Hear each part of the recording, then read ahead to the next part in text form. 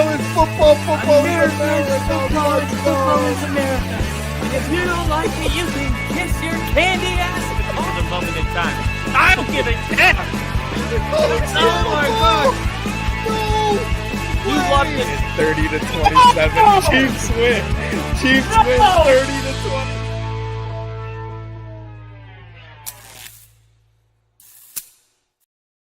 Third and 2, and Jordan Love takes off for 30. Wow.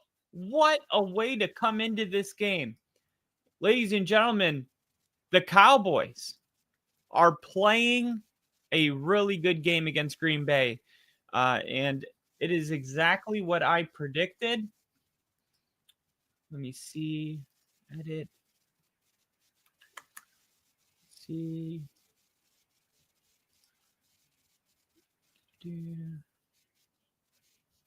NFL with Kyle. Save changes. Okay. All right. We are on the digital airways of X and YouTube. And wow. What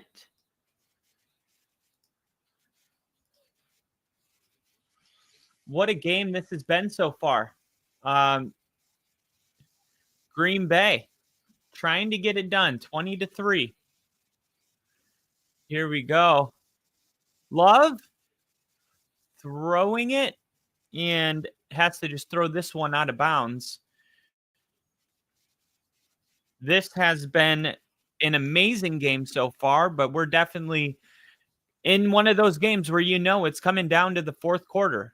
This is going to be a final minute of the game type of victory for whichever team wins.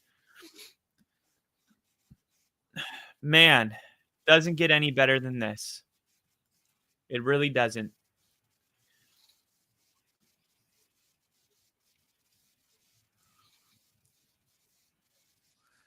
A couple bad penalties, if I do say so myself.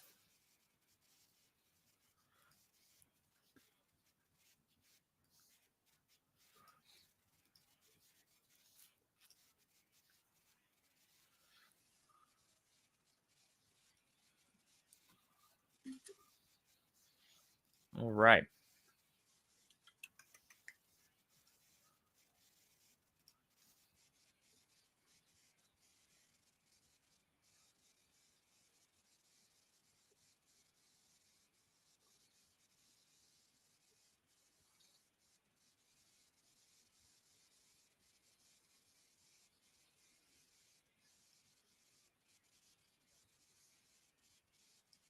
All right. First down, Tucker Kraft. Tucker Kraft making his presence felt in this game.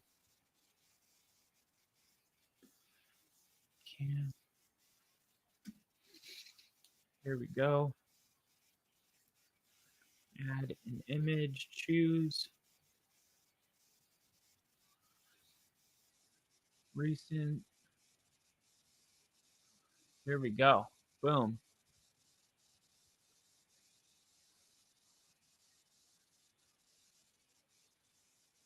All right.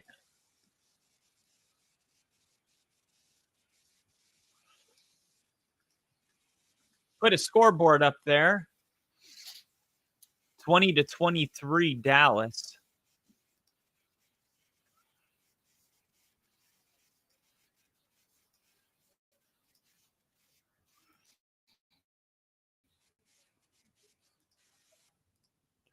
All right.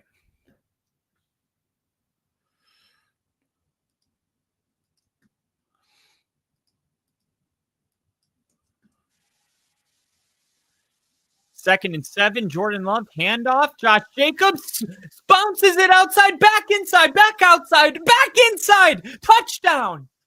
Josh Jacobs. Inside, outside, touchdown.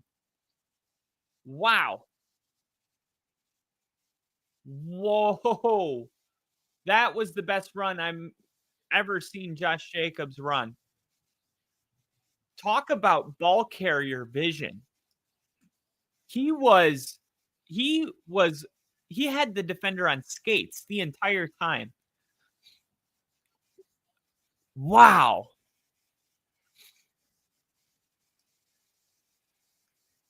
Extra point is good, and something tells me we got a lot of football left. But it is 27 to 26 after the extra point, and golly, what a freaking run by Jacobs again. They were on the 18-yard line, and it wasn't like there was a big hole.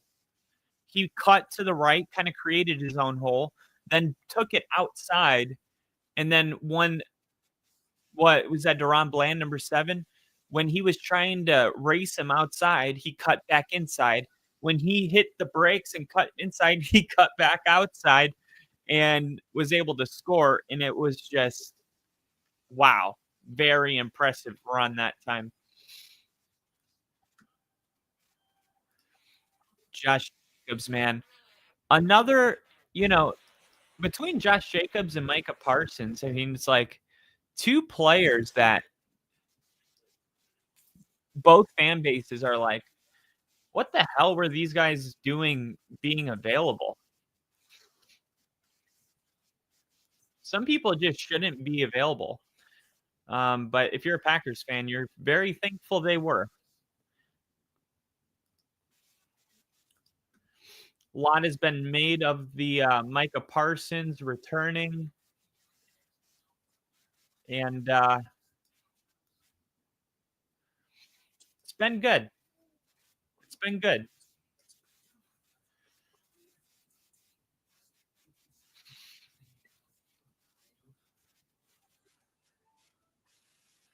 See, we could put it down here. I kind of like it up here, right between the flag. All right.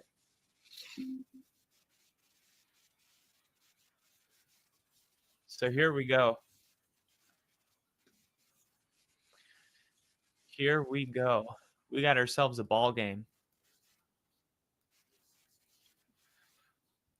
I need a couple more catches to win $500 from Jake Ferguson, one more catch from Romeo Dobbs. And what's crazy is I bet $1 on this, which means if I would have bet $10, this is $5,000. I don't know if I should be happy about that or sad about it, but I would need Dobbs to have one more catch, George Pickens to have 2 more catch, and Ferguson to have 1 more catch, along with Ferguson to have 15 more receiving yards. But whew, here we go. Turpin from the 3, and he's going to be stopped in the backfield. So here comes Dak Prescott. 4-point game, so a field goal doesn't tie the game. That was a very John Madden thing to say right there. Field goal doesn't tie the game. So if you're Dallas, you're looking to get a touchdown. And if you do get a touchdown, do you go for 2? That's the question. Make it a 4-point game on Green Bay. They're going to fake the handoff, roll out, and there's Ferguson. Was that Ferguson? 86? Dak Prescott, watching him play. I love that Colin Cowherd saying this. Do you know how hard it is to be a Dallas Cowboys quarterback? Think of all the stuff Dak Prescott's gone through. Dak Prescott is maybe one of the only guys that could be the quarterback for the Dallas Cowboys and still find a way to not let the noise get to him, not let the antics get to him, not let the 3 different head coaches in the last 4 years get to him, not let the fact that he was voted 77 in the top 100, only 14 months removed from coming in second for MVP. Even though he's dominated his division and he has a divisional record of 31-8, I believe. Dallas is really lucky to have Dak Prescott. And I know Dak, with the playoff wins and everything like that, but there's plenty of other quarterbacks that haven't showed up in the playoffs, and they get passes. I mean, Lamar Jackson, he never wins in the playoffs, yet nobody questions his greatness. Dak Prescott's a really good quarterback in this league. I don't know if he's whatever, people want to say he's not elite, whatever that means. He's better than good. Maybe he's not the, Josh Allen or Mahomes, but he's definitely right. He's closer to them than he is being an average run-of-the-mill quarterback. I'll say it that way.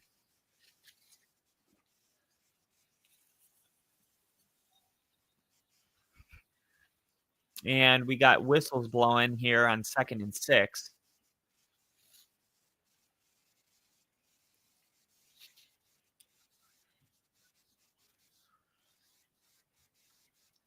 And it's Hobbs, number 21. They felt like Hobbs needed to go have a concussion evaluation really quick. So he will do that.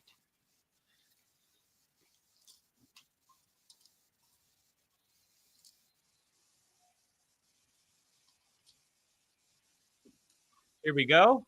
Quick throw. Tackled at the 32.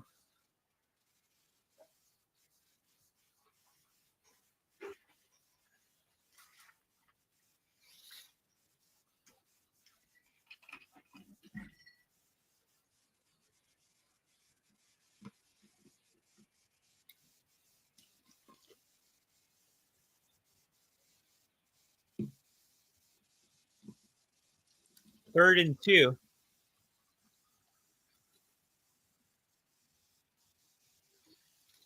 Third and 2. Dak looking. Had to fire it, and it's incomplete.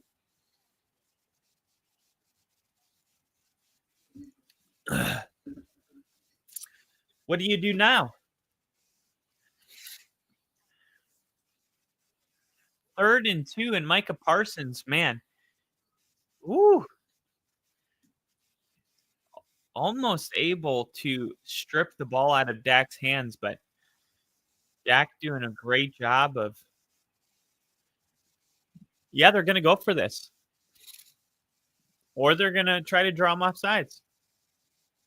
Green Bay's had a couple false starts. No, they snapped this. Dak looking. Caught. Pickens. George Pickens catches the ball here. One more catch from George Pickens. One more catch. 2 more catches from Nate Ferguson. One more catch from George Pickens. 2 more catches from Nate Ferguson. How many more yards for Nate Ferguson? Jake Ferguson. 20 more yards.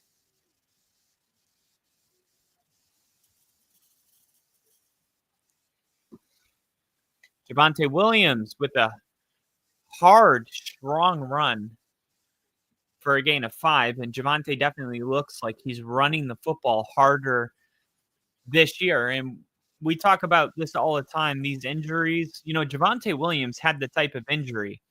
A lot of people know he tore his MCL or, something along those lines. They don't know. There's like 3 ligaments in your knee. There's 4 total. And Javonte Williams tore all 3 of the ligaments. This specific injury is so catastrophic that it's usually considered a career ender when you tear all 3 at once. Dak going deep over the head. Over the head. Too far to pull in. So anyway, Javonte, he got, what was it? I think 9-10 months after the injury, he was playing football. And everybody was like, really concerned, if he's going to hurt himself again. And he had an off year, and then he had another so-so year with Denver, and then now he's with the Cowboys. But I think he's just now fully recovered from that injury, where he trusts his body.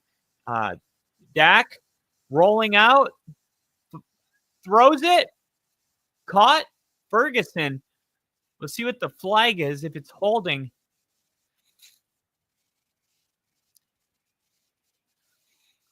What are they going to call here?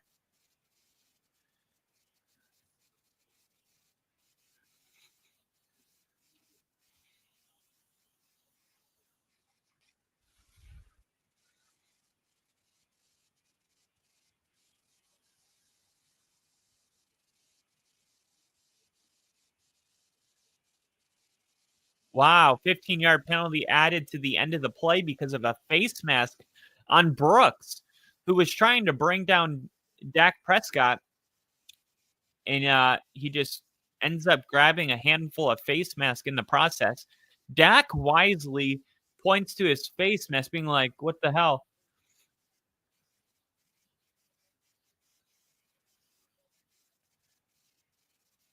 Here we go. And that catch is going to count for Ferguson. So I just need one more catch and 17 more yards from Ferguson. One more catch for George Pickens.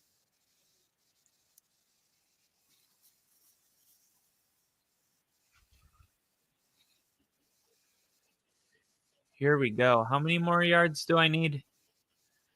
15, 16, 17 more yards. Where are they at right now?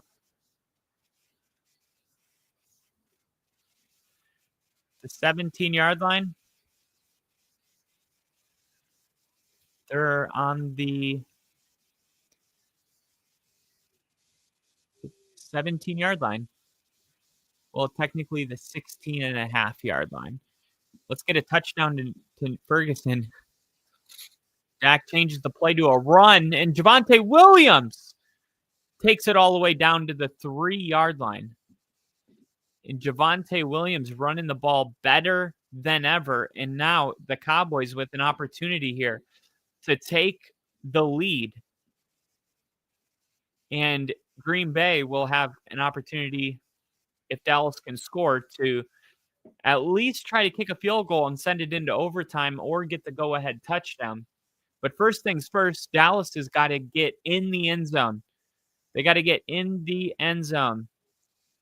And they're going to run it, and that's going to take them to the 1-yard line. All right. If you're a Dallas Cowboys fan, welcome. If you're a Green Bay Packers fan, welcome. 23-27. And we are on our way to a new score. Wildcat, Javonte Williams, touchdown. There's a flag out. There is a flag out. It's on the near side of the field. It's offsides on the Packers. Where's the near side? Right? Isn't that relative to where you're sitting? Or is it the near side relative to the viewer? Now, I told them yesterday in my stream that this was going to be a really close game. And there was people in the comments going, Cowboys are sorry, they're trash. It's going to be a blowout. I'm like, that's not happening. I got to say, as much as everybody's like freaking out, I have a whole video on my YouTube channel about how Jerry Jones made the right decision. You can go back and watch that video. I think it was one of those rare trades where, and I'm not just saying this, I really do believe both teams won the trade, because for the Dallas Cowboys, you've kind of ran the experiment of how far Micah Parsons with this defense, with Dak Prescott, how far they can take you. the last couple of years, they've been a good team.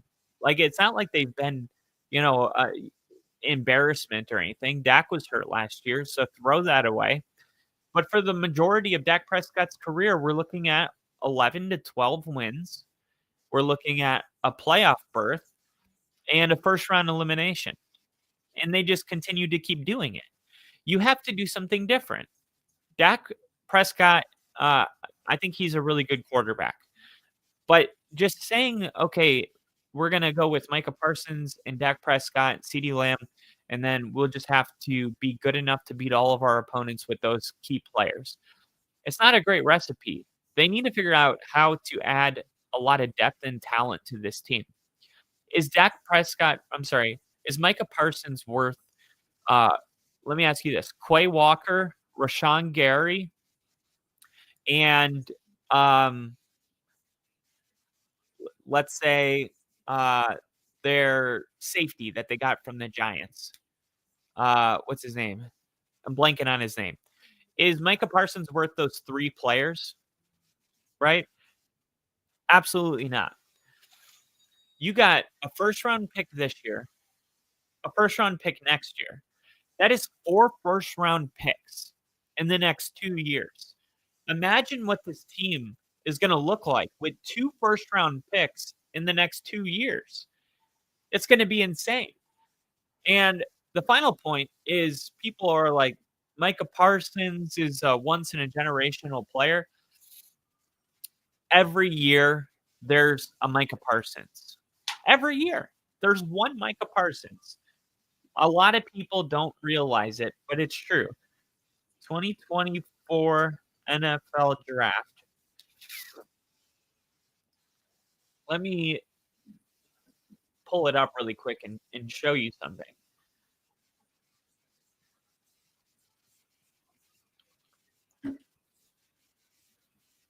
Here we go. 2024, okay? The first defensive player to come off the board was Latu, okay? That's not even we haven't even talked about Jared Verse. Jared Verse came off the board at 19. We saw TJ Watt come off the board at 30. We saw a game-saving touchdown today by Peyton Wilson, the linebacker for the Steelers.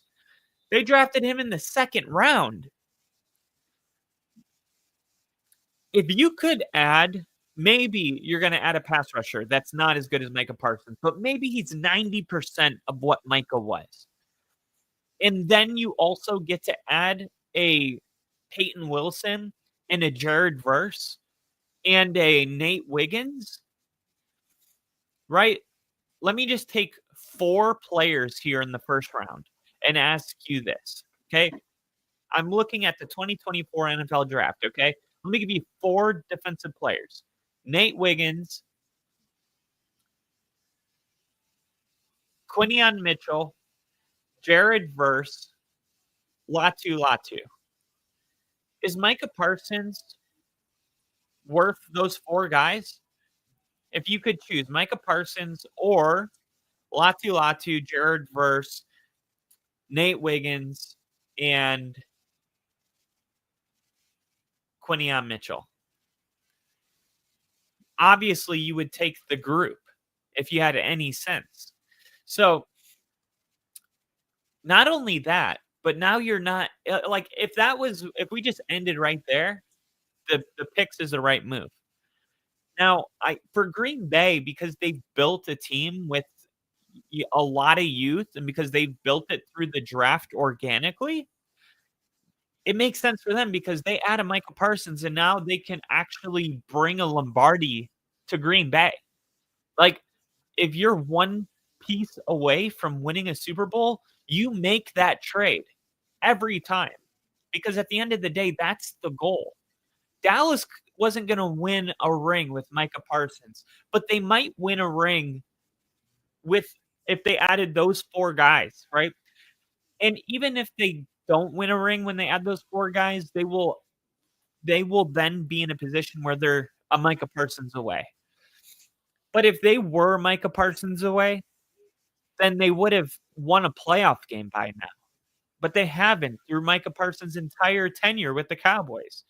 So they were never a Micah Parsons away. Green Bay was. So it makes sense for Dallas. But aside from just the trade being good, we just talked about picks, now let's talk about the $47 million a year that's available that wouldn't be available because those 4 first rounders are all going to be on rookie contracts, which means not only are you going to be able to bring in 4 players like that, but with the leftover money, you're going to be able to do stuff in free agency that you otherwise wouldn't have been able to do had you paid Micah Parsons. So the way I look at it, I see so many reasons why Dallas made the right decision, even though it was unpopular because Micah was a fan favorite and he's just one of those players that, everyone's wearing the jersey, and I get all that. But if you're just looking at without emotion, strictly as a GM, this was the right move, and Dallas made it. And if Green Bay wins the Super Bowl, they'll forever be considered the winner of the trade, even though they were different circumstances completely. Here's Savion Williams. Now, Green Bay, 4 minutes and 42 seconds.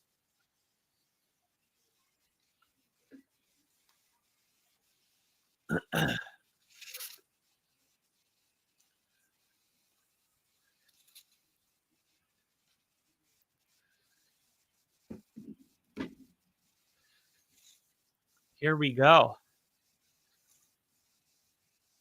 Josh Jacobs with 116 yards, 2 touchdowns. They're going to run it with him here, and they're going to go nowhere.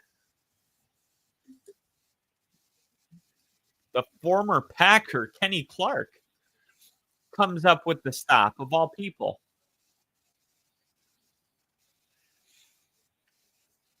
Wow. I was the throwaway pick. Kenny Clark said, and I took that personal. Wow. Wow. 3rd and 8.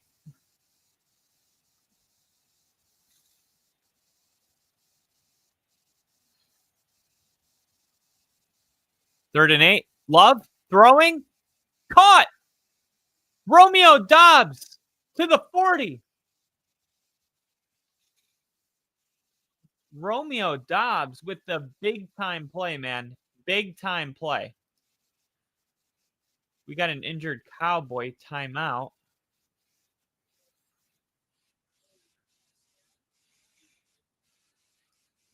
Had to update the ticker. There you go. Ticker updated. What the hell? Am I still banned? Are you? I Googled it and it said that you can't be banned for more than one stream. Let me go. Yeah, because when I go to my settings, it has a people. No, where is it? It's under my settings. Here it is. Banned people. Camera. Guests. Yeah, here it is. Banned guests. No banned guests. It says I have no banned guests. You shouldn't be banned anymore. I don't know if you're still having a hard time. Can you imagine being so good at something that when you're selected as one of the top 200 people in the world at what you're doing, you're mad at people for thinking someone else may be better?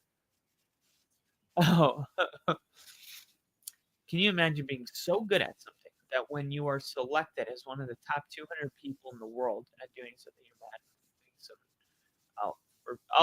you're talking about that Green Bay Packer that was like, I'm just a pick to you guys.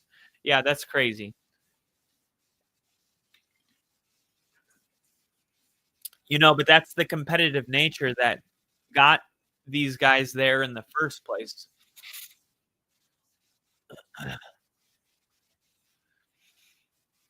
The whole having a chip because people passed on you. Yeah, I mean, didn't Aaron Rodgers wear 12 because there was 12 people picked ahead of him? Let me see. What pick was Aaron Rodgers? 24th pick. Which which player wore? I think it was a receiver. Receivers have a lot of ego. That's a receiver thing. Which player wore number 4 every team that passed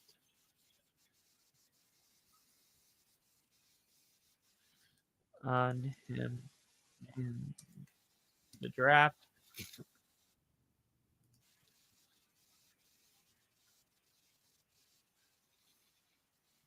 Huh.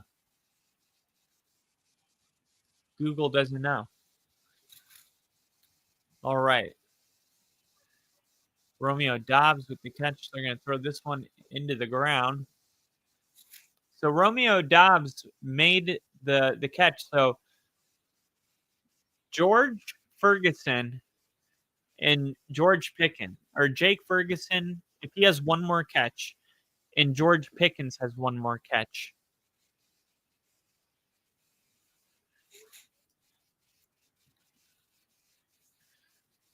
See if Green Bay goes for it. Let's see. If Green Bay scores a touchdown,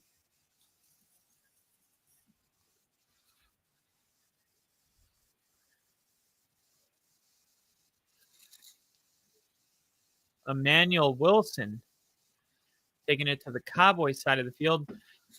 Now let's say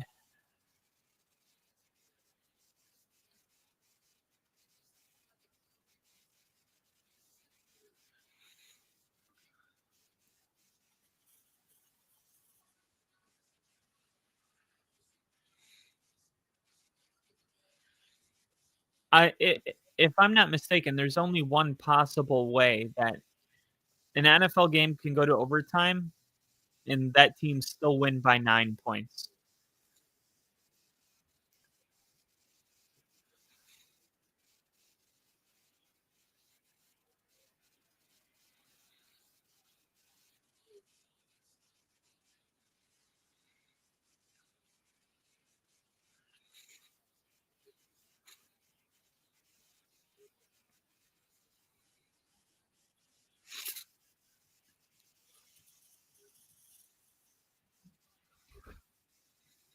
Let's see how Dallas wants to play this.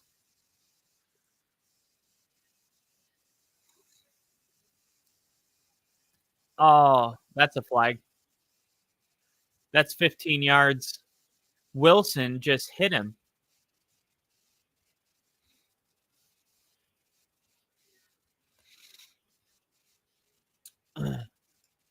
Rodgers is the face of Petty should have picked me. And it's like Carson Wentz because when behind Goff and wears 2. That's crazy. And it's like Wentz because he went behind Goff and wears number 2. Who went behind Goff? Who wears number 2? Are we talking about Carson Wentz? Did Carson Wentz? Oh yeah, he did go number 2. Holy crap! I think that was the highest a South Dakota State quarterback has ever been drafted. Man, I'm so mad that I'm not going to win this bet. I just realized that I'm not going to win it because Green Bay is not going to win by 7. Now I'm thinking if they score a touchdown, they'll have 33. They'll have 33 points. Would they try to go for 2 to make it where Dallas needs a? No, I don't. Maybe they would. Think about this, okay? Let's say Green Bay scores. You know that they have the best kicker maybe in the history of the game. So if they kick the field goal, right, his range is like 65 yards. So if Green Bay scores a touchdown and they just kick the extra point, Dallas needs to take a touchback, and they literally just need 15 yards to tie the game. With that in mind, would Green Bay go for 2 and say, "I'm taking the field goal off the table. You're gonna need a touchdown if you wanna beat me."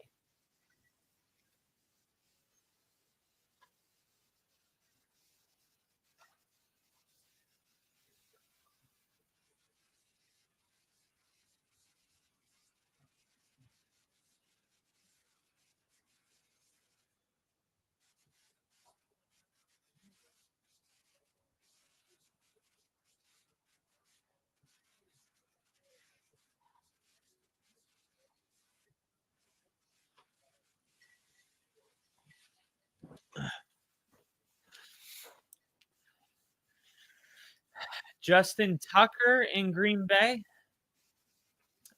I think, I think, uh I think this kicker's better than Justin Tucker. Think of how long Justin Tucker was in the league before he was ripping, 67-yard field goals, right? Let me put it this way, okay? Aubrey, the Detroit kicker, right? If you took all of the kickers in NFL history that have made a field goal from 66 yards or more, or a 65-yard field goal or more, in NFL history, there's only 2 kickers that have done it. And if you include how many times they did it, only 2 times has a field goal from 65 yards or more been made. Aubrey has done it twice all on his own. I just made a YouTube short about this. It's pretty incredible. Brandon Aubrey has more 65-yard field goals or more than the rest of kickers in NFL history combined. And he's only been doing this for 2 years. And he is, I think he's going to hit a 70-yard field goal this year. Like, he is absolutely insane.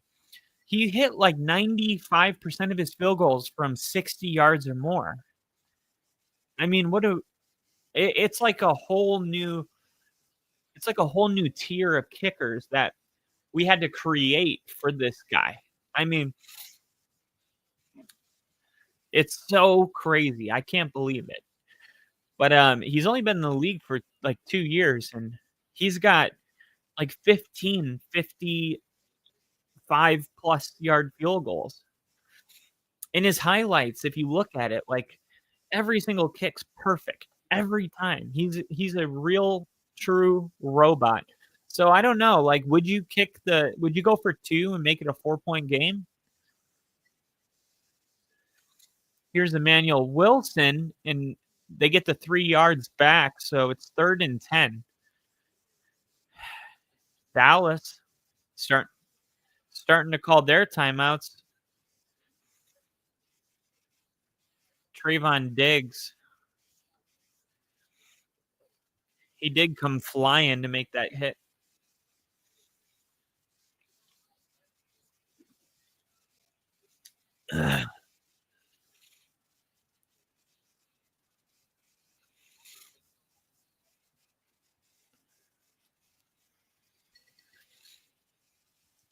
All right.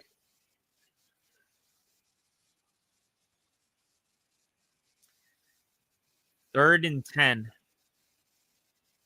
Green Bay's 8 for 10 on third downs today, but their average has been 6.2 yards to go. Right now, they need 10. And why does it say third and okay, so they're on the 15. So the 5-yard line would be a first down. They're going to motion Tucker Kraft out wide. Looking. Touchdown. Romeo Doubs, his 3rd touchdown. And I told everybody that I told everybody last night to start Romeo Doubs today. And they were like, remember that guy? He was like, what about Matt? He was like, nah, man, Matthew Golden. I forgot to start him. I gave everybody this advice, and I forgot to start him.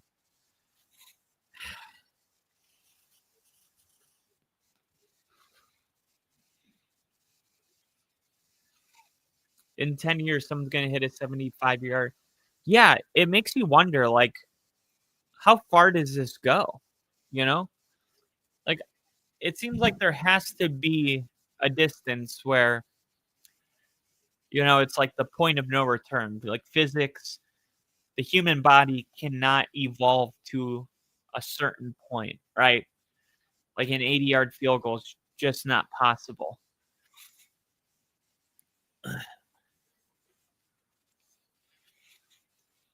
But then again, if you look at kickers, like they're all scrawny and super thin.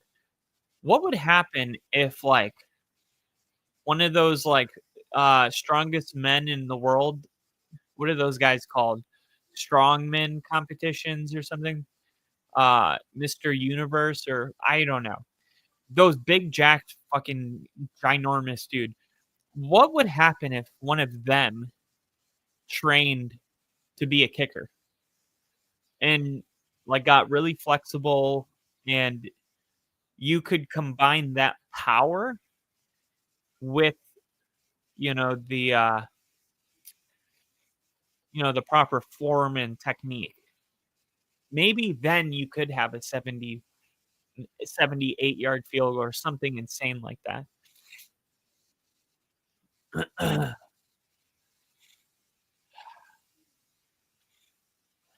Man,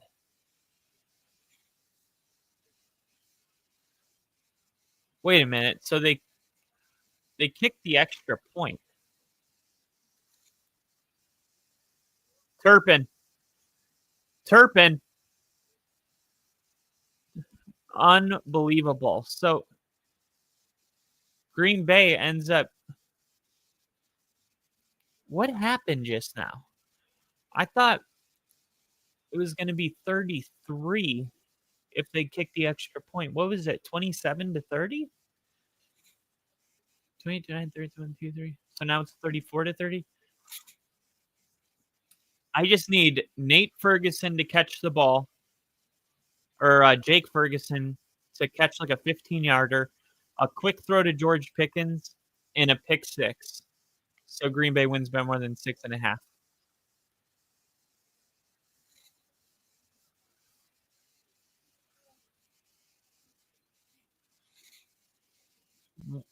Why didn't he throw it to Ferguson? He was right in the middle of the field. And I think Dak told Javonte, like,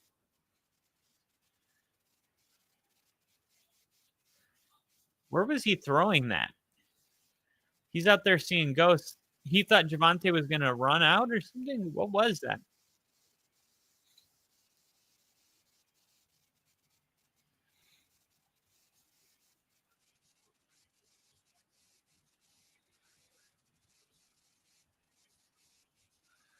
Who was that thrown to?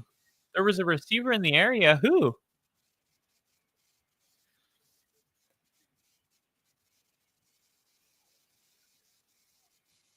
Who's the receiver in the area? I would love to know.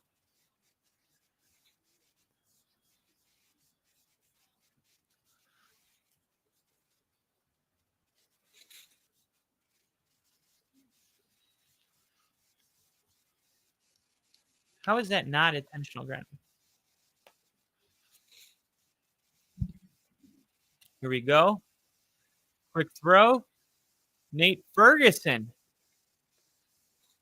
picks up 7.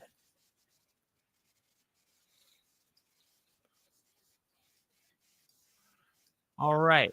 So I need 10 more yards from Ferguson. 1 more catch from Pickens.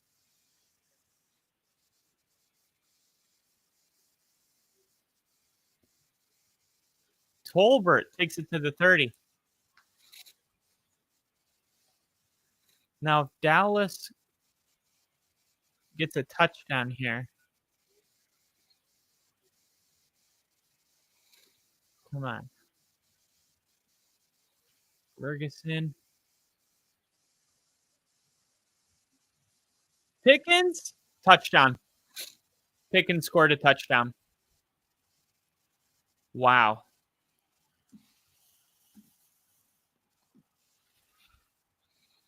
George Pickens has done it.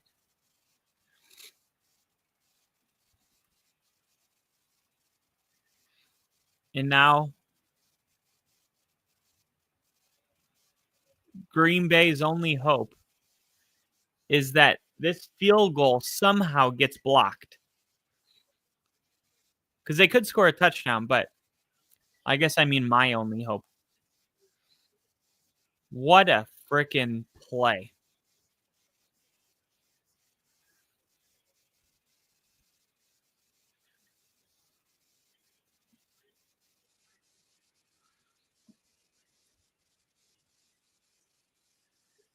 Aubrey's kick's perfect. Fuck.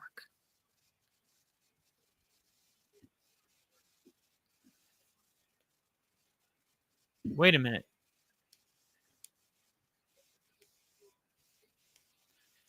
So it's impossible. It's impossible to win by more than 6 in overtime.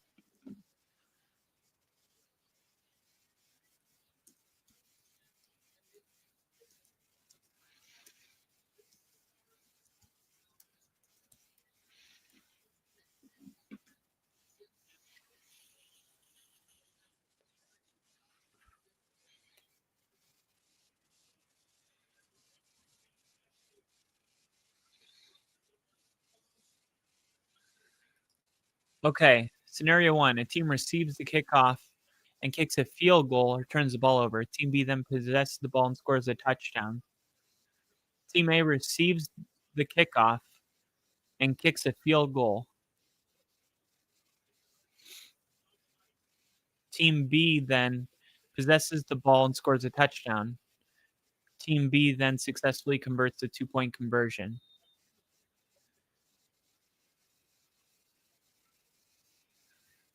Defense A scores a touchdown. B returns the kickoff for a defensive touchdown. Then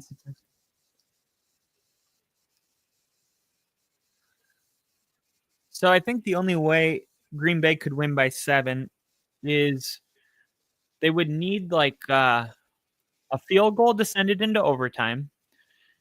Then you would need Dallas to kick a field goal on their opening overtime drive. Green Bay to kick a field goal on their opening drive. And then defensively to get a pick 6. They could win by 9 in overtime, technically. I that's the only way I can think of for a team to win by 7 in overtime. Plenty of time here to get in field goal range. Jordan Love, quick throw. Josh Jacobs, who's got a blocker. And Josh Jacobs even gets out of bounds to salvage the timeout. And Jin just said, imagine like a super thick fly sweater. Impossible to be more effective than that skinny bitch that gets that whip and torque. That would be, oh, dude, that's crazy because the it's like a driver, the longer the club, the more momentum or whatever. Here we go. They're at midfield already. Jordan Love rolling out, escaping, and then throws it out of bounds. Jordan Love.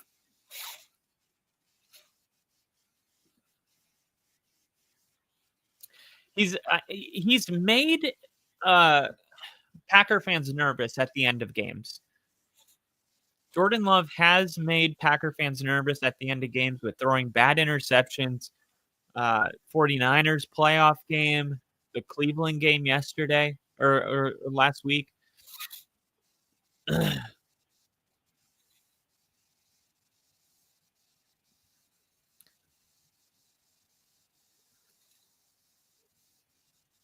Dallas showing blitz here. Midfield, Jordan Love gets it out, and he gets out of bounds.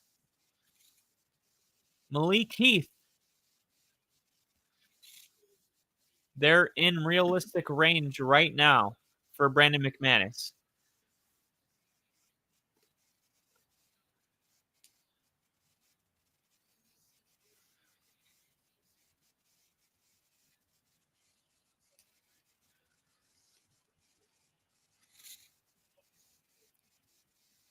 Brandon McManus has a really good leg, obviously indoor. There's no external conditions. And they're going to run it here on 3rd and 1. I think they'll call their first timeout here after picking up the first down.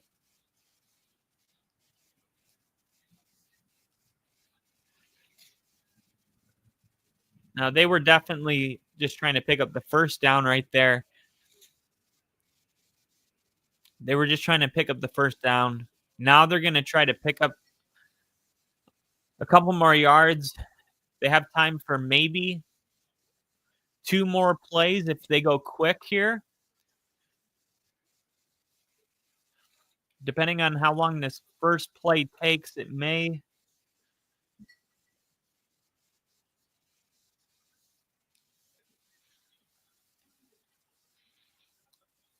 What is this? Water? Okay.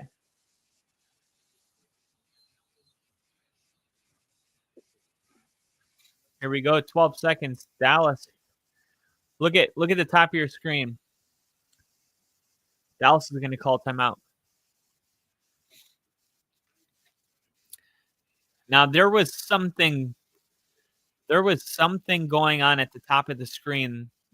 A lot of confusion.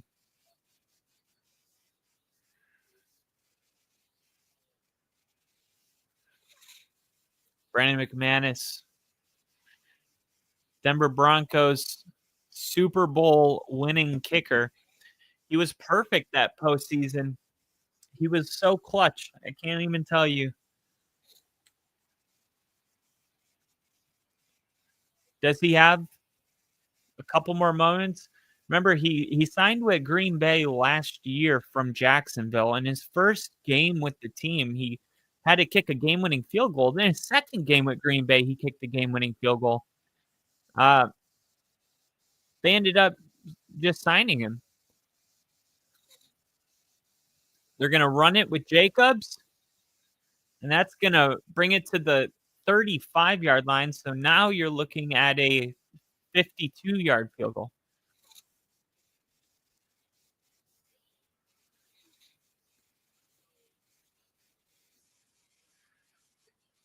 What do you mean?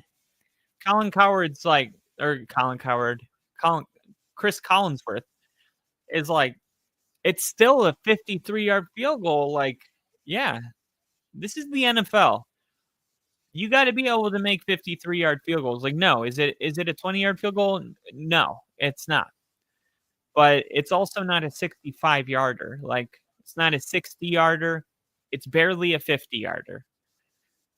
In my opinion, an NFL kicker needs to be able to make a 52-yard field goal indoors with no weather. If it's raining outside and there's weather, I get it. Jordan Love's going to just throw it up, and it's going to go out of bounds there. And now here's Brandon McManus.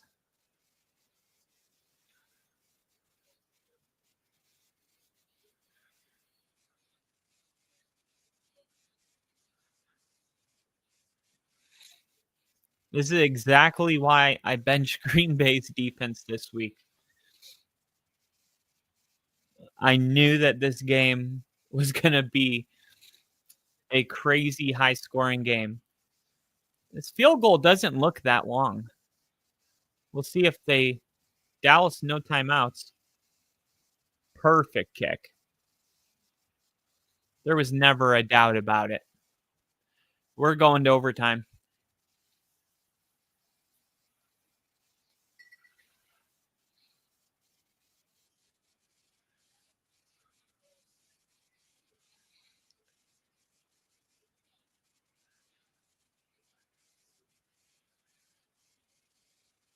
Dude, Chris Collinsworth acts like he just woke up out of a coma from the 70s. I take it back. It's amazing what these kickers are doing now. It was a 52-yard field goal. Why are you acting like he just chip shot a 62-yard field goal? It's like, yes, kickers now can kick 50-yard field goals, Colin, Chris, whatever. Welcome. Welcome to life in the NFL. You do this every Sunday. Like, what are we talking about?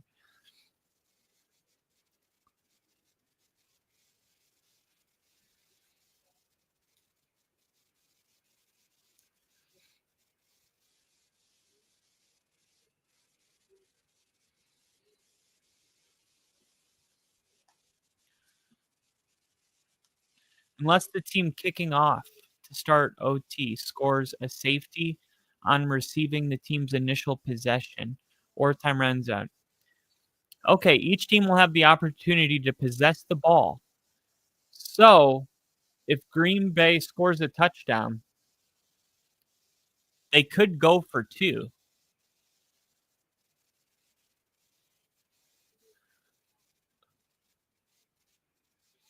Okay. So the only way that my bet will win, because I have a huge parlay that every leg hit besides Jake Ferguson needs 10 more yards, and Green Bay has to win by 6.5. Wait a minute. Since each team gets a chance to possess the ball, if Green Bay scores a touchdown, kicks the extra point, and then defensively gets a 3 and out. Wait, no, because I would need Jake Ferguson to wait, no. Yeah, Green Bay. Who's receiving the ball first? If Green Bay receives the ball first, drives down, scores a touchdown, kicks the extra point, and then Dallas gets the ball, throws a 10-yard pass to Jake Ferguson, but then they have a 3 and out, and then on 4th down, they don't convert. Green Bay wins by 7, and Jake Ferguson gets to 10 more yards. But I believe that it is only possible if Green Bay starts. Who's getting the ball to start the? We got Nash in the chat. Long time no see, brother. How are you doing? Welcome. Welcome to the shit show.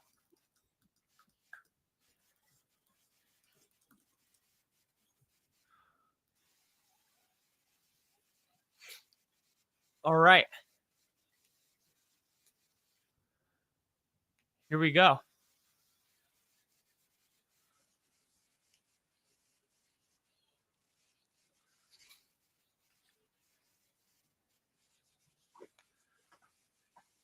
Who's getting the ball first? Green Bay?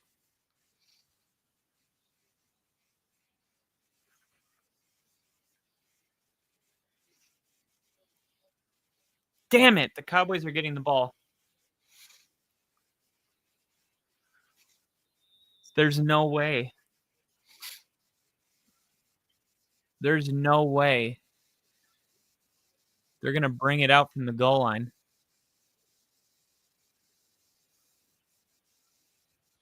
Flag down. Let me see. How is it possible?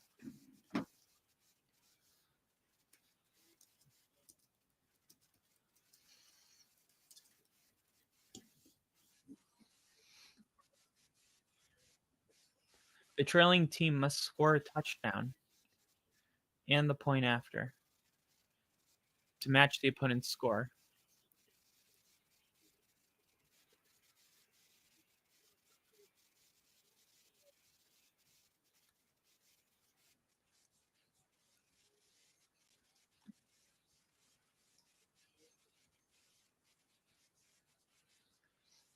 Nine points.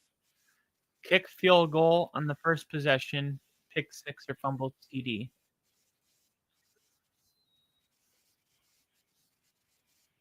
Yeah, the only way for Green Bay to win by more than 6 in overtime is if they had the ball first.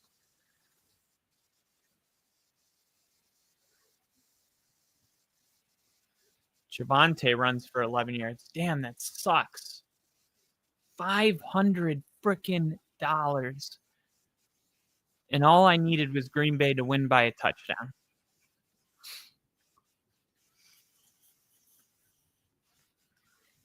Crazy that this game is going to overtime because of a blocked extra point. Isn't it? Sheer chaos. 920. Quick throw. George Pickens.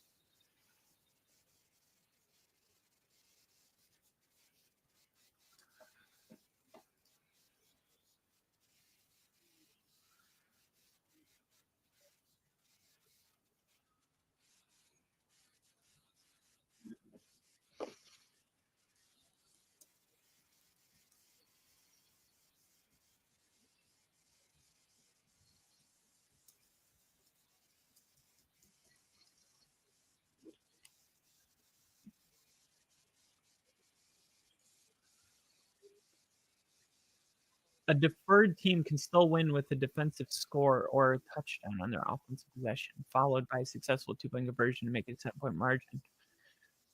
Okay, so this is what AI is saying. A team that defers winning the overtime coin toss can still win by 7 points, as deferred teams can still win with the defensive score. Yeah, but if Green Bay got a pick six, they don't kick an extra point or a touchdown on their offensive possession. Yeah, but they don't kick an extra point. If there was a pick six right now, that would be the end of the game. There would be no extra point. Prescott going deep. Pickens caught it.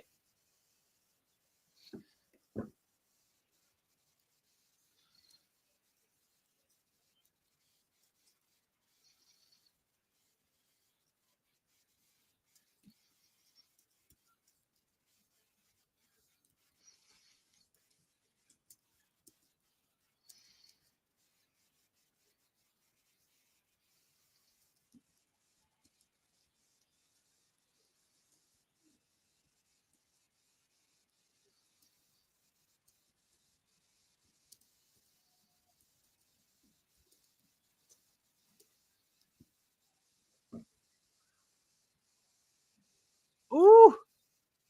Nate Ferguson. Under the 2025 overtime rules, if you defer, your opponent scores a touchdown, taking a 6-point lead.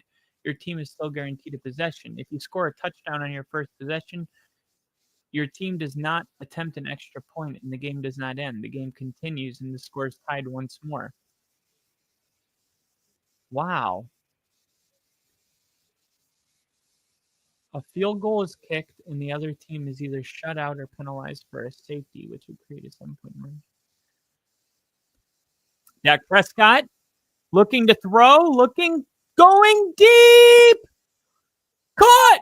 Tolbert stayed in bounds. Somehow Tolbert stayed in bounds.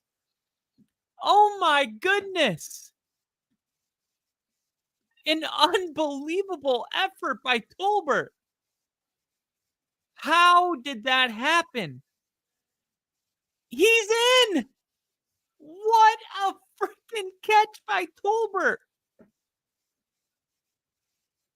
Good God. Dak Prescott is having himself a day.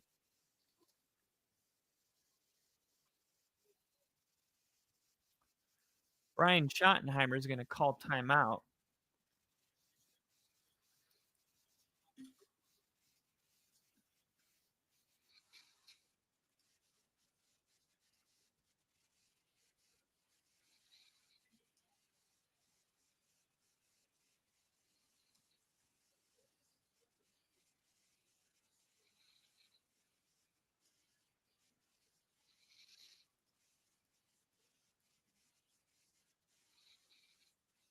Green Bay right now still, let me see my bets.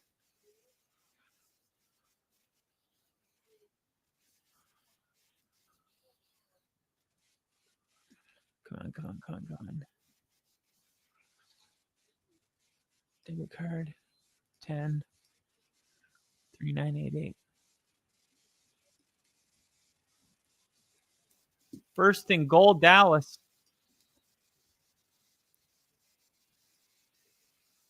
Williams carries.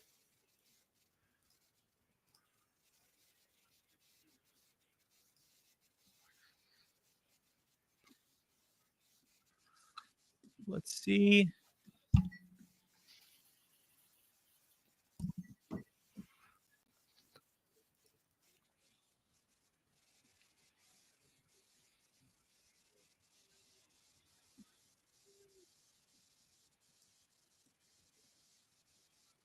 Here we go.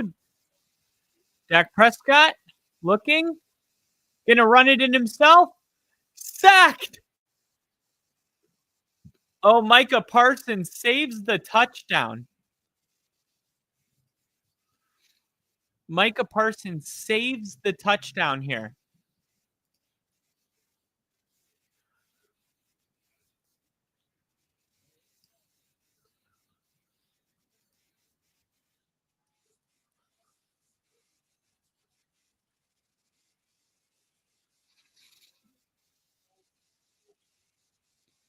Officially ruled a sack from Micah Parsons.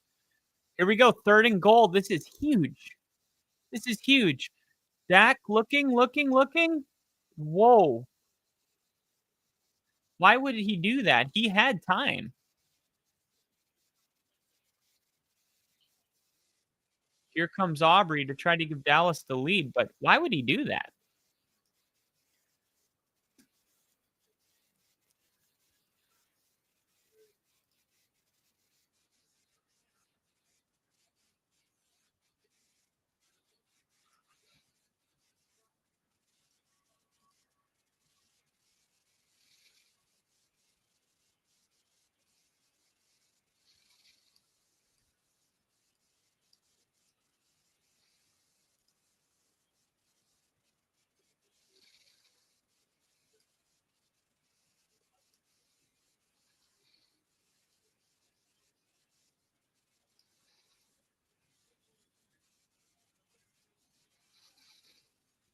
All right.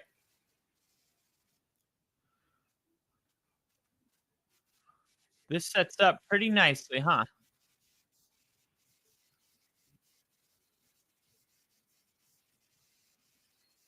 What do you mean location not verified?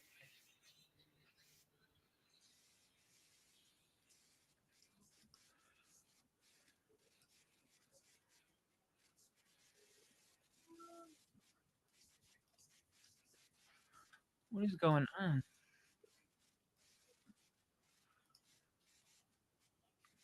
Come on. I believe in Malcolm. Where you are, you sexy thing.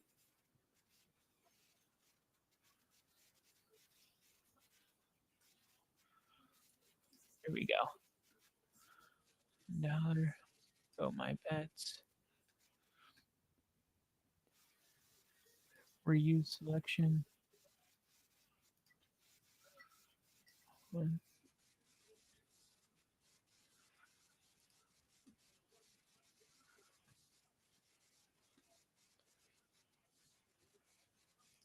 Instead of Josh Jacobs, Romeo Dobbs.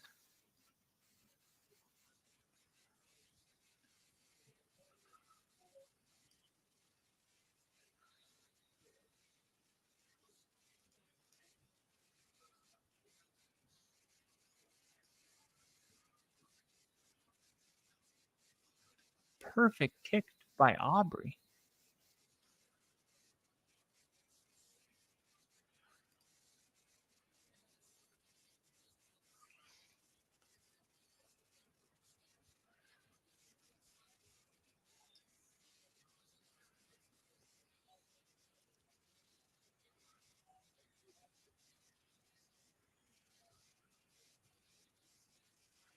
All right, here we go.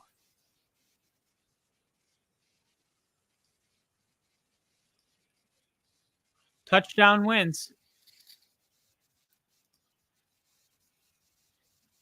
Touchdown wins the game. Field goal continues the game.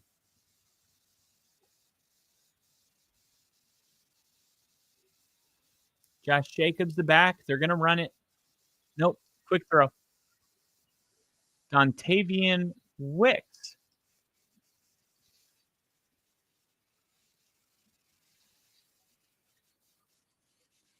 Now, I think if you're Green Bay, you got to remember who you are. Like you're a team that runs the football a bunch, right? You're not. You got to kind of get out of the mindset of like, oh my god, hurry up, we got to score. You got 4 minutes. That's a lifetime. You got to go back to Green Bay Packers football here. Do what you do.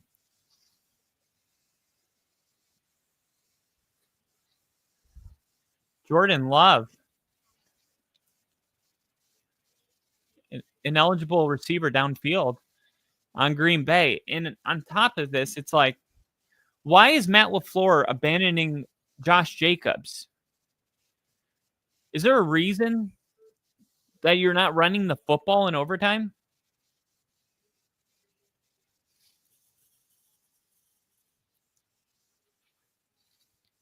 Penalties declined,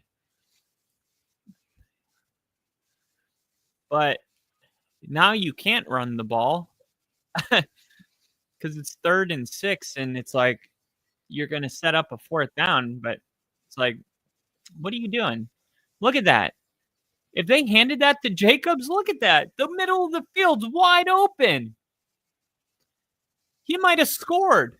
Well, he doesn't have the speed to score, but if he breaks that tackle, maybe he does get chased down. But now Dallas is taking a timeout.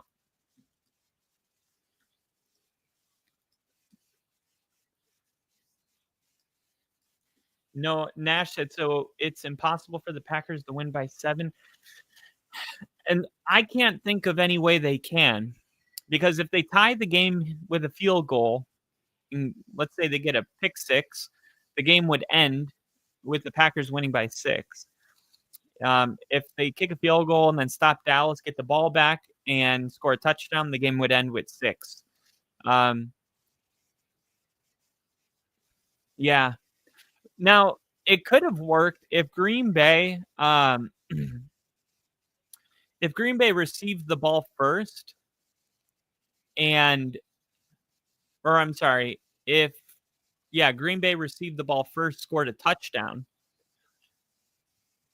and kicked the extra point, and then stop Dallas from getting any points. Going deep downfield! Incomplete. No flag. The Tavion Wicks is like, how is that not a flag?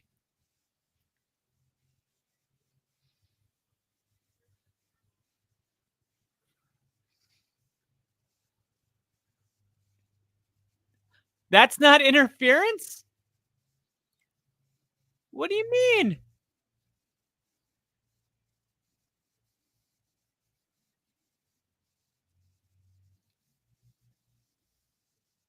Wow.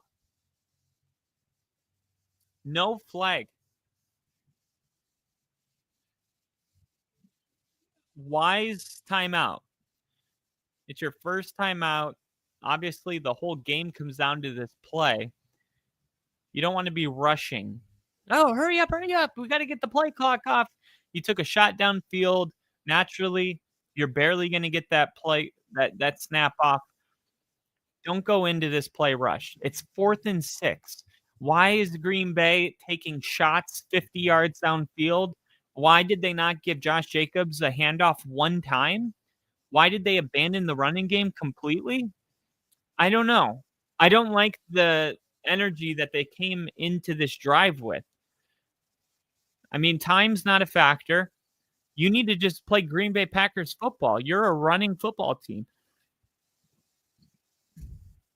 It's like they're playing Dallas's style of football here. And here's Jordan Love throwing. Caught. Matthew Golden catches it. Wow. Matthew Golden with a monster catch here.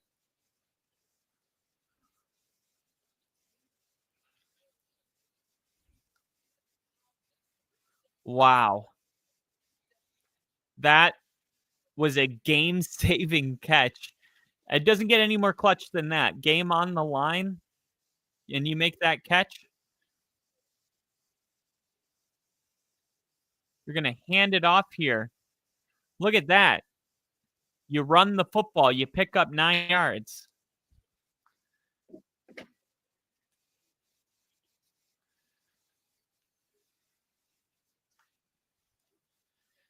Josh Jacobs not in the game. Why?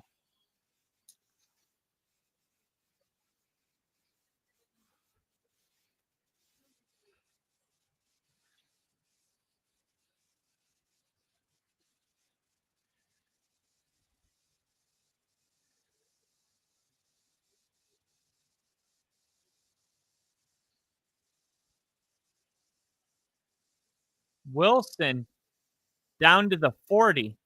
And look, they're running the football again.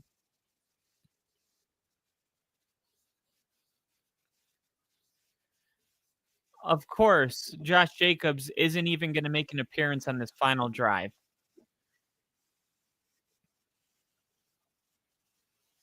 Two-minute warning. There's a 2-minute warning in overtime. Josh Jacobs looks like, why am I not being put in the game? It's overtime. Game's on the line. What the hell? I don't blame him. If you're Josh Jacobs, how are you not, like, why am I not in the game right now?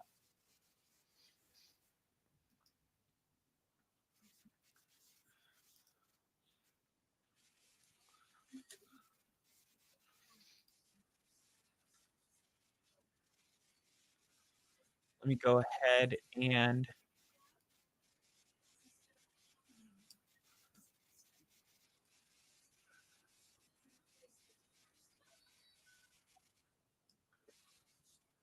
done.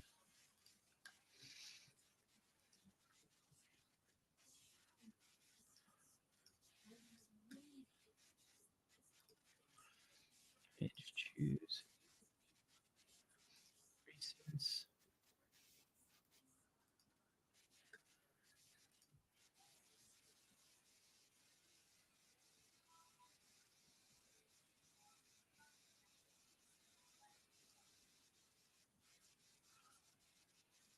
All right.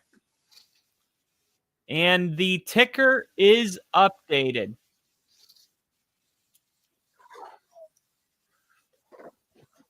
Oh,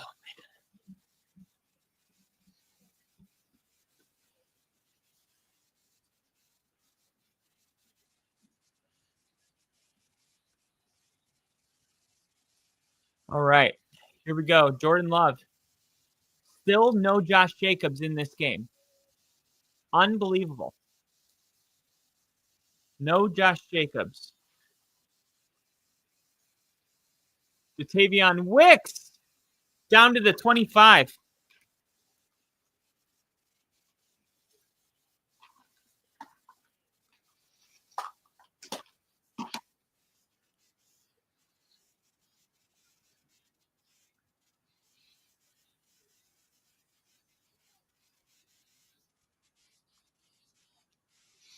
Honestly, the go route would have been a touchdown.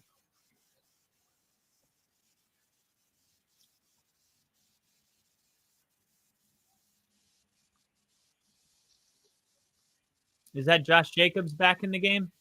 No. There's Romeo Dobbs.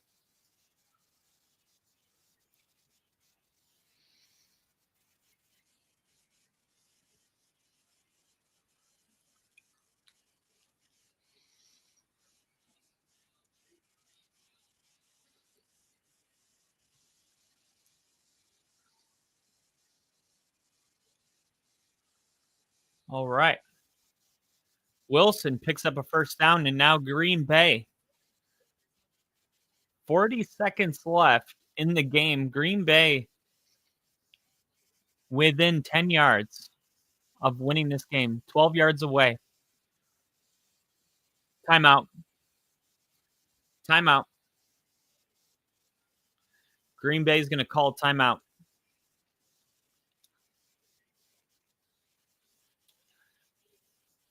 Oh my god, the tie thing is so dumb.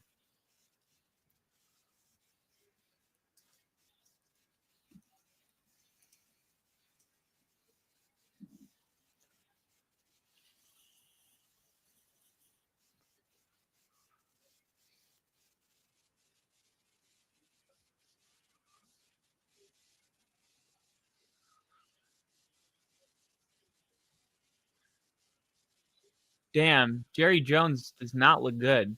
Looks like he got punched in the bottom lip.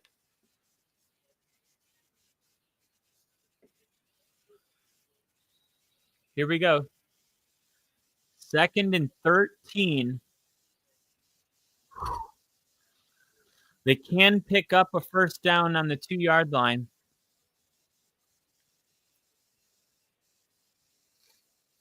Is there a reason Josh Jacobs isn't in the game?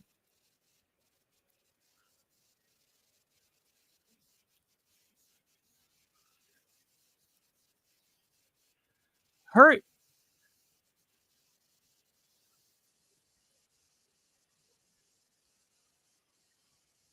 There's 1 second left. Jordan Love threw the ball with 1 second left. And now Green Bay with the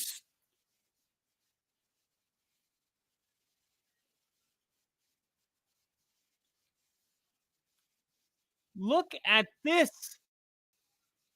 What are they doing?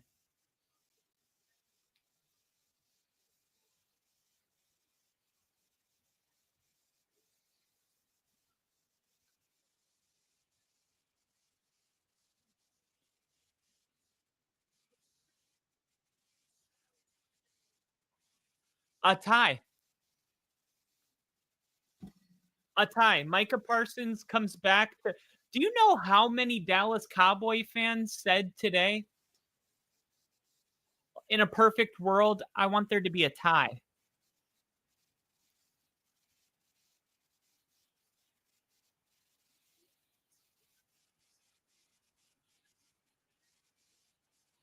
Really?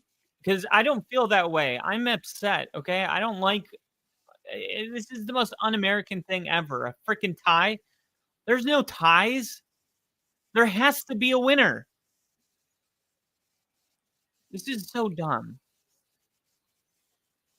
There's nothing dumber than a tie. Maybe having to declare an onside kick. But besides that, this whole tie thing is so ridiculous. But do you know how many Dallas Cowboy fans were out there saying, I'm a Cowboys fan, but maybe you're, also Micah Parsons fan, and you're thinking, in a perfect world, I just wish that I wish there could be a tie. And what game did Rick say might tie? There was a game where Rick said there might be a tie. Oh my gosh, I can't believe this game ended in a freaking tie. So, so bummed out that this one ends in a tie. Wait, does that mean the spread pushes? Image. Wait, if it's a tie, the spread pushes, right?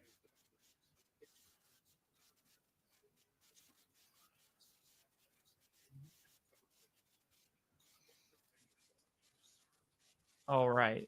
40-40 is your final score. Oh my goodness. Green Bay. Jake Ferguson needed 4 yards. He got 40 yards receiving. I needed him to have 50. Man. Oh,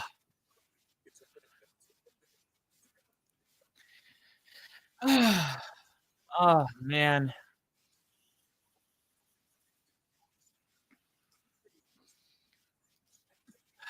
Well, that's how this one ends. It ends in a tie. I don't know.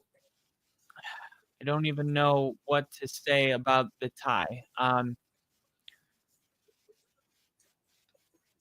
It's honestly, it's like one of the most annoying things in sports, I think, is that you can tie. Um, I don't believe in it on a personal level. I think tying is dumb. I think that there needs to be a winner. But let's talk about this game, okay? Because obviously this game was electric. There was 80 points scored in this game. Final score is 40-40. I believe it was the second highest amount of points scored in a tie ever. Typically, when you hear about a game ending in a tie, it's because it was 7-7, 10-10, 3-3. Uh, both teams are just struggling to score any points, and they just can't do it. Um, this was different because what is today? September 28th. Look at this. Cowboys snapped decade-long skid with a 26-23 overtime win over Packers. The Dallas Cowboys defeated the Green Bay Packers 26-23 in overtime at AT&T Stadium on September. This is not even close to accurate information.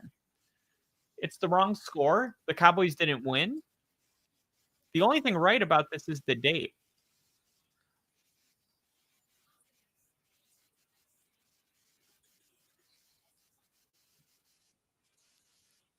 I gotta see this. Where where are where's that coming from? I have to post this. I have to. The Dallas Cowboys defeated the Green Bay Packers. I gotta share, post this.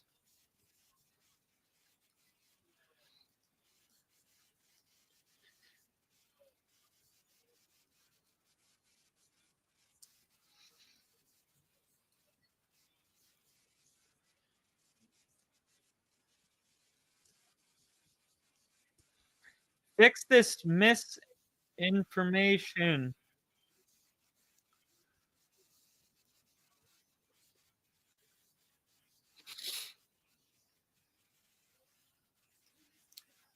Media recent.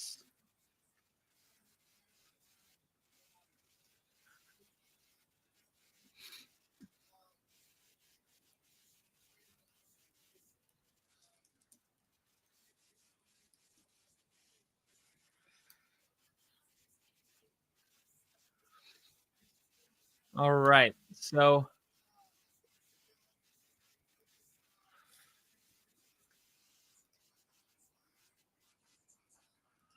man, the tie is so lame.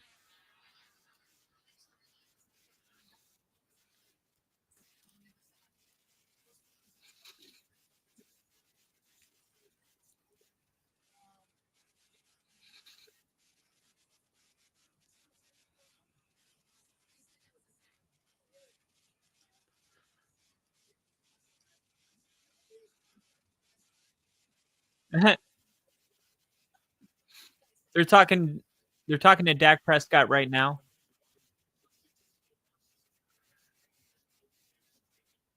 So just so you know, for statistical purposes, if a quarterback is running or attempting to run to gain yards and they get tackled for no gain, it is considered a sack.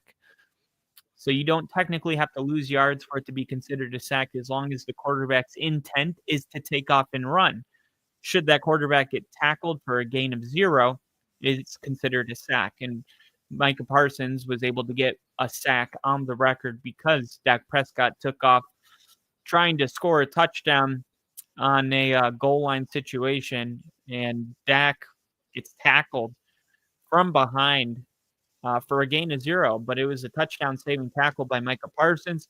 And in, I guess, touchdown saving, game saving format fashion. He gets credited with his only sack of the game, which happened to be the most important moment of the game. So overall, man, I hate that the game ends in a tie. It's score agami. What the heck did I see? A tie in this economy? At least it's a scoregami. Yeah.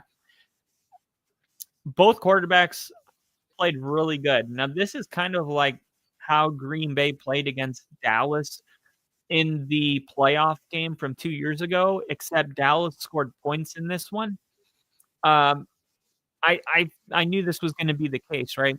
I said this yesterday when, I was talking about this game. I was like, "This is gonna be a game where I think Dallas is gonna play good, offensively. They got their home crowd. They're gonna be into it." I have the Packers defense in fantasy. I didn't start them because I was worried about this game. I ended up picking up the Texans defense instead for today.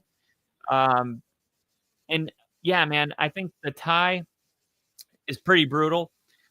I don't really know what you do from here. I mean, if you're if you're a Packers fan, I feel like you're more disappointed than a Cowboys fan.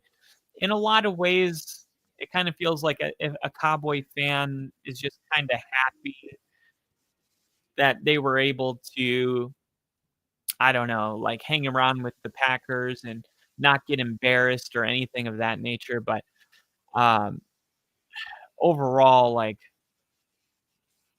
you got to be you got to be a little bit disappointed. Let me see if I can find the Javonte Williams, Jalen Warren, Jacoby Myers, Pickens. I was talking to somebody yesterday on my stream, and I want to find it. Start Steelers, Gwen Sergino, Dallas fans going to be chanting. Here we go. Packers going to play so hard for the Michael revenge game. Okay. This might be pretty close to it. Now, I want to do this. This is my new tradition. So after the games, only primetime games am I doing this, but I go back to our predictions and I show you guys, what our predictions were, and we kind of compare that to what actually happened. So our predictions episode was 3 days ago on Thursday at noon. And let's see, Baltimore Ravens at Kansas City, Green Bay Packers, there it is.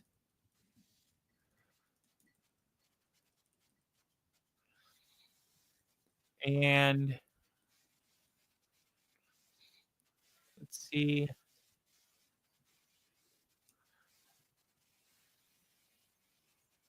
All right, got it. And where are we at? 1 hour, 45 minutes, and 2 seconds. 1 hour, 45 minutes, 2 seconds. 1 hour, 45 minutes, 2 seconds. And we'll go StreamYard. Share screen.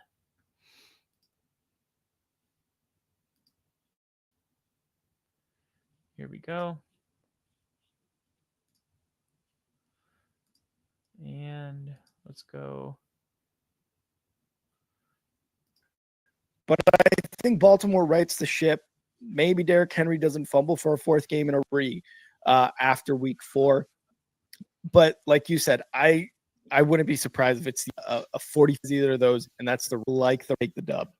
All right. Next, we got Micah Parsons going back to Dallas. It sounds so weird, but this is the Micah Parsons coming home. He said he doesn't care about a tribute. The only tribute he wants is a win for the Packers. And just last week, everybody was talking about how good Russell Wilson looked. This week, it's Caleb Williams Spoiler alert, the Dallas Cowboys have been protesting the Micah Parsons trade by not covering anyone on defense. So the the Dallas Cowboys now are in position to have maybe their fans more excited for a football game than they've been in a long time. This place is going to be crowd going crazy. The Dallas Cowboys are going to want to win this game. Dak Prescott's going to want to win this game. The Green Bay Packers and Dallas Cowboys are, no, I'm America's team. No, I'm America's team. This is going to be the numbers this game's going to get are crazy. I'm excited for this game, but the Packers are coming off a loss. They didn't take the Browns seriously. No CD Lamb. I'm taking the Packers -7 here. Yeah, this is going to be a very emotional game for not only the Cowboys team, but Cowboys fans. Like you said, this is Micah Parsons coming back and going to try to wreak havoc on Dak Prescott, on that entire offense, to do his best to really be like, hey, this is what you guys missed out on. You guys should have signed me instead. Now I'm with Green Bay and killing it, right?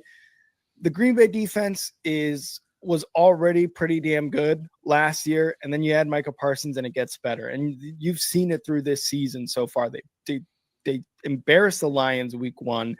Obviously, they had a bit of a short circuit moment with the Cleveland Browns, but I think you got to credit the special teams for the Browns there to get that dub. But mostly, I think I'm blaming the offense on that one with Jordan Love with a late game interception.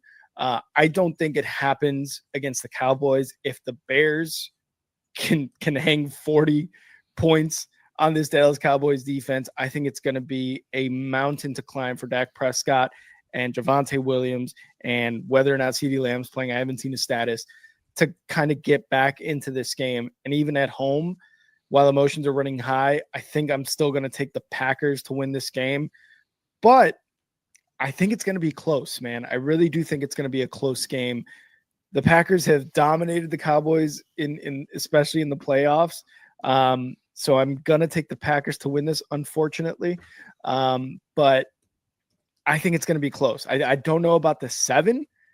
I think it might be like, 35-30 game where Dallas is still trying to come back. It's almost going to be like when they play the Packers in the postseason and it's like garbage time touchdowns, they're trying to get back and it's backdoor cover. Exactly. It's like, oh man, are the Cowboys going to come back? And then there's like 49 seconds left. And then, it's a third and 6 and Dak Prescott throws an incomplete pass or an interception to Green Bay Packers defense. And then the score is 35-30. So I've got the Packers winning in Dallas. Micah Parsons sacked Dak twice. 35-30, Packers win. All right. Now we got a doubleheader on Monday Night Football. All right. And then obviously this was last night because we have 8 quarters now but The Office. Yeah, I did look at that schedule. If there's ever a week to play Golden, it's this week. I wouldn't blame you. I wouldn't blame you for going with that, but keep in mind, Golden doesn't lead the Packers in target share. So like we have, let me see. The Bears. We have there yet with the Bears. What I think I wrote about this yesterday. So this is what with Romeo Dobbs. Now I want to be clear for everybody that's watching this right now that's new to the channel. We've been going live a lot lately, and there's been a ton of good information.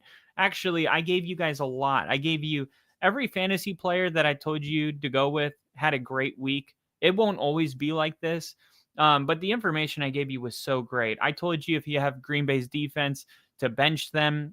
I told you to go with the Texans defense, which was available on 70% of rosters, so you could waiver wire them and put them in. That saved me like 30 points because Green Bay's defense ends up with negative points while the Texans got me 14 points. I also gave you the Jacksonville Jaguars win over the 49ers, which was a big one. But this was the moment yesterday where I told you that Romeo Dobbs was going to go off in this game. And this guy right here, Captain Moistbeard, was saying if there was ever a week to play Matthew Golden, it was this week. He was trying to sway me away from Romeo Doubs to Matthew Golden. And this is what I said. Matthew Golden is somebody that if you're not going to start Romeo Doubs, it's got to be Matthew Golden, right? And depending on which writer you follow, like some of them are saying Matthew Golden's definitely going to be the guy this week. Other people are saying it's going to be Romeo Doubs. Matthew Golden hasn't gotten, the trust yet. I don't believe any of it. I think nobody knows. I really do. Like, I think the Packers don't run their offense in a way where it's like, we know for sure week in and week out which guy it's going to be. I think you just kind of throw out your best feeling and you just hope that you're right. I do think it's between those two. Now, would I be shocked if Dotavion Wicks has a big game? No. He looked awesome Thursday night against the Commanders. It's just a really hard prediction. It really is. It's a very hard thing to predict. But no, I don't think starting Matthew Golden is like insane by any means. I just think there's a little risk to go with it. And if it's framed as like a can't miss start, I disagree with that. But don't disagree with taking the risk. Now, who do I play as wide receiver? I was saying that to be generous because I wanted him to like me, obviously. But we had talked about this earlier in the game. So he goes, start Steelers. Liam Cohen's going to put a really great game, and Sean McVay owns Kyle Shanahan. Okay. I feel like Liam Cohen's going to put a really great game plan together, and I think it's time for the 49ers to drop one. I think Jacksonville goes in there, has a great game plan, plays their best game of the year, and comes away with a gritty 17-20 win.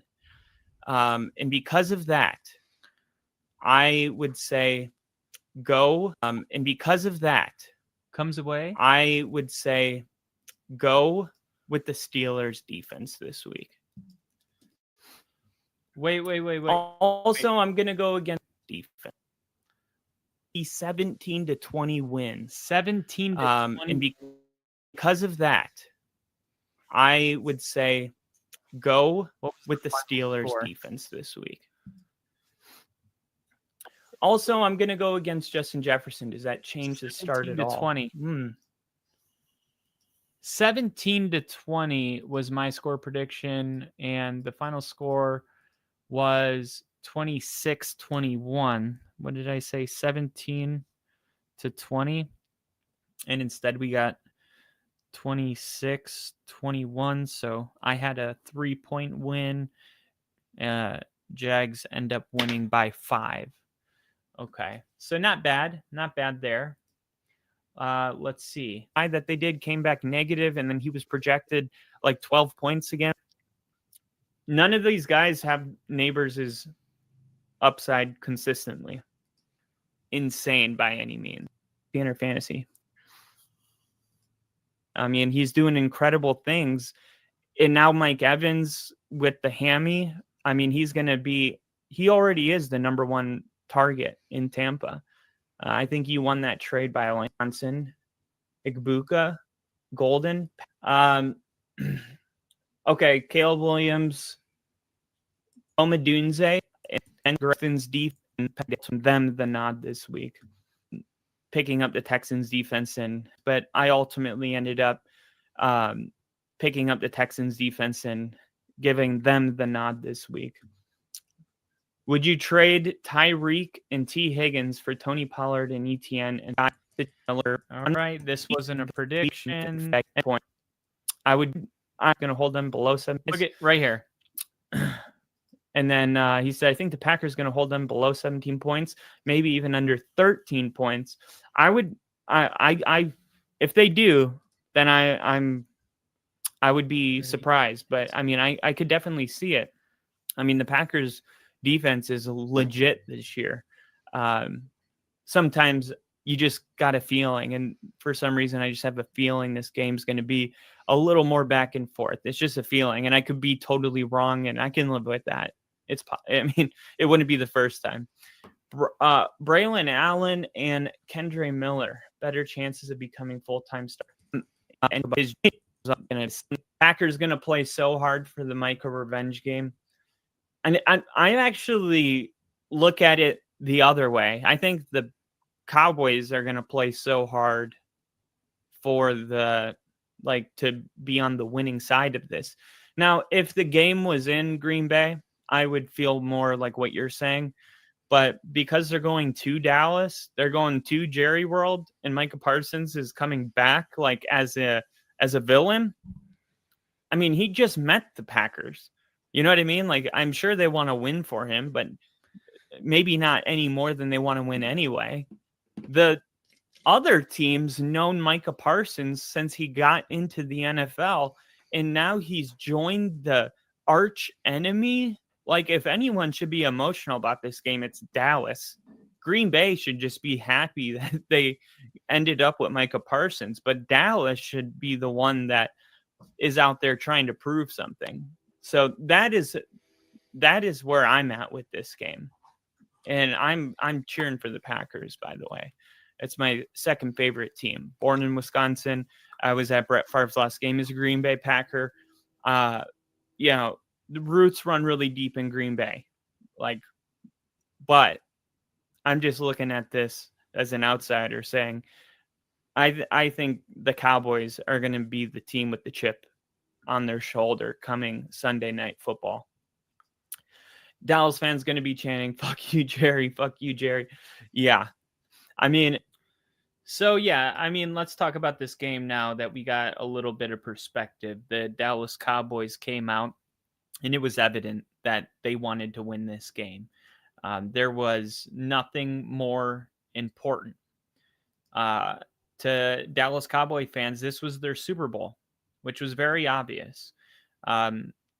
I thought Dak Prescott played a hell of a game, and the more I continue to watch Dak, the more I continue to think we do not give Dak Prescott enough credit, right? They've pretty much given Dak Prescott this team and said, hey, win a Super Bowl. And sometimes they take players away. Sometimes they don't pay players. Right now, CeeDee Lamb, keep in mind, CeeDee Lamb didn't play in this game, and they still scored 40 points. They scored 40 points in a game where CeeDee Lamb didn't play.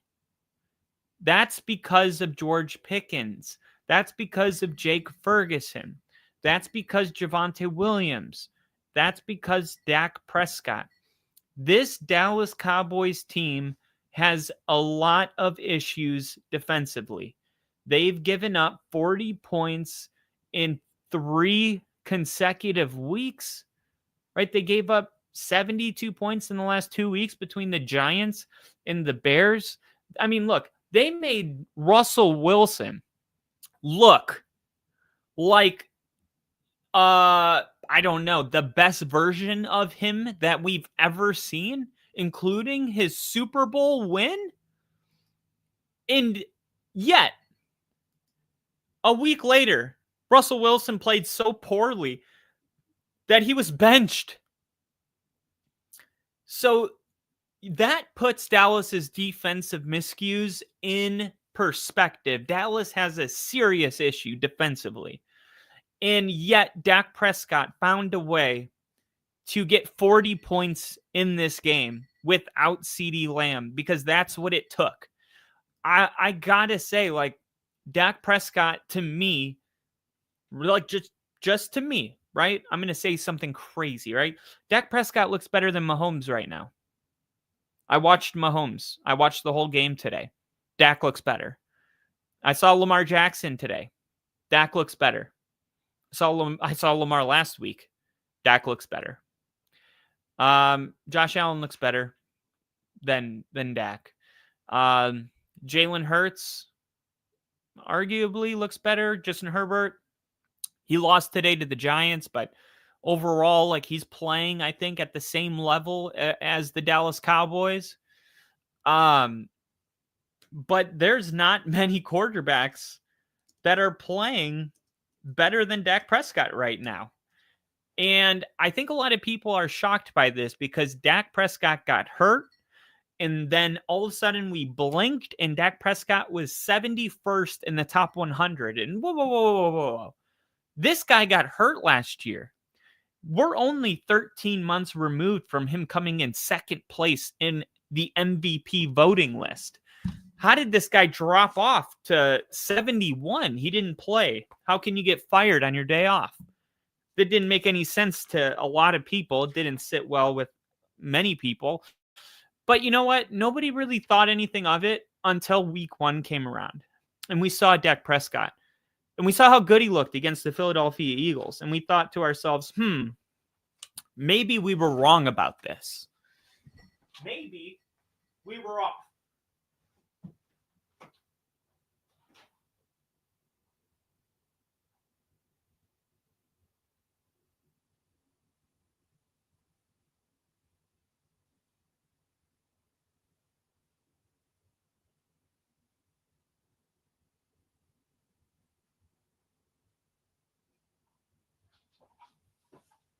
Maybe Dak Prescott is actually an elite quarterback.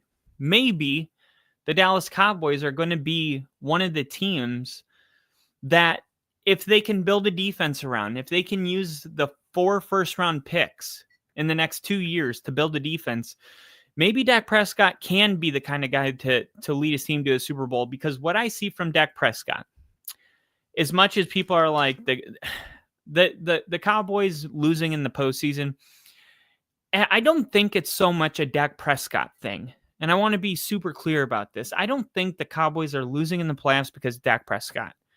I think Dak Prescott has had a game that, one game comes to mind where he didn't play a good game in the postseason. Lamar Jackson has a ton of those, but, for some reason, we don't carry the same weight.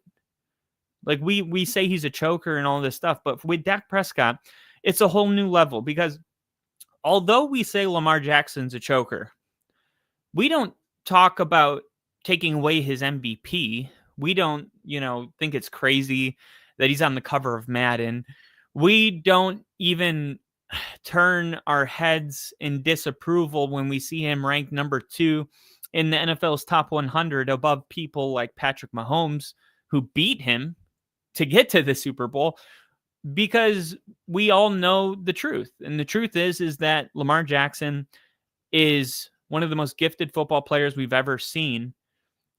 And he just hasn't won a playoff game. It just is what it is. It's not like, him not winning a playoff game subtracts from all of the incredible, insane, unique things that only he's ever done. We're able to compartmentalize it with Lamar Jackson. But with Dak Prescott, for some reason, we're not able to do it. And I think it's as simple as this. Jerry Jones runs a clown show. We all know it. He lands his helicopter on the practice field. He doesn't pay his players. He waits too long in negotiations. He wants to be in front of the media. He wants to draft his own players. He refuses to bring in a head coach that can have real autonomy over his players. We know all of the things that annoy us with the Dallas Cowboys, and I feel that we take Dak Prescott and we take all of those emotions and feelings and we combine them with Dak Prescott. And then it's so much more when Dak loses a playoff game than it is when Lamar loses a playoff game. It's incredibly, incredibly more infuriating. But I think Dak Prescott, considering all of those things that he does put up with, the fact that he's a Walter Payton Man of the Year, despite the fact that, all of these things that are going on, it would be totally excusable almost for Dak Prescott to not be like a big team guy with this current team. But that's not the case. Dak Prescott is not, you never hear off the field issues. You never hear of any issues with him at the podium. You've never heard him call out a team or have an argument. You've never seen him, I don't know, like spit in someone's face. You've never seen any of these things with Dak Prescott. He just shows up, gives his team a chance to win, and plays the quarterback position better than 85-90% of the quarterbacks in this league. And he does it consistently on a weekly basis. The Dallas Cowboys haven't even had CeeDee Lamb the last 2 weeks, and yet Dallas is 5th in the NFL in scoring, and they're going to be ranked a lot higher when it's all said and done, right? Detroit is number 1, okay? They're averaging 34.3 points per game. Buffalo, number 2, 33.3 points per game. Baltimore is number 3, 32.8 points per game. Indianapolis, 4, 30.8. And then Dallas is 5, 28.5. Now, Dallas, when you look at their last week game, and they last week scored only 14 points against the Bears. That was a terrible game, right? But Dak Prescott still was 31 for 40, like 31 for 40, 250 yards, a touchdown. He had 2 interceptions, but overall, like the box score doesn't really reflect the actual score. I mean, Caleb Williams was able to go out there and throw for almost 300 yards. DeAndre Swift, I mean, he only had 33 yards on the ground. The Bears couldn't run the ball to save their life, but you had Luther Burden, who hadn't even really come out to play yet this year, go over 100 yards. Rome Odunze almost goes for 70. Swift almost hits 50. Colston Loveland, everybody was involved in this game, and the Bears just had a good game offensively, and the Dallas Cowboys just couldn't get it done. But I don't think that that's like an indication of who the Cowboys are. I think sometimes teams just have a bad day at the office. Now, there's levels to it, and I said this yesterday. The Carolina Panthers beating the Atlanta Falcons 30-0 is a level of bad day at the office that is a level too far, right? A bad day at the office can only be extended so far before you enter the territory of, no, like, if your bad day looks that bad, you have some serious dysfunction. I didn't feel like the Cowboys' loss over the Bears was that bad of a bad day at the office. I think that's like the definition of a bad day at the office. Your quarterback goes out there, he still completes 80% of his passes, over 250, throws a touchdown, but a couple bad bounces, a couple tip balls turn into picks, and one gets away from you. You end up losing the game by 15 or 17 points. Not the worst thing in the world. Okay. And what Cowboys showed you today is that they can go up against Green Bay, who before, last week, only 7 days ago, everybody unanimously had Green Bay as the best team in the NFL. Now, people have withdrawn that because of their loss to the Cleveland Browns, but we say it every single week. The Packers losing to the Cleveland Browns was not an indication that we were all wrong about the Packers. Like, we saw them dominate the Detroit Lions, and we saw them dominate the Washington Commanders. Like, those things are still true, even though they lost to Cleveland, didn't play a good game. Okay. I don't think that, in the world we live in, it's like you win your games and you're the best. And then if you lose a game to a bad opponent, now you're a faker. And then if you win 2 more in a row, now you're a Super Bowl contender again. We are overreaction to everything. The Baltimore Ravens are the perfect example. In a matter of 6 days, the Ravens have gone from maybe the second favorite for going to the Super Bowl in the AFC to a team that people are legitimately wondering if they're going to make the playoffs. Okay. Now, there's some realistic concerns to this if Lamar Jackson's injury is for real. But overall, when you look at X and Twitter and you see people saying, you got to fire John Harbaugh, you got to fire John Harbaugh, you got to fire the GM. And you're like, wait a minute, 6 days ago, you guys were almost the front runner to go to the Super Bowl. Now you want to tear it all down? Do you really think like the grass is greener on the other side of a teardown? Ask yourself this. I mean, what are some teams that were really good, tore it all down, and it paid off for them for the next 10 years without including a variable like a franchise quarterback leaving the team or something like that? Because you could say the Denver Broncos, when they fired John Fox after 2 years of being 13-3, 1 year losing the divisional round in 2012, and then the next year they go to the Super Bowl and get annihilated, and then his third year they lose to the Colts in the divisional round, a game I was at personally, and then John Fox gets fired, and then in comes Gary Kubiak, and Denver wins the Super Bowl. But then Manning retired, and so did Kubiak. So it's a weird example because there was no long sustained success from it. Andy Reid, I mean, they tore it all down with Andy Reid. And then who was the head coach after Andy Reid? I believe it was Chip Kelly. How did that work out? Who replaced Andy Reid, who right now we all consider Andy Reid the second best head coach of all time? Okay. Chip Kelly. Chip Kelly replaced Andy Reid in 2013 to 2015. So 2013, 2014, 2015.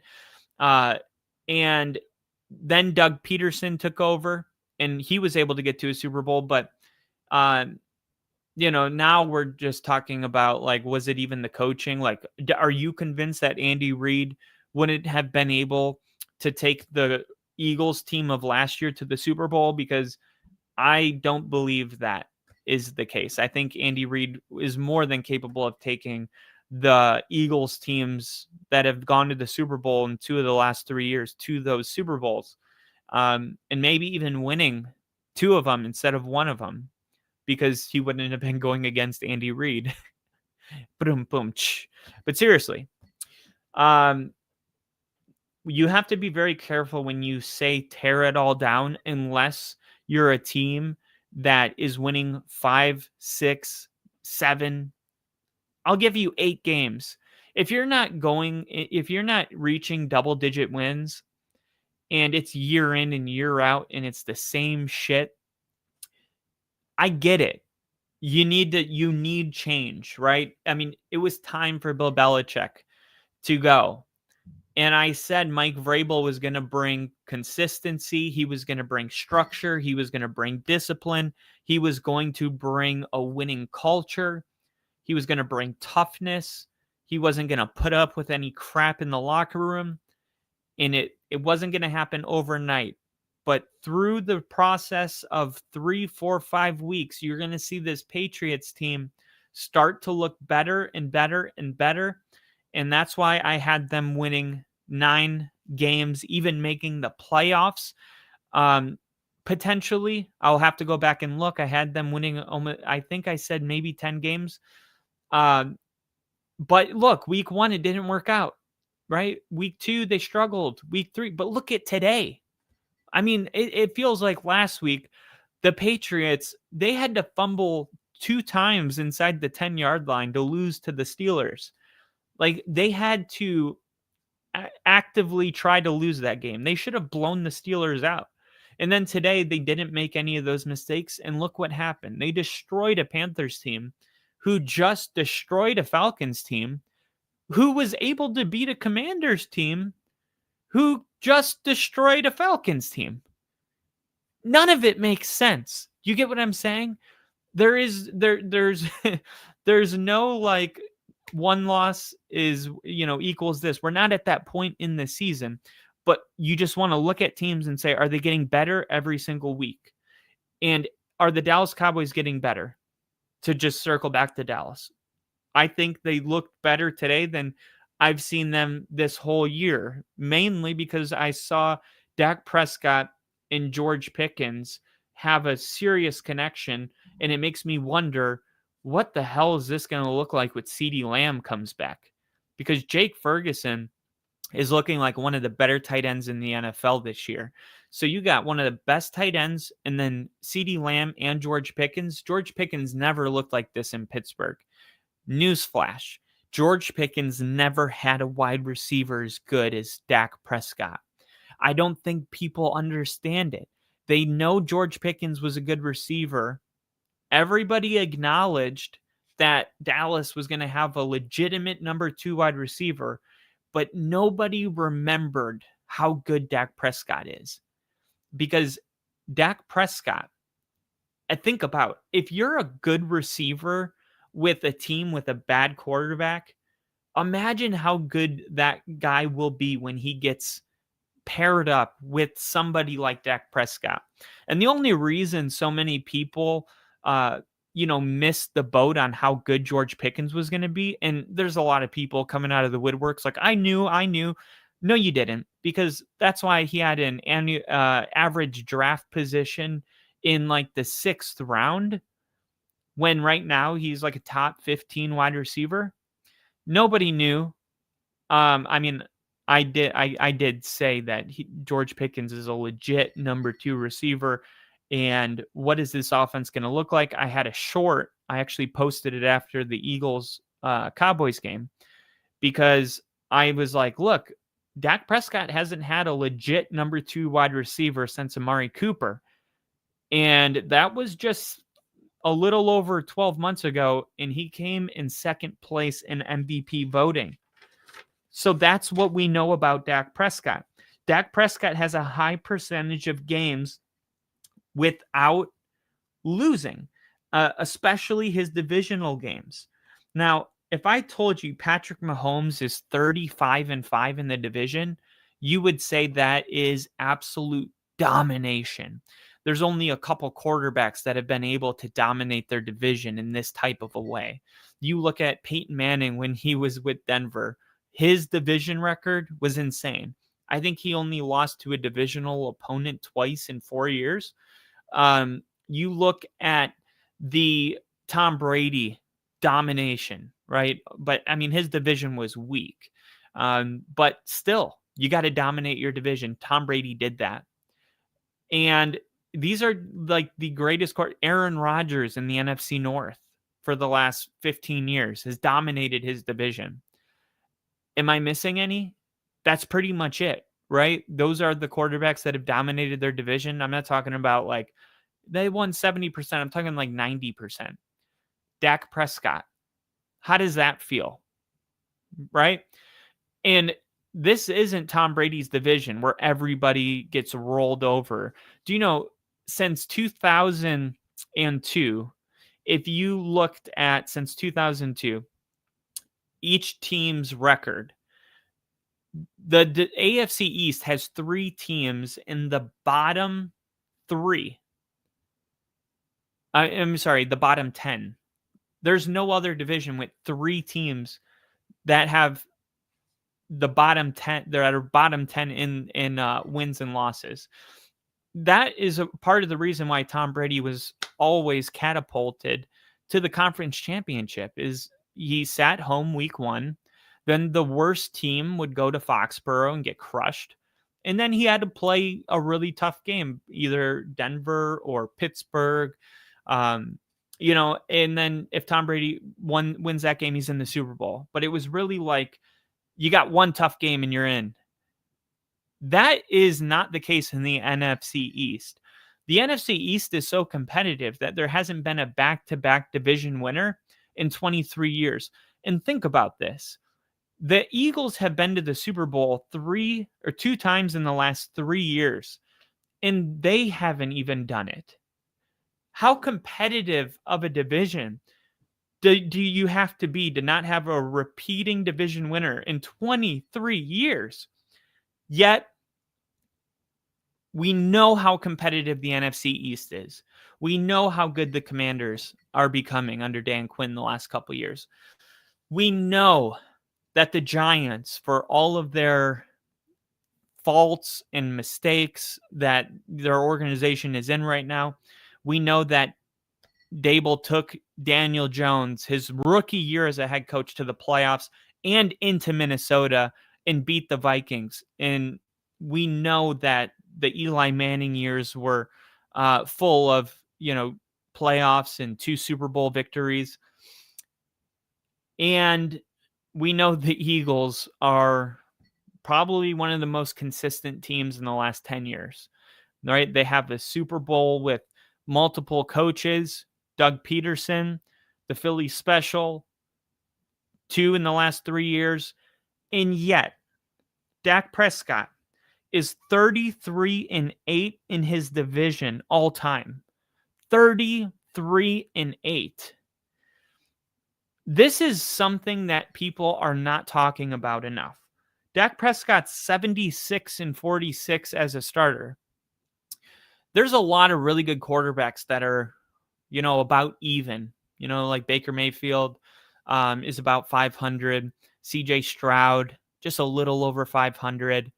Dak Prescott he has 2 seasons worth of games over 500. And he's 33-8 in the division. Okay. I almost feel like before the season even started, before a snap was even snapped in the opening game, Dak Prescott had his face spit on or spat on. I almost feel like it's symbolic to Dak Prescott being ranked 79th in the top 100, just 20 months removed from throwing for 4,516 yards, 36 touchdowns to only 9 interceptions, and a pair of rushing touchdowns. And just like 2023, when Dak had an MVP season, he had Amari Cooper. He needed that number 2. They got rid of him. They brought in Brandon Cooks and tried to convince all of us that Brandon Cooks was a legit number 2. It's like, look, if Brandon Cooks was that good, then Bill Belichick, Sean Payton, and Sean McVay and Kyle Shanahan wouldn't have all collectively gotten rid of him, right? Why did all these great coaches not keep Brandon Cooks if he was so desirable? Okay. They have a real number 1 in George Pickens. And I think George Pickens is about to enter a new tier. I really do. As good as George Pickens has been since he's entered the league, we haven't seen anything yet because we forgot that Dak Prescott is a great quarterback and George Pickens has never had one of those. So Mahomes is 35-5 in the AFC West. He's the unanimous best quarterback.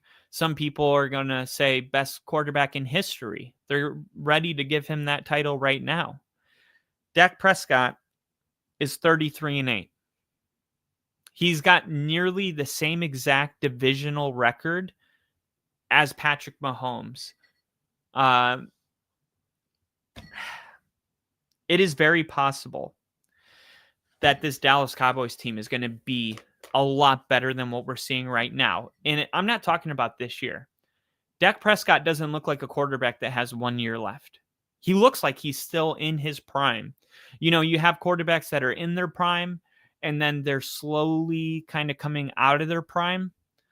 And it's happening so subtly that you don't really see it until you're like, whoa, what happened to that quarterback?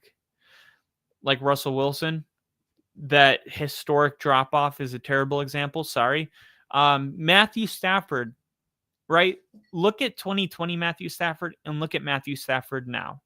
Matthew Stafford's still better than, there's only like 5 quarterbacks I would take over him.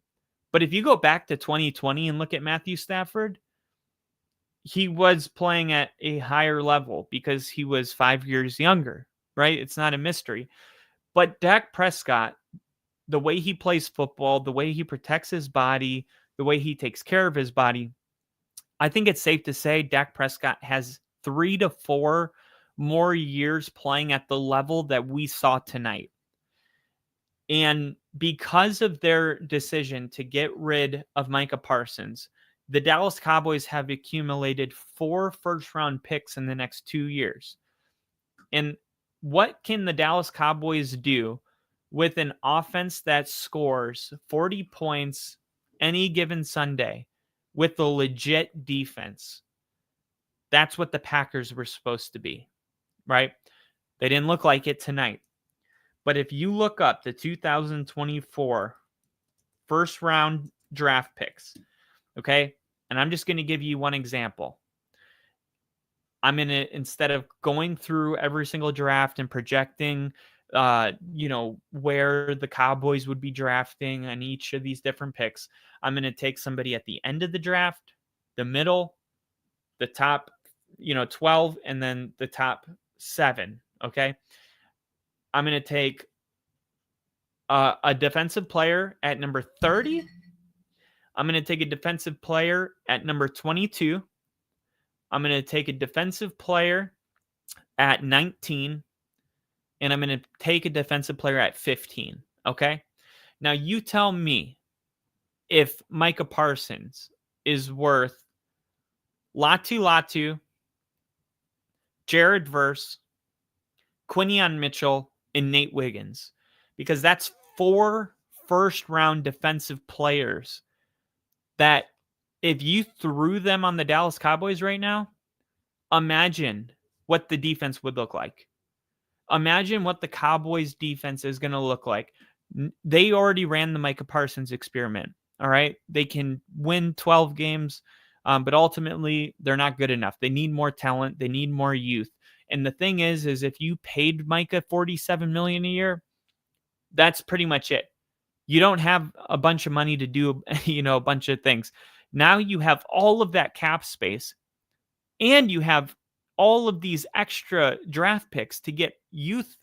And then with the extra money, because you don't have to pay rookies a shit ton of money. So with the extra cap space, you can go out in free agency and take a couple players that will get you over that hump when you're like, hey, this is our defense now. We got guys everywhere. We got a good safety. We got a Deron Bland, a good corner that we feel great about. We got good pieces from Green Bay. We got plenty of people that we feel like can rush the quarterback. We drafted Nate Wiggins. We have Quinion Mitchell. We have Jared Verse. We have Latu or a Dallas Turner or Byron Murphy, whatever. Like, I think sometimes fans get so caught up in a moment with a player that they love this player. His jersey sells everywhere. And they forget that every year there's a Micah Parsons. Very confrontational, I know. No, there isn't. Micah Parsons was the first player ever to win first team All-Pro in his first 4 seasons. Okay, whatever. Maybe there's not a Micah Parsons. Maybe there's like a player that's 9/10 of Micah Parsons. By the way, I think Micah Parsons is a little overrated. I'm just going to say that.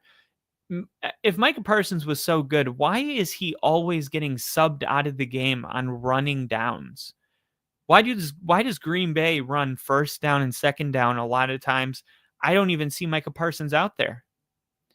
Or he'll come in on first down and then he'll run off for second down.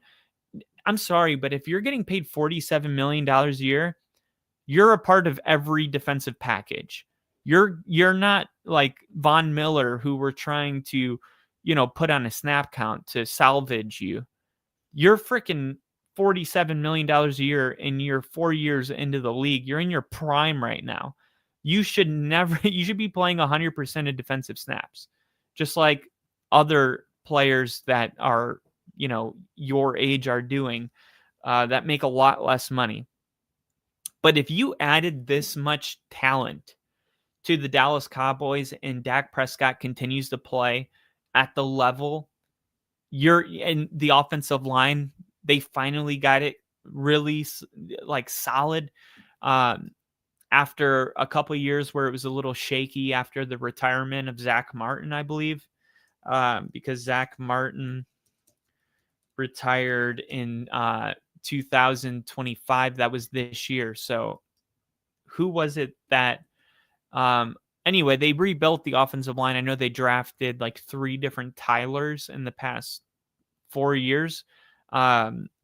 Cowboys draft 2024. Tyler Guyton. Yeah, there's Tyler Guyton in 2024. In 2023, they drafted Mozzie Smith in the first round. Then they got Luke Schoonmaker, Eric Scott, but really Mozzie Smith was the big draft pick there. 2022, they got Tyler Smith. Tyler Smith was their first rounder. So you got, 2 first rounders in the last 2 years on Dallas's offensive line. And then, of course, in 2021, they got Micah Parsons. But look, people, and just to put a bow on this, that there's a Micah Parsons in every single draft. I could go through and show you that we have Jared Verse in 2024. This year, we had Abdul Carter. In 2023, we had Will Anderson Jr. In 2022, we had Micah Parsons.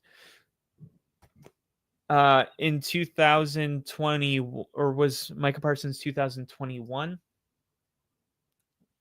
Yeah, Micah Parsons was 2021.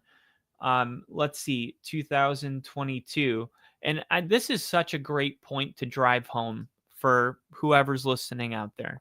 2022, Trayvon Walker. Oh, Aiden Hutchinson. Seriously, the first 2 picks of the draft were edge rushers. Then you had Derek Stingley Jr., Ahmad Garner, Sauce Gardner, Kayvon Thibodeau. The first 5 picks in 2022 were all defensive players. Okay, let's go to the end of the the second round. Okay, Jermaine Johnson out of Florida State, right? He is a serious weapon. Quay Walker, who we saw balling out today. By the way, this is when they drafted Tyler Smith, but in 2022. So there's your third Tyler. But look at this: Devin Lloyd, Jermaine Johnson, Quay Walker. These are all guys that were drafted in the bottom of the first round. These are people, and this is what it's going to be like. Have you seen that image of the Detroit Lions and Matthew Stafford, and they say who won the trade, and it's Jahmyr Gibbs, Sam Laporta, and it's Jameson Williams, or Jameson. What's his? I'm blanking on his name right now. The wide receiver out of Alabama for Detroit. JMO. We'll just go with JMO right now. You look at all of those players and you go, well, the Rams got a Super Bowl, but I mean, how could you look at that and say Detroit lost? That's why I said this is going to be a win-win, because in a couple years, we're going to look back and we're going to say, holy crap, look at everything the Cowboys got for one player who may or may not be overrated to some extent. I'm not saying he's not good. Of course, he's elite. I'm just saying $47 million, you need to be like, I think, I'm not even kidding.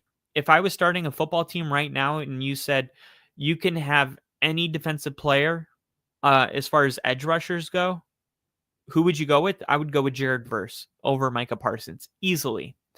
You guys haven't even discovered yet what Jared Verse is really going to become. He is a easy Hall of Famer.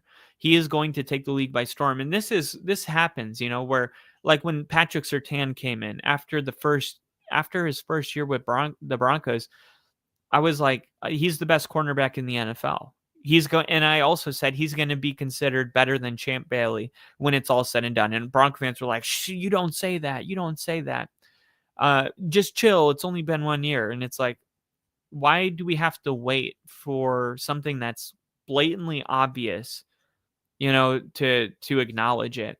Mahomes played his first season in 2018, and we all collectively agreed that this guy is the best quarterback in the NFL. We didn't say, actually, we got to wait 14 more months before we're allowed to say that. We saw him put the ball in his left hand and run around in a circle and do a front flip and throw a touchdown. And we were like, yeah, that guy's the best in the NFL. So Jared Verse, this whole thing where like you have to wait because, it's the proper thing to do, where you got to wait in line before you're acknowledged. Never understood this about the NFL. Because after Patrick Surtain's first year, guess what? He wasn't even in the top 100. And I tell people this all the time. I'm like, Surtain didn't get any better from last year when he won Defensive Player of the Year from his rookie year. Like, he came into the league just the way he is now. There has been no growth. He's been this good the entire time. So why 1 year is he not even on the top 100? And why this year is he, in the top 20? It's easy. Because other people have caught on to it. It's a popularity contest. It's not a real indication of how good you are. It's how many people know how good you are. And that's what makes the Dak Prescott thing so disrespectful at 71. Just 20 months from being second place in MVP, this guy barely cracked the top 100. He was ranked, I think there was only 2 quarterbacks ranked lower than him. I think Bo Nix was ranked higher than him. And I'm sorry, like I'm obviously a big Bo Nix fan, but what are we talking about? How is Bo Nix ranked as high as a guy like Dak Prescott? How? How is that possible? In 2021, we had Aiden Hutchinson. In 2021, we had, guess who, in the end of the first round, there was, 2021 wasn't the best draft for, Micah Parsons. There's I was about to say for edge rushers or linebackers, but Patrick Surtain. I mean, Denver could have drafted Micah Parsons, but they drafted Surtain 2 picks before, and I still think that was the right pick. The Panthers drafted J.C. Horn right before we drafted Patrick Surtain. The Panthers could have drafted Surtain. You go to 2020, but just imagine that. Imagine the Dallas Cowboys draft like a Patrick Surtain type player, a J.C. Horn, Sauce Gardner. Every year, there's an elite corner that you can draft in the first round. Imagine if they draft an elite edge rusher, whatever Jared Verse or Aiden Hutchinson, whatever that player is next year.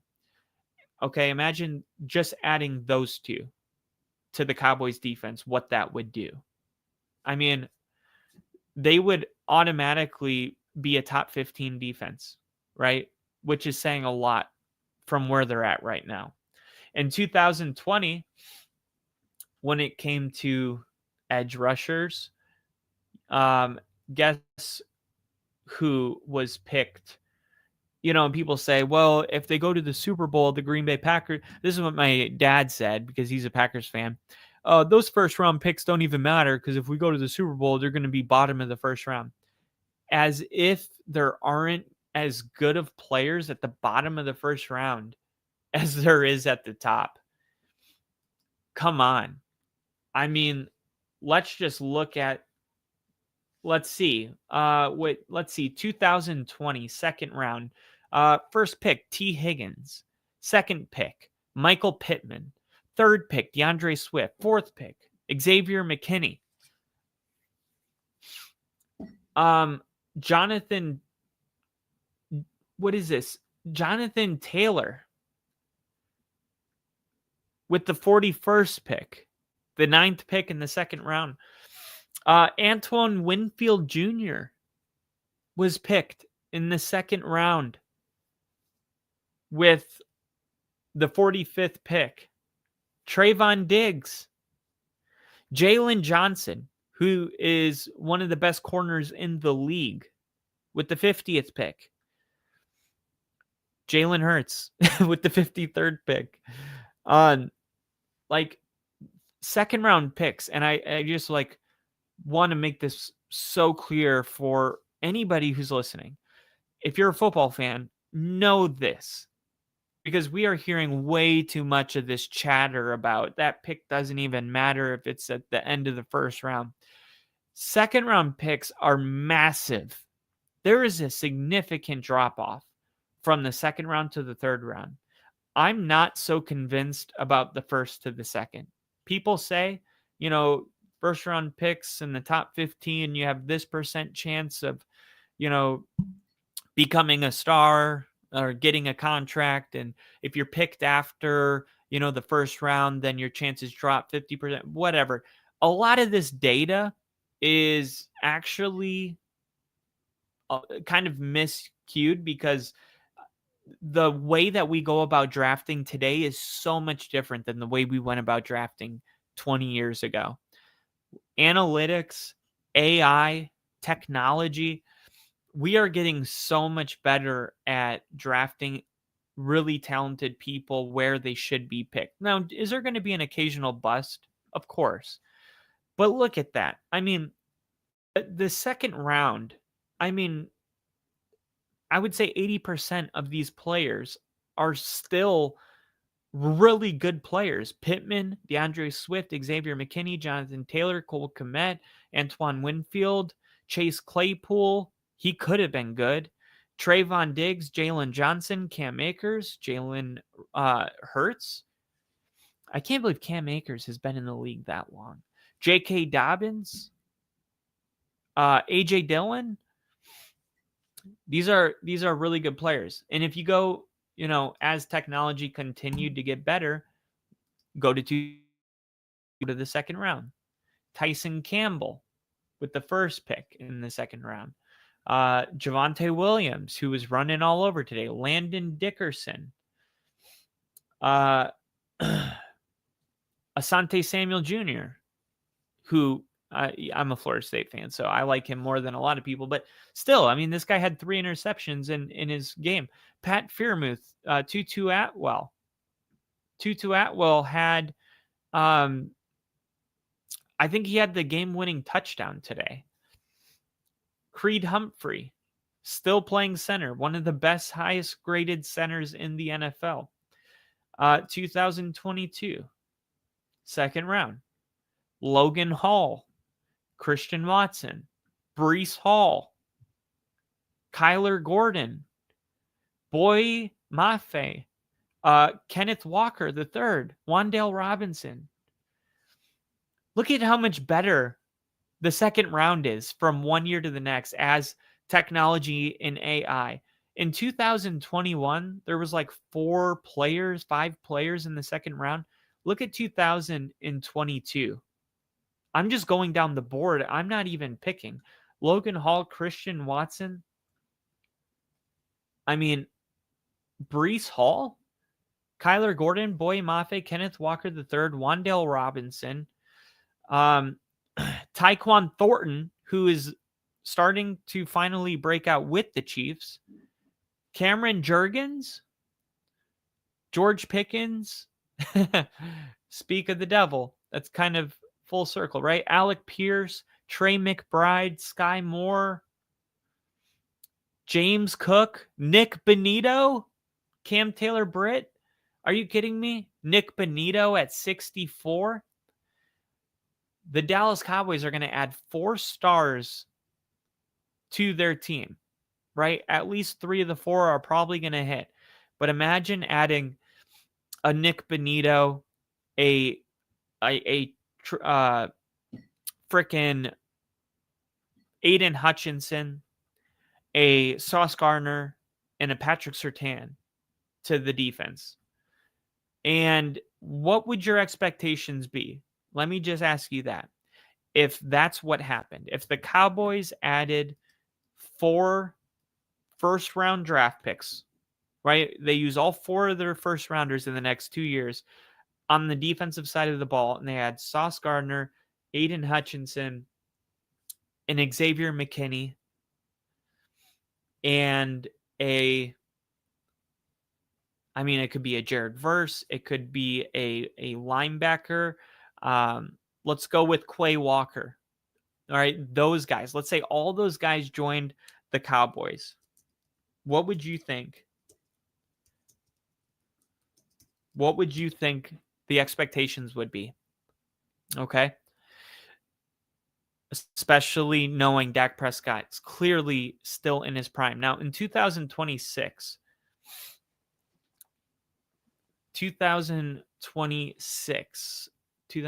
free agency, top 10 in every position. Okay. Obviously, that hasn't been updated because these are, as of right now, the free agents. Because remember, when you don't spend $47 million a year, you have a little bit of extra money. Well, after next year, these are guys, just a couple guys that are going to be available. Mike Evans, Christian Kirk, Khalil Mack, Deebo Samuel, Travis Kelce, Jonah Williams, Braden Smith, right tackle from Indianapolis. They don't need that, but Mark Andrews, who I've been saying all year that it's a contract year for him. Hassan Reddick, David Njoku, Aaron Rodgers, Joey Bosa, who's probably going to get locked down with Buffalo. He's on a 1-year prove-it deal. Malcolm, J.D. Reader, Alan Lazard, Jacoby Myers, Jamie Ward, Darius Slay, Leonard Floyd, Tutu Atwell. Darius Slay is going to be available. So he's only making $10 million a year right now, Darius Slay. He would be a significant upgrade to the secondary. So the Dallas Cowboys, my big takeaway is that they are going to be potentially a Super Bowl team in the next 2 years. Dak fumbled the ball. That's no incomplete pass. We are missing 3 O-line starters. And Ginger said, and I'm in Indiana, LOL, so tired of Cowboys and so sick of hearing about Shador. I hear Cowboys all day on the radio. That's crazy because I don't even listen to the radio. I don't even I don't even know what that's like. I listen to YouTube when I'm in the car. But the reason I bring all of it up is because the Dallas Cowboys showed us something today. And no, they didn't get the win, but very in plain sight that not only without Micah Parsons can they still be capable of beating a team like the Packers, but without Micah Parsons and going against Micah Parsons, they can still be capable of beating a team like the Packers. Dak Prescott is having a year where he may finish top 3 in MVP voting, depending on what happens. The defense definitely has some serious problems that they need to figure out through the first 4 weeks of football. Okay. The Dallas Cowboys, I said it earlier, they're 5th in points per game. They are averaging 28.5 points per game. Okay, but they're top 5, and that's without CeeDee Lamb for 50% of their games. You look at a team like Tampa Bay, they're 24.3, they're 14th. The Rams, 25. Minnesota, 25. Green Bay, 26. Washington, Philly. All of these teams are not scoring points the way Dallas is doing it right now. And isn't that just like same story, different year? Dallas scores a bunch of points, loses in the end because of their defense. They need to bring serious depth, okay? Because when you go to opponents' points per game, there's only one team that's given up more points than the Dallas Cowboys, and it's the Baltimore Ravens. And is it a coincidence that the Baltimore Ravens are now a 1-3 football team? Yeah, you can't give up 33.3 points per game and win football games. You can't do that. And if, and in a way, like the Ravens have kind of, they're like the AFC Cowboys in a way, if you really think about it. They got a really good quarterback that, struggles in the postseason. They got Roquan Smith that they paid a bunch of money. That would have been their version of Micah Parsons. They got okay pieces in the secondary, like they're names of people that but how good are they really? Kind of like your, Trayvon Diggs and Deron Bland, which a lot of us only know Bland because of that year where he had, broken the record for pick sixes. But overall, it's like really good offenses, pretty consistent product week in and week out, and the defense is a total disaster. The New York Jets and the Miami Dolphins are actually giving up less points than Dallas and Baltimore. But you look at Chicago's defense, they're giving up 29.3 points per game. Tennessee giving up 30. The Saints giving up 30. Cincinnati giving up 30. Jets, Dolphins. These are all teams that are, for the most part, 0-3 or 0-4 or 1-3. You look at the top defense in the NFL in points per game, it's Houston. Houston's giving up 12.8 points per game, and they're 1-3.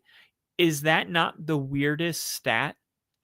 And now part of it is kind of because they had a shutout, so it dramatically brought down the average today. But still, on average, the Texans are giving up 12.8 points per game, yet they've only won one game. And that's against Tennessee, who on average is giving up 30 points per game. That's their average. And against them, they were able to score 26 points. So they scored below Tennessee's average.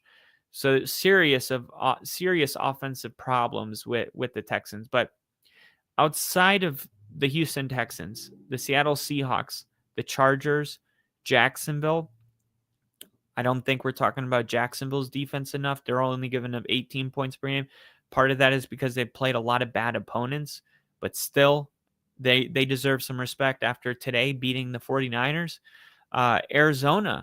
Arizona's defense is actually really, really good, and they're even getting better. A lot of youth, and I think the problem with Arizona is Kyler Murray.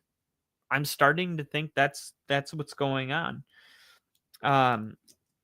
Now, when you watch the Cardinals play, man, they're flying around, they're making tackles, they're getting off the field. Nick Rallis, the defensive coordinator, he was hired in 2023. He was part of the same coaching, tree of the Philadelphia Eagles. It was you had Nick Sirianni, and then when they hired Jonathan Gannon, he brought his linebackers coach to be the defensive coordinators. Okay, but he has very unique defenses. His scheme is very adaptable and player friendly. People understand it, which allows them to play faster and play quicker. So the Cardinals are one of those teams that if their offense was, what they were in like 2020, this would be an undefeated Cardinals team. It could easily be an undefeated Cardinals team. That's the kind of defense they're playing right now. And what's interesting about this year is when you look at the top 5, or let's say the top 10 teams in points allowed per game. So the teams that are giving up the fewest amount of points of any team in the NFL. On any given year, usually those are all teams that are not only playoff teams, but they have a 12-4, 13-3, 13-4 type of record. Okay. This year, when you look at it, a lot of these teams are just maybe a game above 500 or 500. The New England Patriots are 9th. They're 2-2. Minnesota 2-2. Kansas City 2-2. San Francisco 3-1. Arizona 2-2. Jacksonville 2-2 or 3-1. Yeah, 3-1. The Chargers 3-1. Seattle, I believe, 3-1. Yeah, because they lost to the 49ers. And then Houston 1-3 with their first win coming today. Green Bay 12. Denver 13. 21.3 points per game. Atlanta 14. And then look at this. Philly, Buffalo, and Washington. 22 points per game they're giving up. Carolina, Tampa Bay, Pittsburgh, Las Vegas, the Giants, Cleveland, Chicago, Tennessee, New Orleans, Cincinnati. So this is what I would say. From Washington and up, those are all teams that if they can fix their offense, they just score a little bit more. These are playoff teams. Atlanta, Denver, Detroit, Philly, Buffalo, Washington, the Colts, the Rams, the Patriots, the Vikings, the Chiefs, the 49ers, the Cardinals, the Jaguars, the Chargers, the Seahawks, and the Texans. These are teams that if they get their offense going, if they're not going, right, then they're going to be a playoff team. There's 7 teams? What is it? 7 teams, 7 seeds. So 14 teams total that go into the playoffs. And going from Washington up, I counted 18 teams. So most of these teams are playoff teams. Now, when you go the bottom half, typically there's no playoff teams in the bottom half. And unfortunately, that's where Dallas, Baltimore, unfortunately, Tampa Bay's at 20, Pittsburgh, 21, Las Vegas, the Giants, Cleveland, Chicago, Tennessee, New Orleans, Cincinnati. These are all teams that are in the bottom third in points allowed per game. And these are teams that just don't go to the postseason. Now, let me show you 4. The best team in points allowed per game: Philadelphia, playoffs; Chargers, playoffs; Broncos, playoffs; Vikings, playoffs; Green Bay, playoffs. Playoffs. They lost to the Eagles. Kansas City, playoffs; Pittsburgh, playoffs; Baltimore, playoffs; Miami. Miami missed the playoffs. So 1. Houston, playoffs. Detroit, playoffs. Buffalo, playoffs. Seattle missed the playoffs, I believe. Chicago missed the playoffs. Rams, playoffs. Tampa Bay, playoffs. Washington, playoffs. So there was only one team that was able to make the playoffs, underneath being, a bottom third defense, and it was Washington. Washington was the only team that was able to do that last year. And the reason was because Washington in 2024 had such a great offense that they actually finished sixth in the NFL in points per game with 28.8 points per game. So my message is pretty clear. The teams that are stacking wins right now, that are winning football games and they're feeling good about themselves, I can't get on board with them until they move up the ranks, because history tells you that even if you're winning 2 games like the Bears in a row, if you're ranked 27th, 28th in points allowed per game, you're not going to the playoffs. It's not happening. I mean, even the Commanders were top 5 in points allowed, or in points per game. That's how good their offense was last year. And they were barely, able to get in, but their defense was 22nd, not 29th.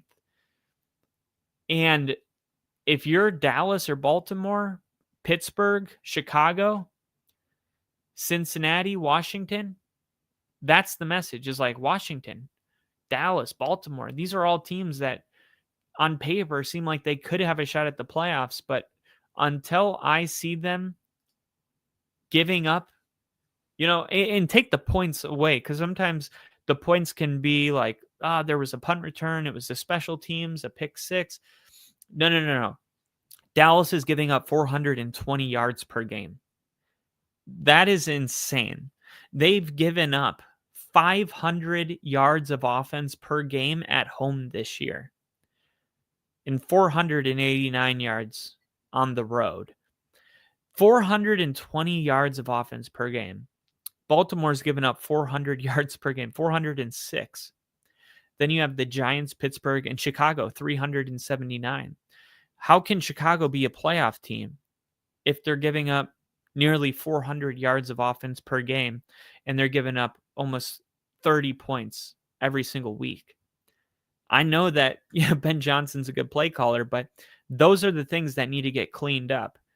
And that's why I think in the next 2 years they could be a legitimate contender. But Baltimore, are they a playoff team this year? Are they? I mean, last year Baltimore was ranked 32nd in the league, which is last in passing yards allowed per game. Yet, if you look at total yards, they were actually 8th in the NFL. They were a top 10 defense. They only gave up 319 yards total per game. That was 8th. So it was like, even though they struggled in one category, they were still top 10 total in yards per game. So a lot of people are thinking, yeah, that's what's happening this year. Baltimore's just struggling. Wrong-o, because Baltimore is giving up 406 yards at 31st in yards allowed per game. This is different. This is a totally different animal. Baltimore is getting ran over, passed over, and pretty much whatever the opponent wants to do, they're doing. That was not the case last year. The passing defense was susceptible, but you could not run the football on Baltimore. That is not the case this year. That is not the case. Now, even if you look at rushing defense in opponent rushing yards per game in 2024, the Baltimore Ravens were ranked first. They gave up 80 rushing yards per game. Minnesota was second. Tampa Bay was third. Philly was fourth. Denver was fifth. Detroit sixth. Green Bay seventh. This is crazy. Look, all 16 of the top rushing defenses were playoff teams. That's how important being a good rushing defense is. If you can't stop the run, you're going to lose your games every single week, because they're going to control time of possession. They're going to control first down, second down. They're going to set up 3rd and 3. Your third downs are going to be easy to convert. And when Denver is playing tomorrow, and when people ask, like, what's wrong with Denver? They can't run the football. They're not running the football effectively. That's it. There's all these guys that people are trying to get involved. Like, oh, how can we get Marvin Mims more involved? How can we get Troy Franklin more involved? Why isn't RJ Harvey taking more snaps? Because the entire first half we ran 9 plays. Okay. Because defensively we couldn't get off the field, so the time's winding down. But offensively, it was 3 and out against the Chargers, 3 and out, 3 and out. That was our first 9 plays. That was it. Luckily we went for them 4th down right before the first half ended and got a big touchdown, to 50-yard touchdown. That sparked something, but up until that point, we had nothing. How can you get a drive going? How can you get players involved when you're not running plays? Right? That was the problem. It was like the Chargers ran on, one drive the amount of plays that we ran the entire first half. So that's why you need to be able to run the football. Okay? And if I looked at rushing yards per game, the Denver Broncos, where are we ranked right now? Denver is ranked Buffalo, Washington. Denver is actually ranked 8th. I don't understand that. That is so misleading. Okay, I guess because, okay, look, RJ Harvey broke like a 50-yard run week 1. Last week, J.K. Dobbins had 3 plays in a row that resulted in like 70 rushing yards. But if you look at like rushing yards, I don't know. It's just, I was going to say yards per carry, but still that's kind of miscued because of those big chunks. Just, this is why stats don't tell the whole story. You have to watch the game, because you look at this and you're like, oh, Denver's a top 10 rushing team. They're running the ball just like, Baltimore, who's ranked with, only 2 more rushing yards per game than Denver. So Denver is pretty much Baltimore. Not even close. Not even close. The Colts are only, 7 more rushing yards per game than Denver? Do you feel like Denver's running the ball like the Colts? Come on. Atlanta with Bijan? Detroit with their 2-headed monster? You know what's really surprising is Jacksonville's 3rd now in rushing yards per game. 144 rushing yards per game. They ran for 151 yards against the 49ers. Jacksonville is a rushing football team. Okay? Now think about this. Last year, with Liam Cohen, the Tampa Bay Buccaneers. Tampa Bay had a lot of categories where they were 20th, 15th, but this specific category, rushing yards per game, they drafted Bucky Irving, and boy, did Bucky Irving pan out. And Liam Cohen found a way to scheme this running back into 146 rushing yards per game. 5th best in the NFL. And now the Jacksonville Jaguars are the 3rd best rushing team in the league. Okay, maybe they're just a good running team. Maybe they ran the ball really good last year. Yeah. Let's see. No. Jacksonville was 25th in rushing yards per game last year. This is the Liam Cohen effect. So we've officially gotten to the part of the season where we are starting to see what the Liam Cohen effect, the Ben Johnson effect, the Mike Vrabel effect, what does it actually look like besides just they're winning and they look better? No, what is the identity of these teams? What kind of team are they? Caleb Williams, an under center guy. What is he? But what do we know? The Jacksonville Jaguars, they're a running football team. And it's because that's Liam Cohen's identity. And if you go off of rushing defense and you look at, stopping the run, let's take a look at those teams. Well, the 49ers, they were really good at it. They were top 15 in the league, but they gave up 151 yards today. So now they're, ranked 17th, but that was a home game. So now their home games giving up 128.5. But look at their away game. They were giving up 102.5 rushing yards per game, which would have ranked them top 10 in the NFL. So Jacksonville going into this game was going up against a top 10 rushing defense. And Robert Sala's got that defense firing on all cylinders. And Jacksonville just pounded the rock. And there was nothing they could do about it.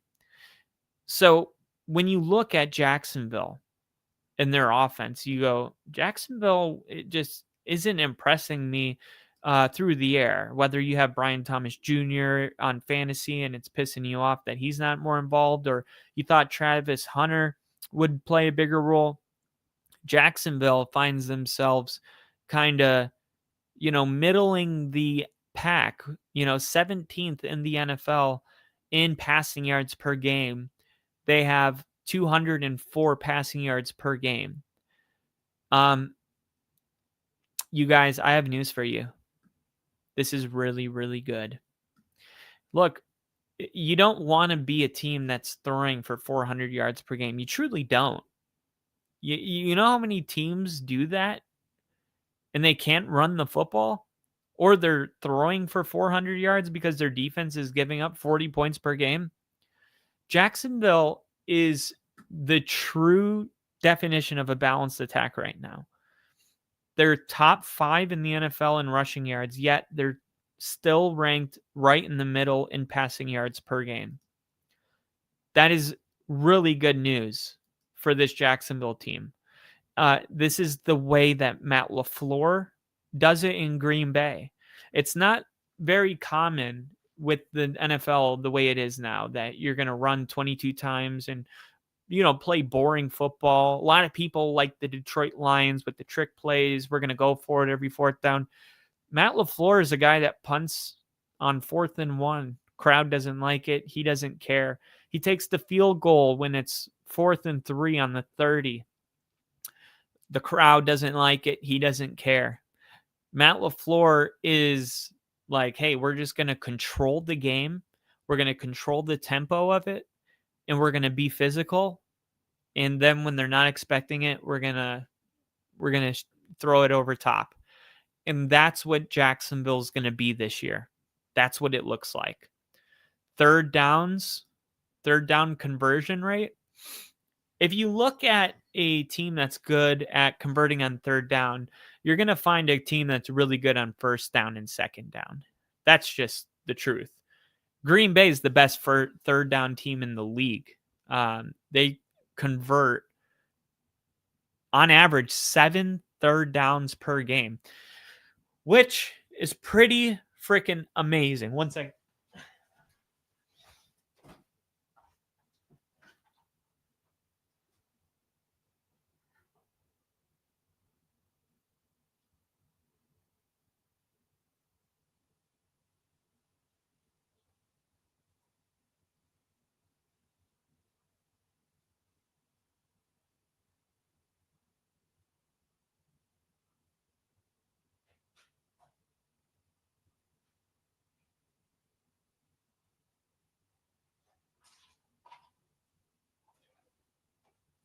All right. So Jacksonville is 18th in the NFL. They're tied with the Colts, the Rams, and they're getting 4.8 third down conversions per game. Look at the teams that are at the bottom. The Jets, the Texans, the Titans, the Commanders, the Vikings, the Broncos, the Steelers, the Seahawks, the Ravens. These are all teams that are getting 4.5 or less third down conversions per game. It's not my favorite metric to look at because what if you don't have a lot of third down conversions because you don't have a lot of third downs? Like, what if that's the case? What I'm more interested in looking at is rushing attempts per game.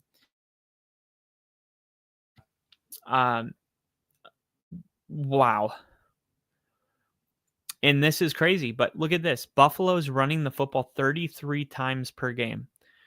Green Bay's running it 30 times. Your top 5 running teams, right? Green Bay, Indianapolis, Seattle, Atlanta, Philly, and Buffalo. Detroit and Jacksonville.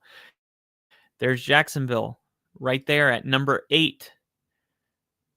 Top 10. I mean, the other thing is look at 2024 rushing attempts per game. Tampa Bay, 28.2. Guess what Jacksonville has right now? 28.8. It is the same thing we saw with Tampa Bay. Tampa Bay right now, they kept the same philosophy. Tampa Bay has 28.3 rushing attempts per game. Last year they had 28.2. Jacksonville's ranked 8th with 28.8. Tampa Bay is right below at 9 with 28.3. These are the teams that are running the football effectively, which allows them to continue to do it because they're controlling the tempo, they're controlling time of possession, they're not getting, they're not getting down 40 points where they had to abandon the run. None of these teams have had to abandon the run this year. Even in their losses, they've been very close games. Jacksonville didn't abandon the run in their one loss. Tampa Bay didn't have to abandon the run today. You know what I mean? Detroit didn't abandon the run. So these are teams, I mean, these should be playoff teams. Buffalo, Philly, Seattle. Seattle looks like a playoff team. Green Bay, Indy, Detroit, Jacksonville, and Tampa Bay. Tampa Bay, man. The only thing with Jacksonville is the defense, okay? We know that they're going to be good enough to go to the playoffs simply because they have a middle of the pack passing attack and they're a top 3 rushing team. Then you look at scoring offense, and Jacksonville is 16th. You would like to see that higher, but scoring 24 points a game's not bad at all. Tampa Bay scoring 24.3. And I feel like nobody's complaining about Tampa Bay's offense. Yet Jacksonville, I'm hearing a lot of complaining for some reason. And they're literally the same amount of points per game. The Rams are getting 25 points per game. 1 point more. So what is the defense? Okay. How many points is Jacksonville? Jacksonville's 4th in the NFL, giving up 18 points per game. 18 points per game. And then their rushing defense, how many? 4th. Rushing defense is 4th, 82.8 points per game. Passing defense? Talk about passing, opponent passing yards per game. Guys, Jacksonville might be a top 5 team. Passing yards, opponent yards per game.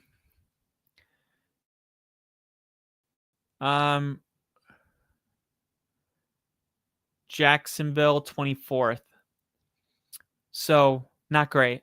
Not great. Jacksonville's passing defense is the obvious weakness on this team. But Jacksonville, in my opinion, is a top 10 team. People aren't going to realize it for a couple more weeks, but I'm going to tell you right now, any team that can be top 5 in rushing defense, top 5 in rushing attempts on offense, while being 3rd in rushing yards per game, 15th in yards per game, and averaging the same amount of points as the Rams, this is a top 10 team. It really is. And I'm gonna make this I'm going to probably turn this into a short because it sounds pretty cool when you say it. Opponent passing yards per game. Okay, that's their weakness. Okay, so I'm even going to write that down. Weakness, passing yards. And how many are they giving up? 235 yards per game. But only 163 at home. That's pretty good. So they just must have had an away game that got away from them.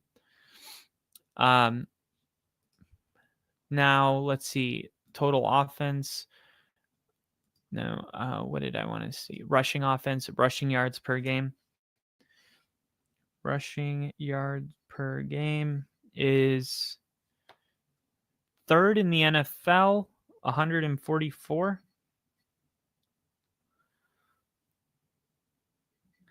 And that is, I'm just going to put more than Detroit. More than Detroit. More than the Colts. More than the Ravens.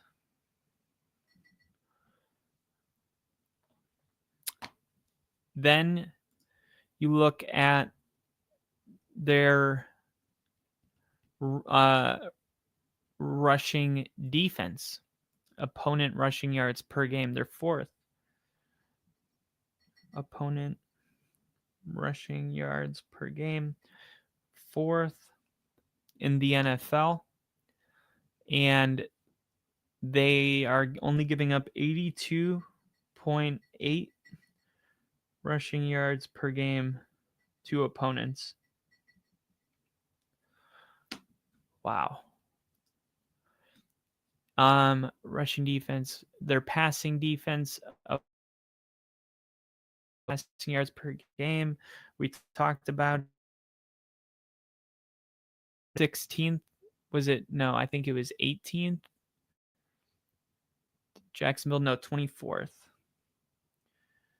24th. But they're running the football third.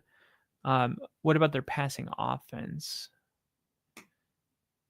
And let's do rushing attempts per game. Rushing attempts. They right now have, 28.8, I believe. Yeah, 28.8. Tampa Bay, and 28.8 is 8th. Tampa Bay is 9th. And Detroit is 29.8. So only one more attempt per game. And everybody's like, Detroit is unstoppable. Green Bay has 30.3.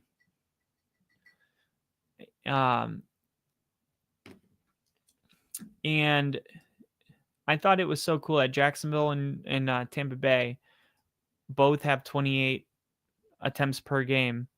And then last year, Tampa Bay had 28.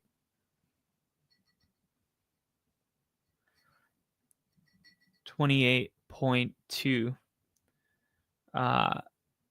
carries per game, because it shows a balanced attack.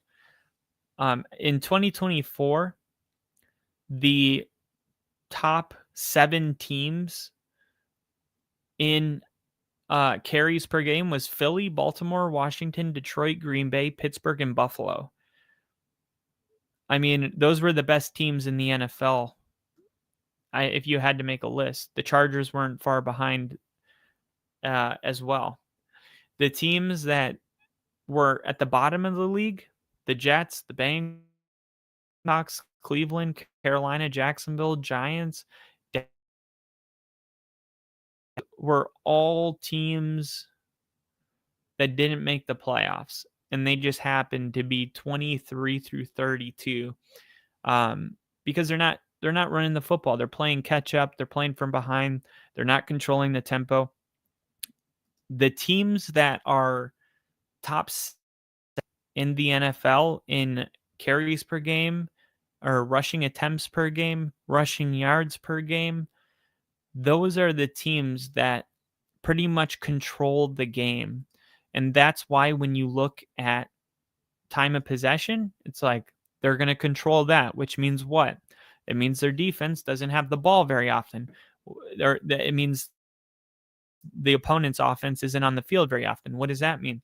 They're not going to score a ton of points. Jacksonville's 4th defensively, giving up only 18 points per game because they run the football and control time of possession. Now, let's see who leads the NFL in time of possession, because that's something we can look up.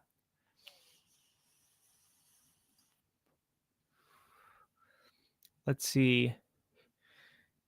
Extra point conversions, offensive touchdowns per game, special teams, average scoring margins, offense by quarter, total offense. Here it is, time of possession. We're going to go excluding overtime. Average time of possession percentage. No, we're going to go average time of possession.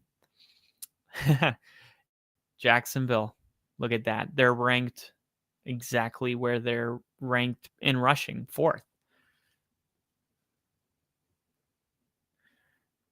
It all makes perfect sense, you guys.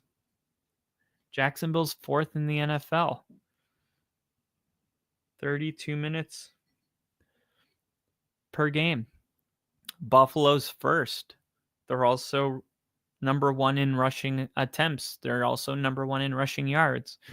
The Colts are right underneath.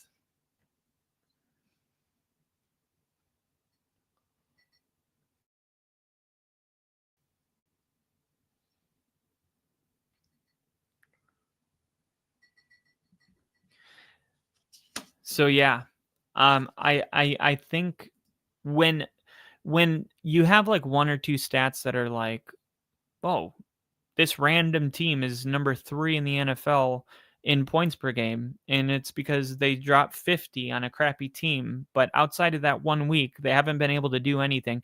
It's like, okay, your stats aren't really telling a story. They're telling a moment. When you can kind of like walk down the road of stats and go, well, if that's the case, then behind this door, I should see them dominating time of possession. Okay, that's the case. And if that's the case, then behind this door, I should see them leading the NFL in points allowed per game. Yep, that's behind that door too. And if that's the case, then behind this door, you get what I'm saying? When all of these stats come together in a perfect rhythm where it's like, these aren't flukes. That's what I'm trying to say. These are not flukes. This is a team identity.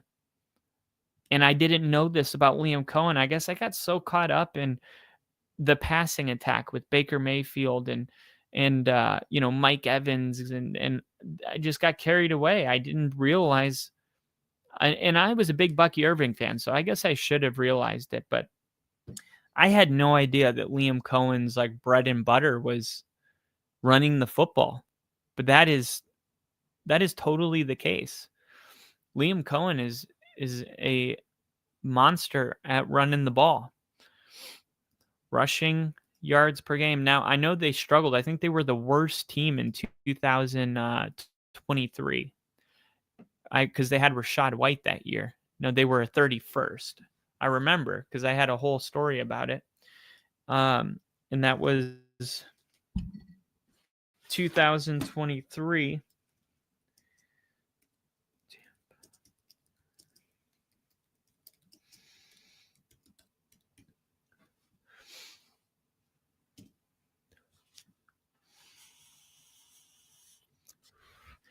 Look at that. Guess what? In 2023, Liam Cohen wasn't the offensive coordinator for Tampa when Tampa finished 31st in the NFL in yards per game. 2024 was Liam Cohen's first year with Tampa, and he took the Tampa Bay Buccaneers from the 31st ranked team in rushing yards per game. And in just his first season, took them from 31st in the NFL to fifth. Fifth. And guess who was the offensive coordinator in 2023? Dave Canales. Dave Canales, of all people.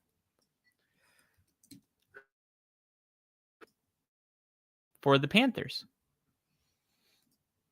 Dave Canales, 2024, he was with the Panthers. Carolina, 110 rushing yards per game, 16th. 2025, Carolina,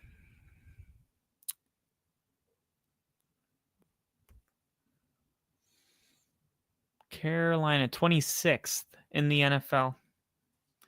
Dave Canales can't run the football. Liam Cohen does. Liam Cohen does. And that's something I'm gonna put down 2023 because that's our sample size. We have 1 year of a sample size with Liam Cohen being the offensive coordinator. And what's way more impressive than him finishing 5th in the NFL is him going from 31st to 5th.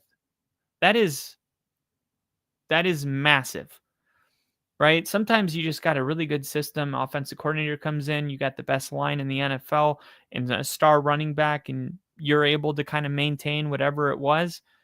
This is not what Liam Cohen did. He came in and took the same players with the exception of one and turned the worst in the league as, top 5 in the league. That's special.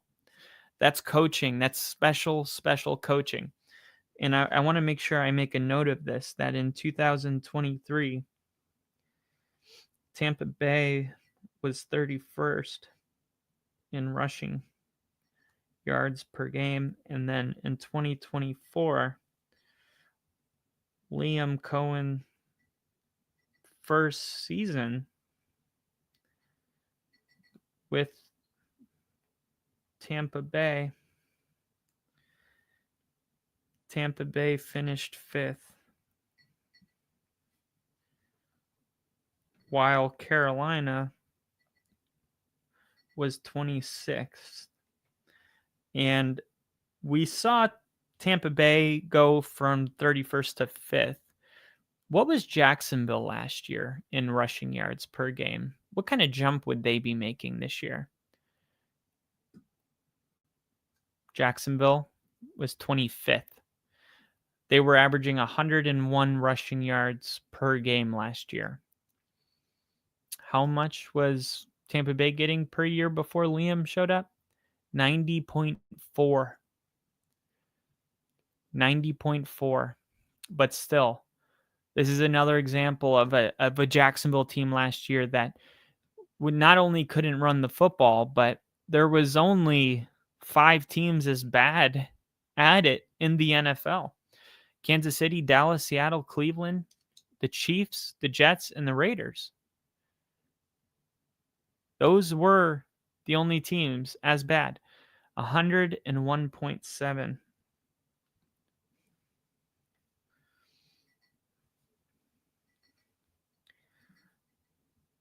Wow. 101.7. And that was 25th in the NFL. And how was their passing attack as well? Let's see. What was Tampa Bay's the year that they couldn't run the football without Liam Cohen? Let's see on scoring offense. What was the time of possession like? Scoring offense, total defense, special teams, turnovers. Let's see, rushing offense, passing offense, offense by quarter. Here it is, total offense. Average time of possession, 2023 without Liam Cohen. Tampa Bay was the 31st ranked rushing offense in the league. And they finished 17th in the league. Well, that must mean that they were one of the best passing attacks in the NFL.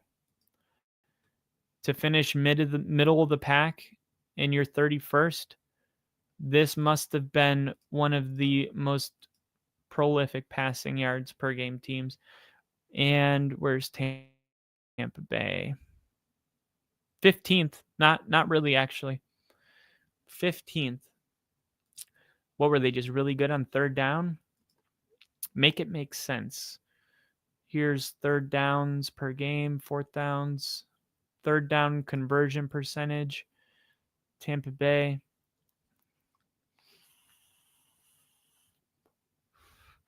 22nd in the league at converting on I'm in 2025. That's why. 2023 and Tampa Bay was 9th actually. 2023, I believe Tom Brady was there.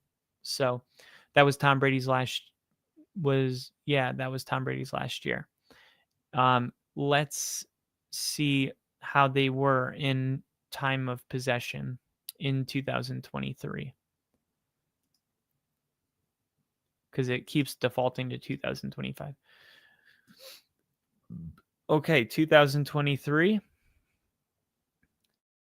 Tampa Bay, 17th in the NFL. 17th.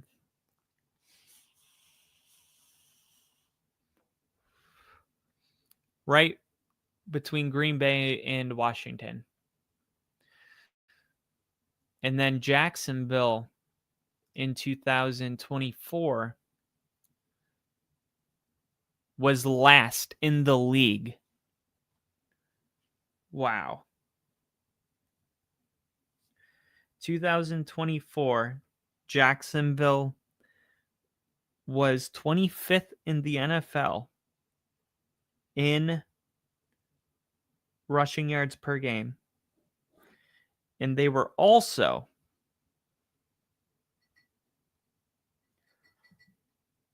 last in the NFL in time of possession.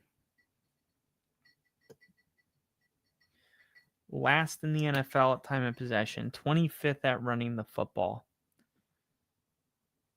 Let's see how they were converting on third down, because usually if you're not running the football effectively, you're not converting first downs. This is 2024. That was just last year. That is crazy. That the turnaround is pretty remarkable. And 2024. And Jacksonville, 25th to 101.7. Yep. Wow. And it's crazy because when you run the football effectively, you control time of possession, that you don't give up a lot of points because of that. Now, let's look at the 2025 leaders in time of possession. Okay, let's look at those. Let's see. I'm going to split it into two categories. On one side, I want to see how many of the top 5 leaders. Okay, so I'm going to put the top 5 leaders in time of possession in who has the ball the most. Number 1, number 2, number 3, number 4, number 5. Then I'm going to split this into two categories, and I'm going to go, okay, rushing yards per game in one category, and then third down, or I'm sorry, points allowed per game. Okay, I want to see how many of the teams in, let's say, how many of the top 5 rushing teams in the NFL, how many of those are also leading defensively in points allowed. I want to, because it goes hand in hand, right? Points allowed, rushing yards, time of possession. So this is rushing yards per game. So we have rushing yards per game. We have Baltimore, Philly, Detroit. Oh, this is 2024. Okay. So Buffalo, number 1. Washington, Jacksonville, Detroit, and Atlanta.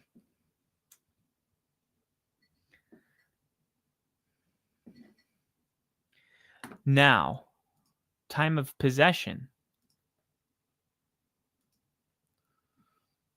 And we got Crafty in the chat. Crafty said, sorry, it just like lagged out. After Dable and Morris came up big today, is Canales back to having the hottest set? Yes. Yeah. I think he could be fired tomorrow. I mean, it is bad. And also the Tampa Bay Bucks in 2023, they had the 31st worst rushing attack in the NFL. They were ranked 31st in the league. 1 year later, they were top 7 when Liam Cohen took over as offensive coordinator, because Canales ended up getting a head coaching job. They promoted this guy, right? Imagine that. Imagine being the worst at running the football in the NFL, and then they promote you to head coach. But it was a good thing for Tampa Bay, because Liam Cohen takes over and they go from 31st to 7th. And now you look at the Jacksonville Jaguars, they have the 3rd best rushing attack in the NFL, even though last year they were ranked 25th in the NFL. Liam Cohen is doing the same thing to Jacksonville that he did for Tampa. And that's why we're going to look at time of possession. So I said I want to see how connected they are. So the number 1 team in rushing yards per game is Buffalo. The number 1 team in time of possession is Buffalo.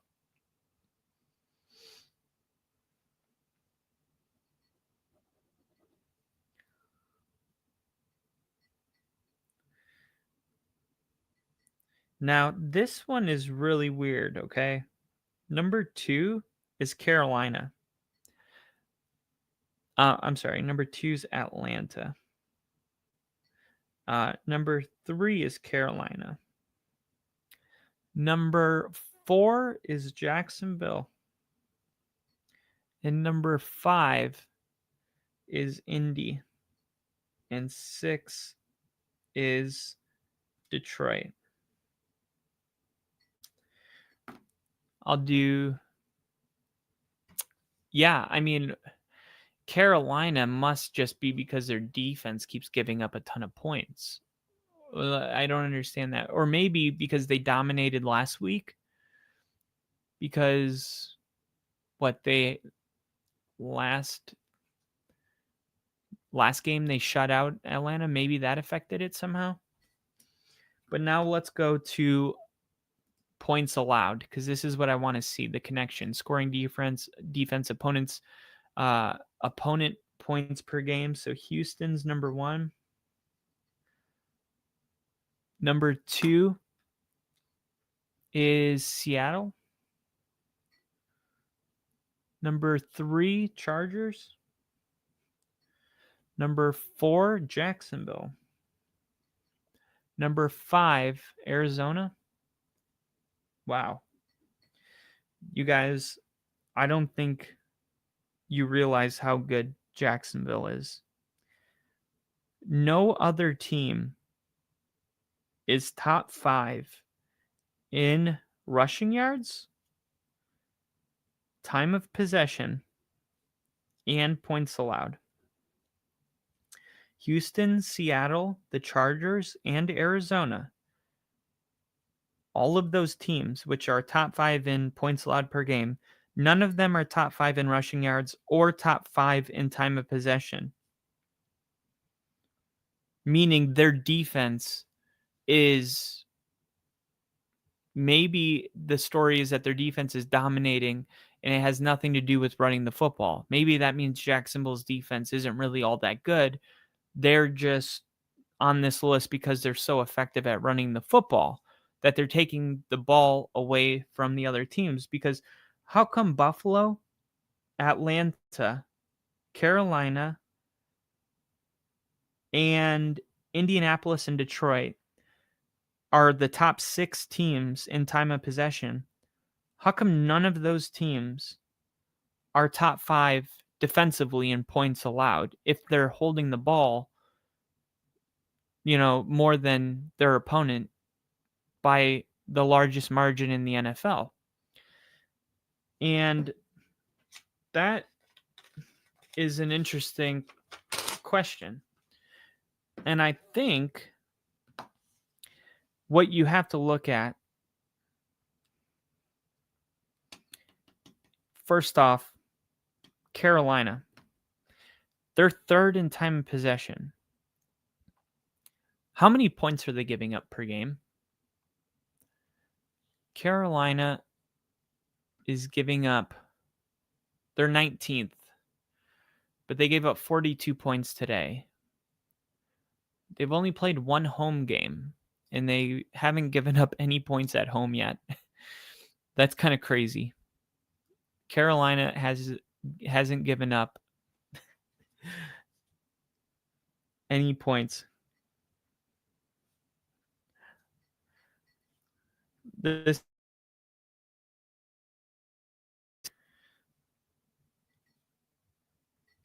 I go through and I find things like this, and people go, "Holy crap, that's so interesting." Subscribe. We got Brandon Hallman, and he said Parsons trade. It's a tie. Texans only giving up 12 points a game, and they are 1-3. I know, man. I was just talking about that. That is crazy. 12.8 points a game, yet they are 1-3, and that just tells you how bad their offense is. But the story here, to me, is Jacksonville is really much more impressive than people think. There is not a fluke. They are checking every box. They're dominating the running game, which means they are controlling time of possession. Number 4 in the league, which means they're keeping the ball out of their opponent's hands. And that's why they're 4th in points allowed defensively. So when you have a fluke stat, usually they don't line up like this. When they start lining up, it's because it's happening consistently. And the last thing I want to look at, Jacksonville time of possession, points allowed. I want to see what is their how many third downs. Let me see. Total offense. I want to see first downs per game.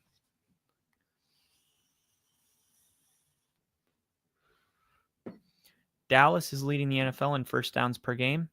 Buffalo, Indianapolis, San Francisco, the Rams. Jacksonville, 17th. It's not bad. I mean, Chicago's doing pretty good offensively. Washington. Baltimore has 18. Now the question is, like, Baltimore has 18, but they're scoring a shit ton of points.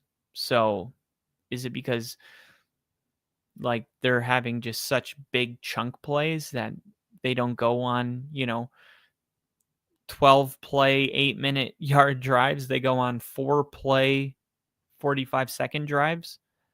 Potentially, that's maybe why they don't have the time of possession, even though they have a bunch of points.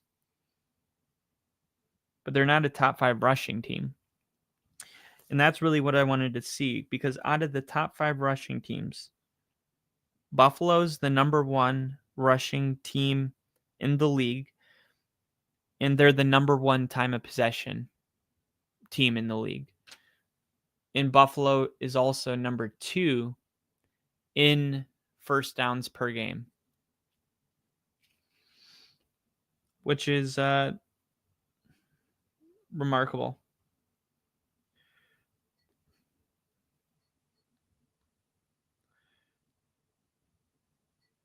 So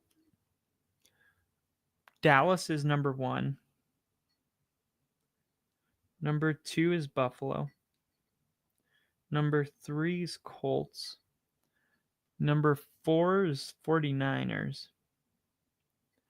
Number 5 is the Rams. Number 6 is New Orleans. Wow. Kellen Moore. I feel like he's a very underrated coach. He's got more first downs per game than the Chargers. That's really interesting. Teams that are really struggling to get a first down: Tennessee, 14 first downs per game. Cincinnati, 15. Miami, 15. Houston, 15. Pittsburgh, 17. Minnesota, 17. Arizona, 17. Denver, 17. Vegas, Cleveland, Philly, 17. It's interesting, huh?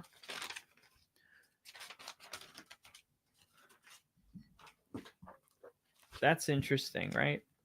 Because Philly is not having success running the ball. And I was talking about this today when Philly was up 8 points with 5 minutes left with the ball on the road against Tampa. I'm like, last year, this is when they would just hand the ball off to Saquon Barkley and he would ice the game. He would usually, run it 6-7 times, and then finally he would pop off a 50-yarder.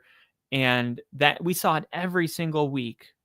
Philly up 8, 5 minutes to go. Saquon Barkley, boom. Now he's got 200 yards rushing. And that's why we were all looking at, like, is he going to break the record? Because he was starting to stack games with 200 rushing yards, multiple touchdowns. Philly hasn't been able to run the football like that. And that's what I was saying is, like, this is not the same team. Barkley doesn't have Mekhi Becton opening up big holes for him this year. Jacksonville has 9 interceptions through 4 games, which I would think, if you're a Jags fan, that's really promising, because if you can clean that up, which I think it's something you can clean up, this team has the potential to be really good. And by really good, I mean going from non-playoff team to 10 plus wins in the playoffs, because of the way they're running the football.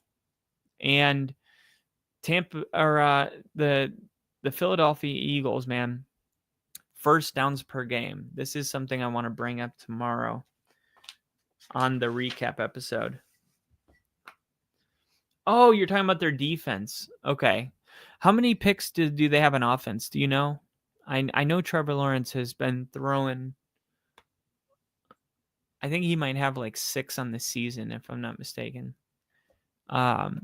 Philly, what is it? First downs per game.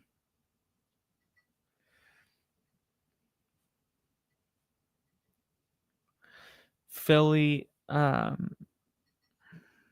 it's crazy because you can see like the direct correlation between not being a good running team and not picking up first downs. Philly 22nd, 23rd. Wow, 21st is Baltimore.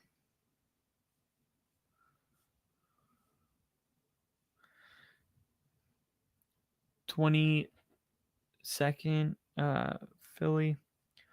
23rd, Cleveland. 24th, the Raiders. 25th, my Broncos. 26th, Minnesota. 27th, there is no 27. 28, 28, Pittsburgh. That's why I said yesterday, like, Jalen Warren's been disappointing.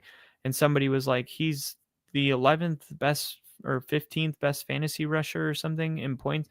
And I'm like, yeah, I guess I was just referring to the fact that Pittsburgh doesn't have a good rushing attack, you know? Um, and I was like, do they? Because this guy was making me think maybe, maybe I've just not been paying attention at all. But I'm like, everything I've heard about Pittsburgh and everything I've watched has been like they can't run the football. So I guess I assume that Jalen Warren, their running back, wasn't having a good year. But I was corrected on the stream and they were saying, no, he is having a good year, which I found surprising. Tennessee, dead last.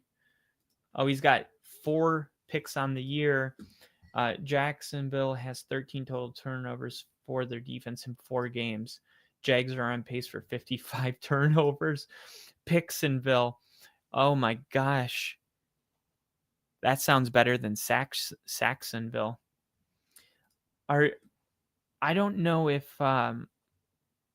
you know this or not, but I'm actually from Jacksonville, and I don't remember if I told you or not. If I did, just tell me to stop. But I'm from Jacksonville, and I was in the Navy, and I joined as a naval air crewman. And when I joined, there was only 2 places the type of plane I was on. You can only be stationed in 2 places in America. And one was Jacksonville, Florida, and the other was Washington. And I thought, that's so funny. I joined the Navy and I'm back where I grew up. I thought I was going to, I don't know where I thought I was going to go, but not back home where I was raised. And I ended up getting in a bad accident. The Jaguars had me on the field to like honor me. And I'll show you here. This was like one of the coolest things. So here it was.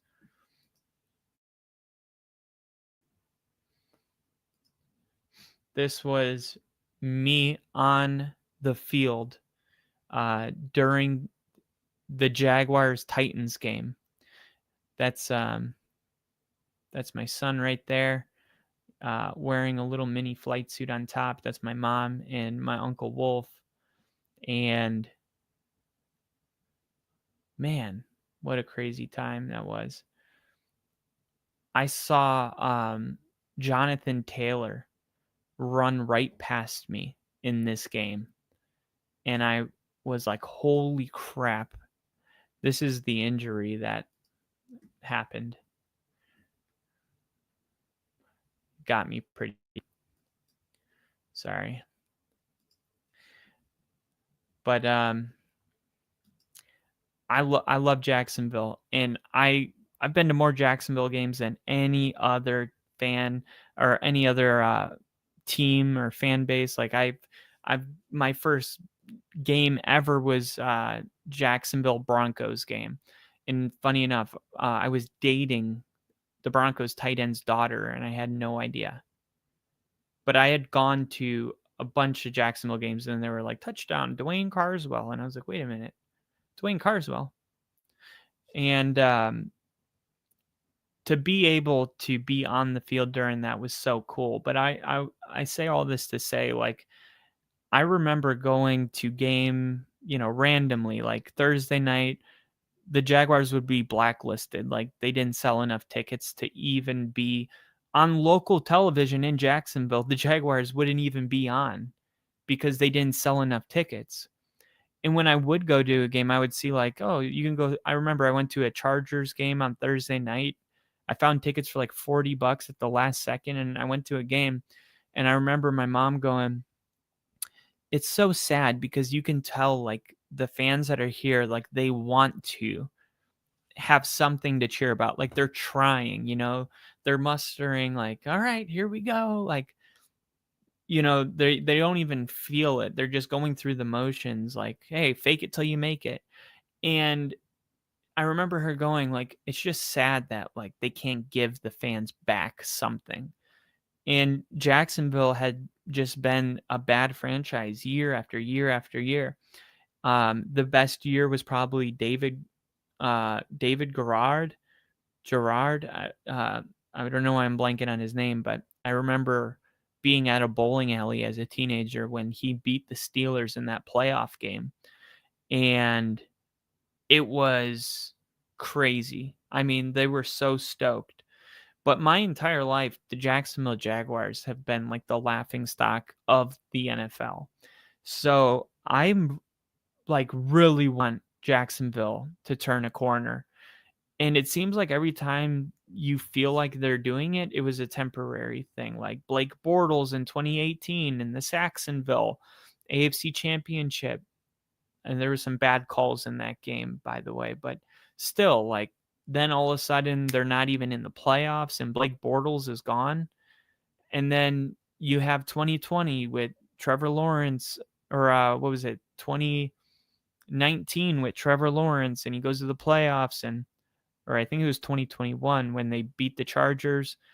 And you're like, oh my God, Trevor Lawrence, his first year with a head coach that's not Urban Meyer, and he's in the playoffs, and now he's in the divisional round. And then all of a sudden, 2 years back to back, missing the playoffs. So you're just hoping that, like, this is going to be, even if they have 10 wins, like, this is the beginning of something that's going to actually be sustainable in the future, where it's not going to be a 1 year, thing. And I really believe Liam Cohen was the best head coach in this cycle. And I told Rick that because Rick's a Bears fan and he wanted Ben Johnson. And I'm like, Ben Johnson, I think, will be a good coach. But I really felt like Liam Cohen was the guy. And if he can turn Jacksonville 1 year from, I mean, he took over Tampa Bay. They were the 31st ranked rushing team in the league. And he took them and they were top 5 in 1 year. And Dave Canals left to go to the Panthers, and he took over as the OC, and that's what he did. And now he took Jacksonville, which was 25th last year, and all of a sudden they're 3rd.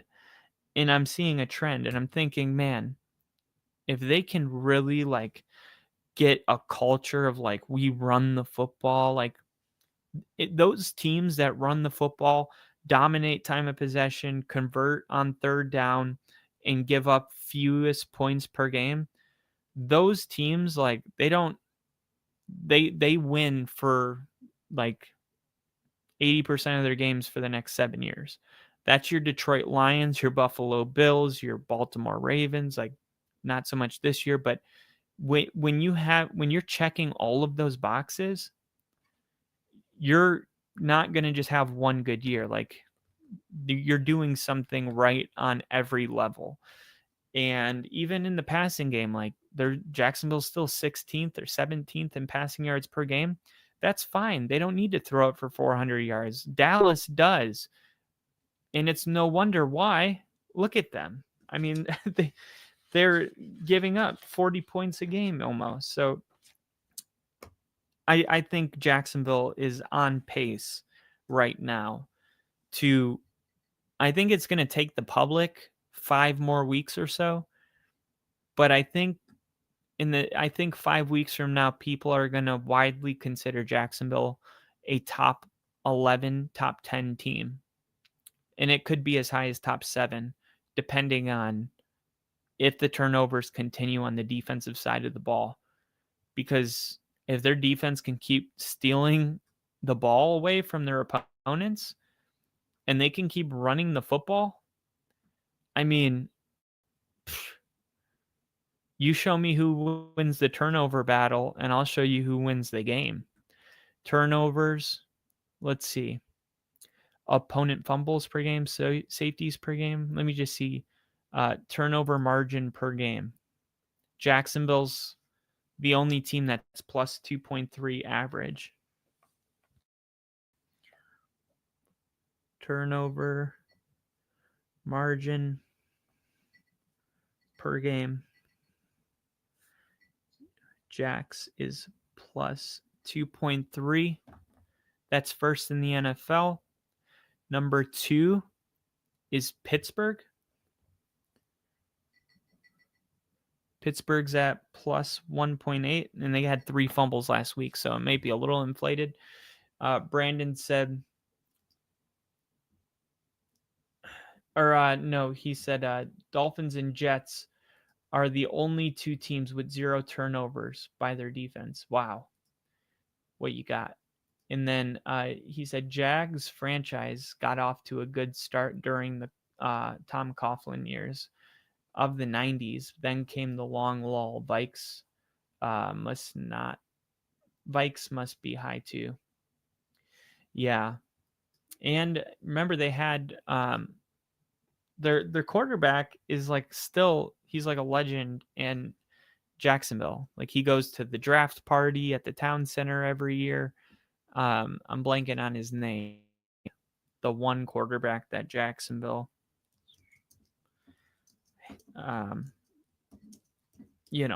everybody knows who it was. What is his name? Mark Brunell. Mark Brunell's like, those were some good years for Jacksonville, but I didn't really experience them, as a person that didn't really start remembering football till 2002. And yet, Crafty, your credit, you knew that I was talking about Mark Brunell. Let me close some of these so it can run faster.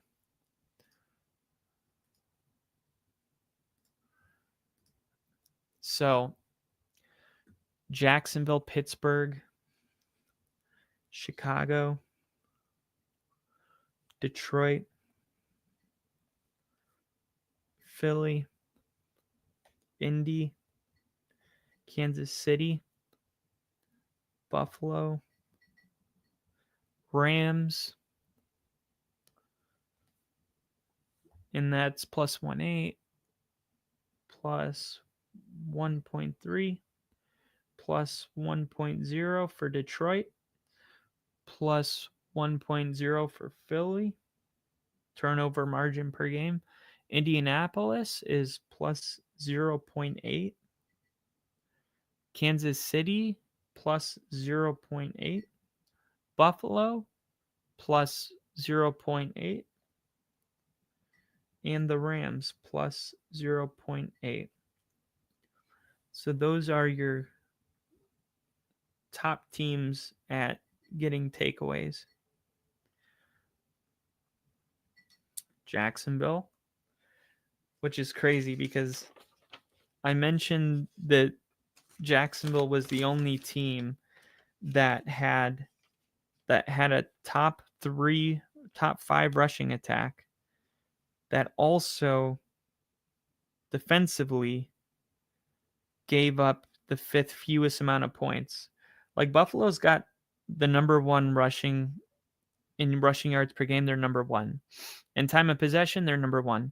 But in points allowed per game, Buffalo is not even on the list. Jacksonville is on time of possession, rushing yards per game, also points allowed per game, And then, what is this one? First downs per game? Dallas, Buffalo, Colts, 49ers, Rams, Saints. And then Jacksonville. Yeah, here it is. Jacksonville, first downs per game. Nope, I didn't do that one. Turnovers, so Jacksonville. So out of these teams, let's see. Jacksonville, Pittsburgh, nope. Chicago, nope. Detroit. Detroit is 1, 2, 3, 4th. Detroit is 4th in rushing yards per game. And they're also 4th in turnover margin per game.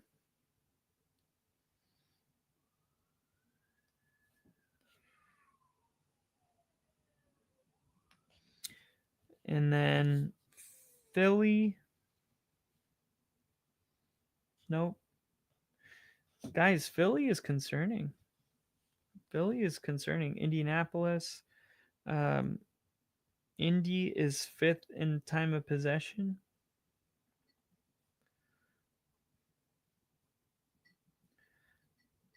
Which is a good sign if you're an Indy fan, but they're not in the top 5 of rushing yards per game, which is interesting because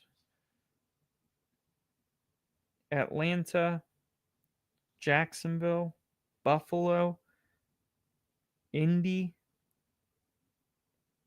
is the only one that is top 5 in time of possession, but not top 5 in rushing yards per game.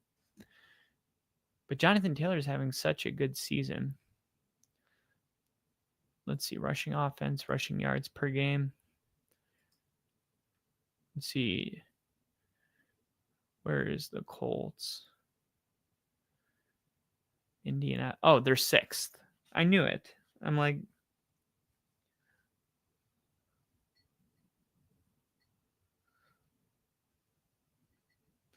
okay, so the Colts 5th in time of possession, and then they're 6th in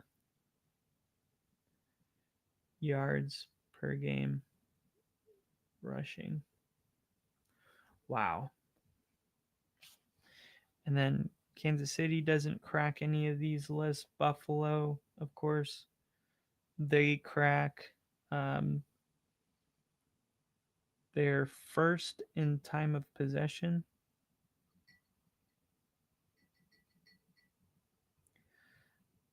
They're 1st in rushing yards per game. Unfortunately, they still have some defensive concerns. They're close to being a very well-rounded team. They're number 2 in first downs per game.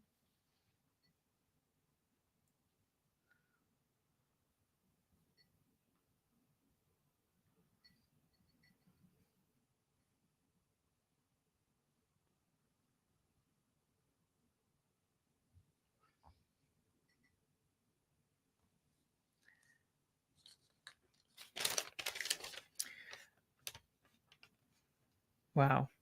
Yeah.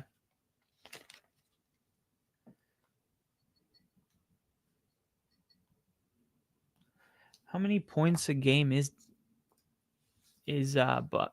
Buffalo giving up total defense opponent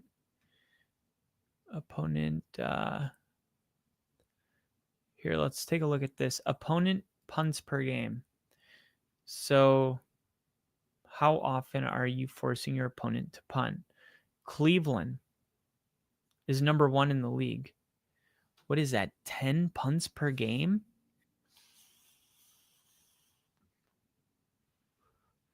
Jacksonville's given up, 5 punts per game? But that's because they're taking the ball away so much. But that's interesting because it's like, is Jacksonville's defense giving up such few amount of points because of the takeaways, not so much because they're a gnarly defense, because they're the Saints, the Ravens, the Panthers, Dallas, Cincinnati, Jacksonville. Where are you? Jacksonville. Yeah, Jacksonville, the Saints, Baltimore, Carolina, Dallas, Cincinnati are all averaging their opponents punt 5 times per game. So Jacksonville doesn't force a ton of punts. Now, is that because of the turnovers, or if the turnovers didn't happen, would Jacksonville be giving up a lot of points? Because Cleveland and Houston, in Minnesota, the 49ers, Buffalo's 5th. They're forcing 8 punts per game, which is crazy. That's crazy. 5th in opponent punts per game. That's crazy because they're not top 5 in points allowed, which is what I was really trying to find. I got sidetracked in here. What I wanted to see was scoring defense, opponent points per game. Where's Buffalo? 17th, 22.5, underneath Philly.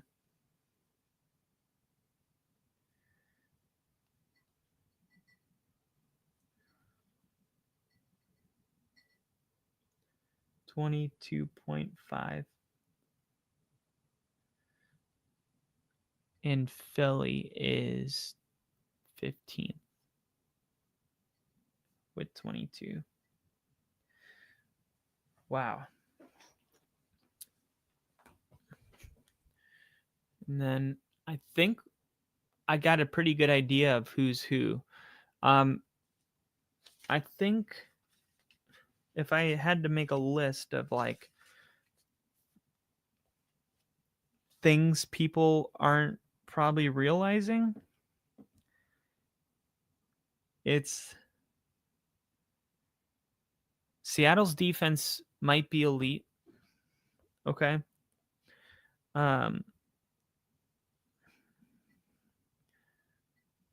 Seattle's defense is number 2 in points allowed. They're number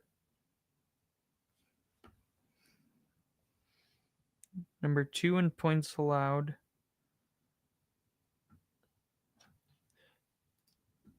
Defensively, they're giving up, let's see, they're 6th in rushing yards allowed.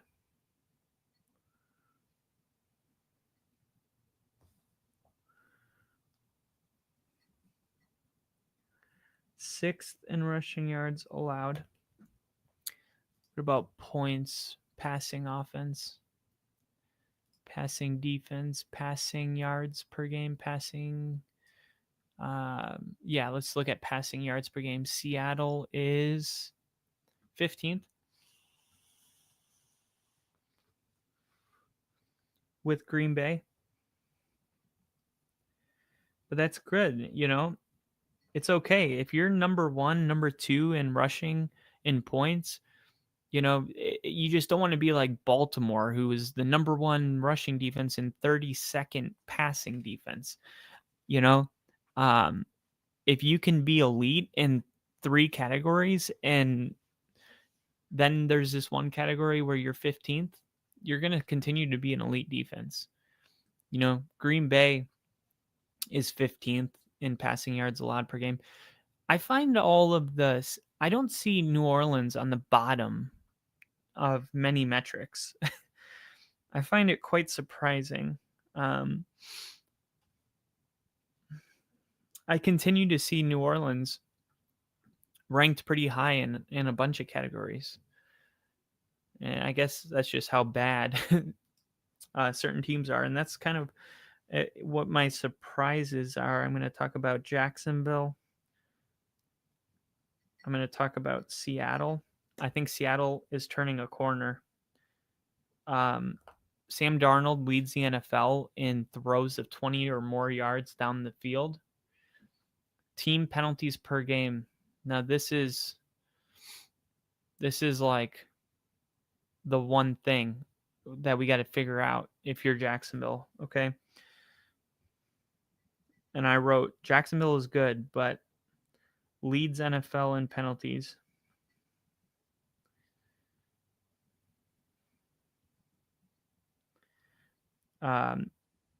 Great teams that are well coached don't have 9.5 penalties per game.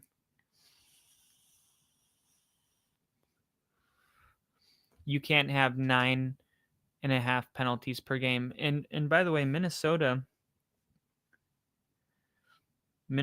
has 9.3 penalties.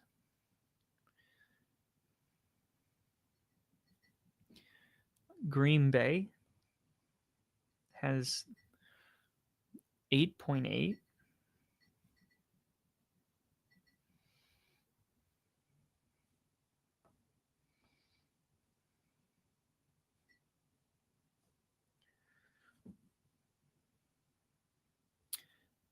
The Giants, Tennessee, New Orleans.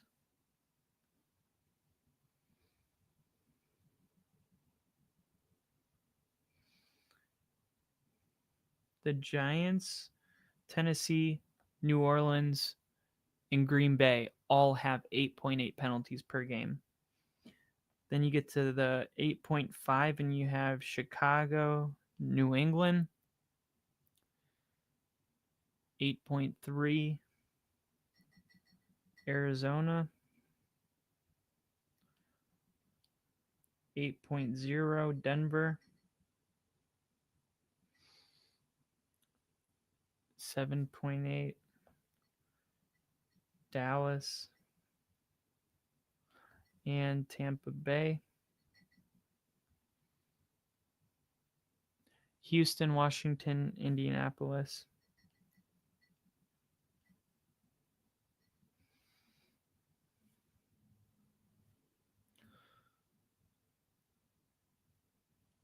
.5 penalties.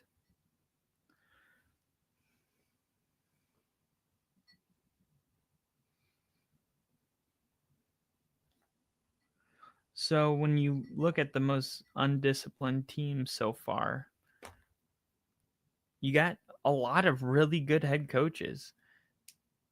Kevin O'Connell, Matt LaFleur, Liam Cohen.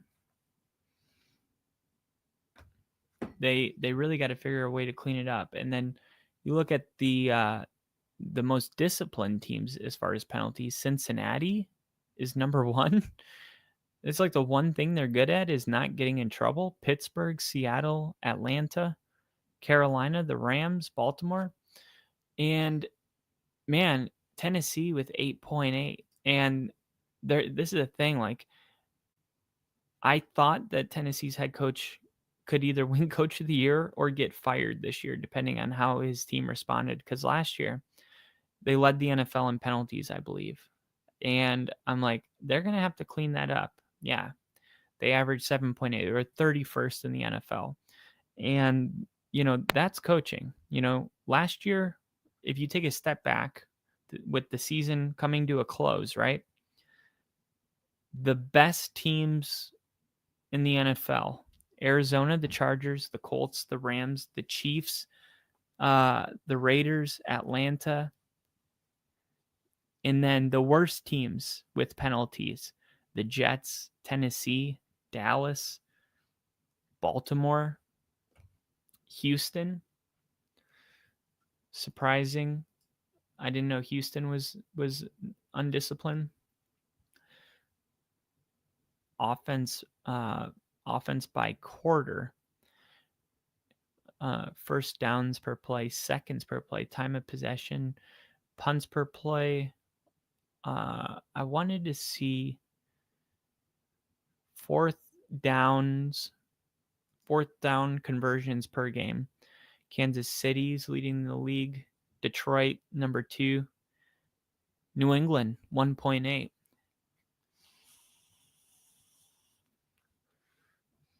That's kind of cool. Mike Vrabel kind of bringing that kind of tough identity to New England that Dan Campbell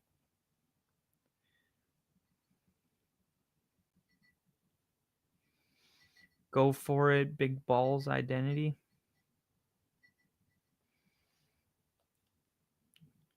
We got Kansas City, Detroit, New England, Jets, Carolina, and Colts.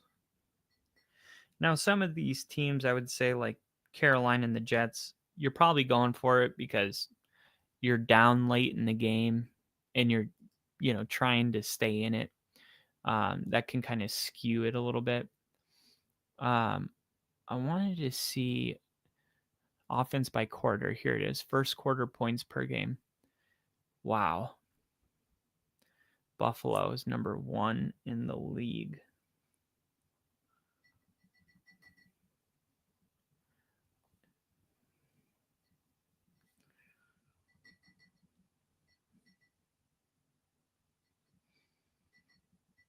Buffalo scoring 9.5 points per quarter right now. Seattle, Philly, Chicago, Indy, Detroit, Pittsburgh. We'll stop there. New England, Green Bay. I'm going to add that. That's interesting. New England, Green Bay. 9.5, 8.8, 7.8 for Chicago.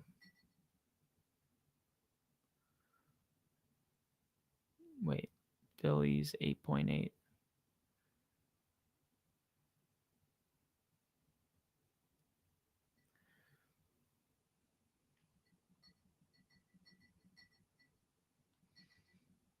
Indianapolis 7.3.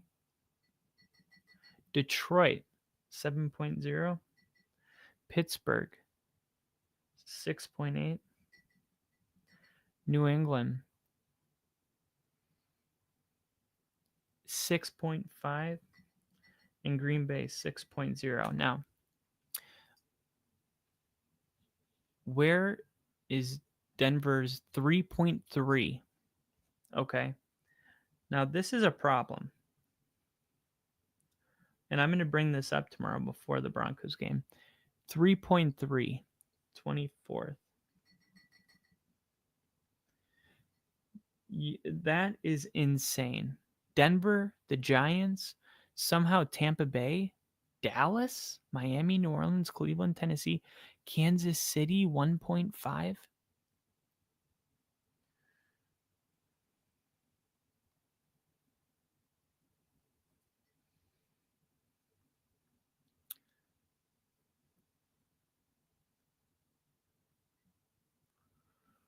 Wow.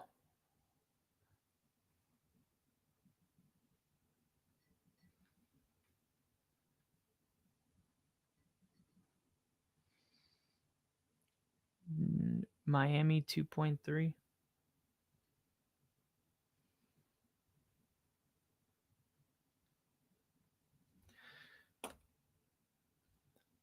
And then what is this? The New York Giants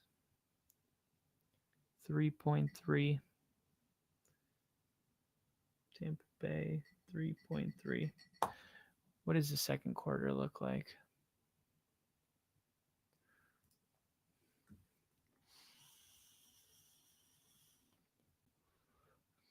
Wow. And then Denver as 5th. And same thing with Kansas City.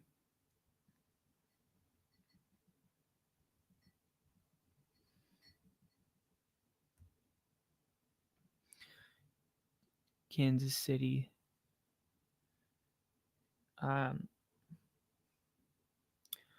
What is going on with these teams?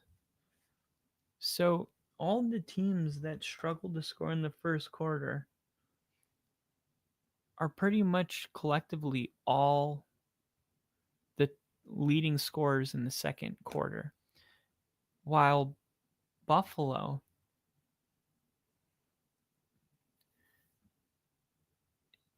is ranked 21st, and they're number one in the first quarter. Denver 9.3, Detroit 9.3, Indianapolis 10.3, but Kansas City,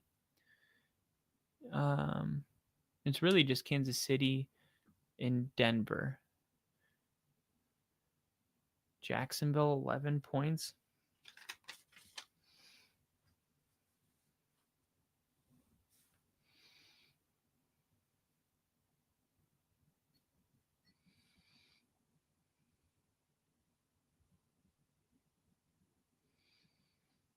That's second.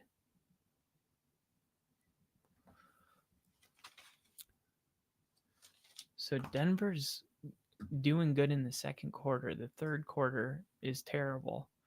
And then Denver's doing really good in the third quarter. Denver's the third best team in the third quarter.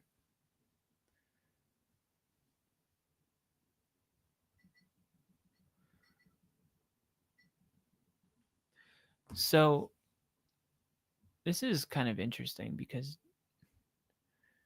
Denver is the second quarter, they're the fifth best team. The third quarter, they're the third best team. And then the fourth quarter,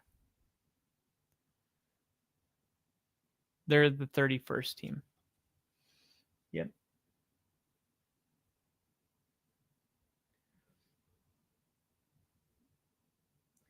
So there it is.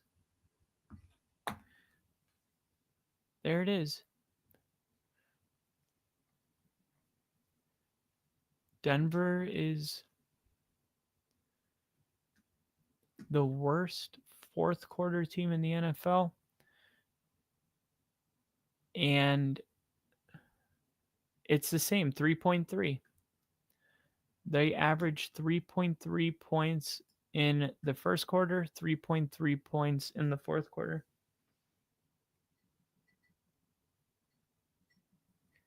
And then the second and third quarter, they're third and fifth in the NFL. They're just struggling to start fast. And then they're struggling to close. Now, what is our second half time of possession share? Buffalo's dominating the league. Denver's 16th. They're literally 60%.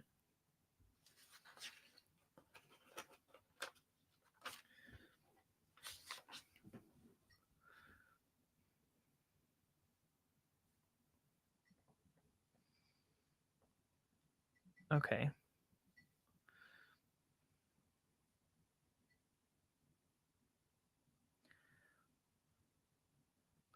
So this is this first half or second half? Second half. So Denver 16th, 50%. So they have the ball exactly half the time. And then what about the first half?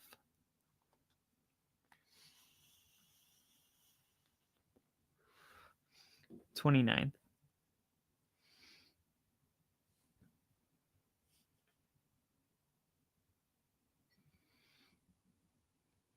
Okay. And then the first half,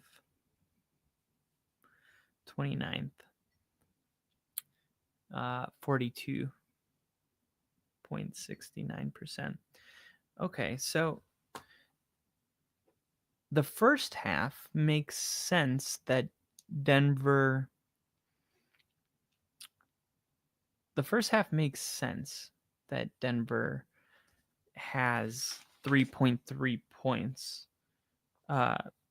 per first quarter, I guess, because They're 29th in time of possession. But why is it that they have 3.3 points per fourth quarter, which is 31st in the NFL, when they have the ball in the second half 50% of the time? What is it? So they have the ball much more in the second half, yet in each half, for one quarter, they're averaging 3.3 points. But one of those halves, being the second half, they have the ball 50% of the time, which is 16th in the NFL, versus the first half when they're 29th in the NFL with a time of possession percentage of only 42.69%. So I would have to see their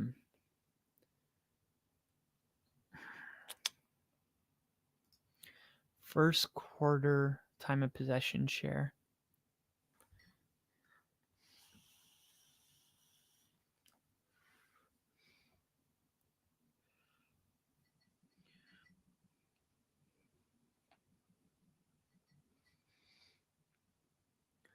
Denver 28th.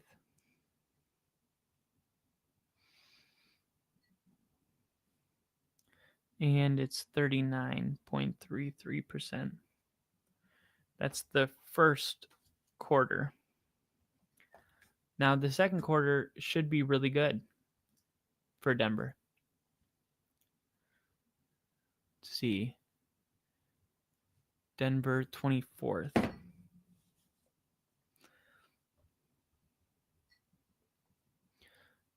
24th, and they have 46.4. So still, overall, the first quarter and the second quarter, Denver has the ball less than 50% of the time. The first quarter is really pitiful. I mean, look, 39% of the first quarter, Denver averages the ball. The third quarter, Denver has 55% of the time. So there it is. Denver's a strong third quarter, I guess, 55% of the time. That's good enough for sixth in the NFL. And then you got the fourth quarter, which should be another bad one. 25th. 25th. 45.15. All right. So what do we see here? We see the third quarter is our best quarter. We have the ball 55% of the time. Our first quarter is absolutely pitiful. And we have to figure out why. Why do we have the ball only 39% of the time in the first quarter?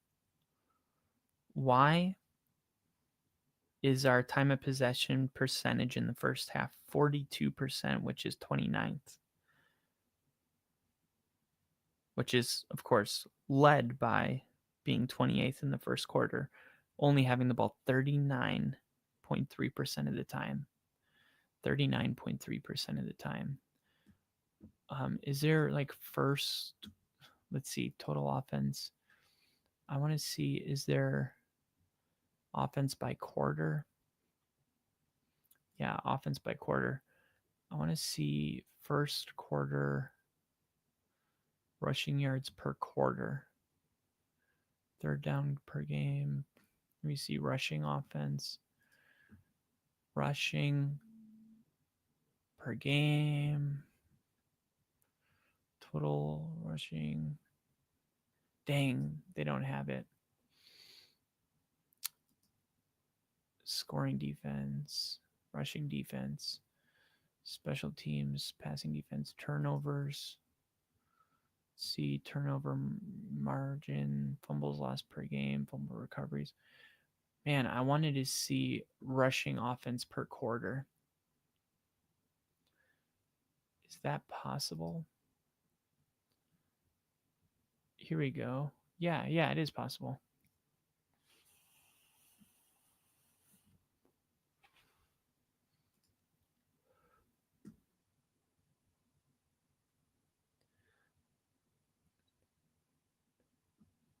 Seconds per first downs per play, third down conversions per play, rushing offense, um,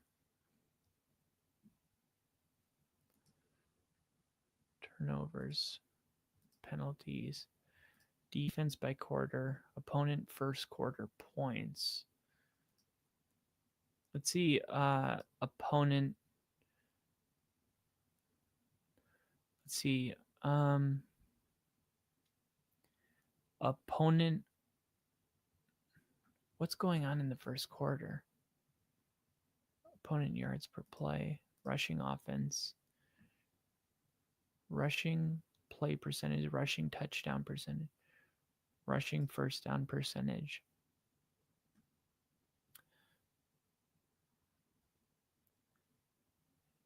Denver's 28th total offense. Where did it offense by quarter? Man, it won't tell me. More rushing yards percentage, rushing touchdown percentage, rushing yards per attempt, rushing touchdowns. Hmm.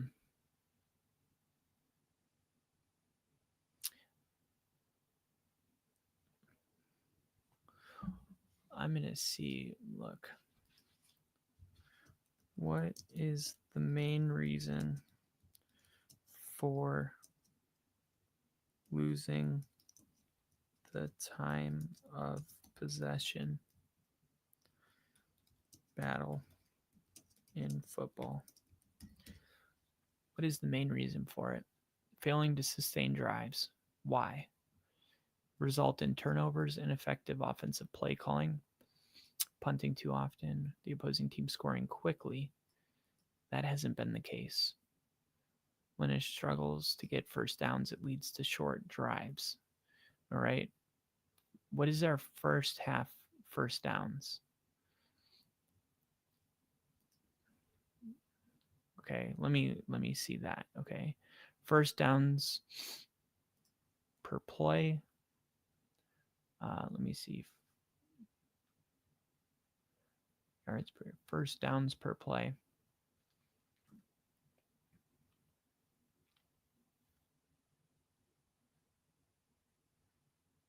Denver's 20th. That's not it. Yards per game, yards per game, yards per play. Let's see. 5.2 yards per play. That's not terrible. Not sustaining drives. Opponent.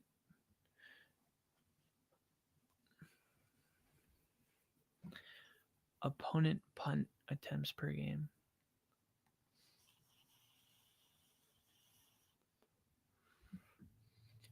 What about our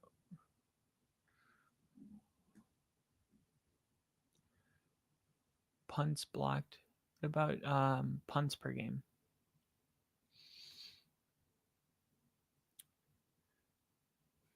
Opponent punt attempts per game.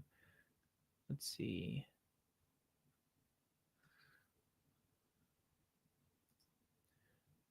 About punt block percentage, opponent gross yards, opponent net yards.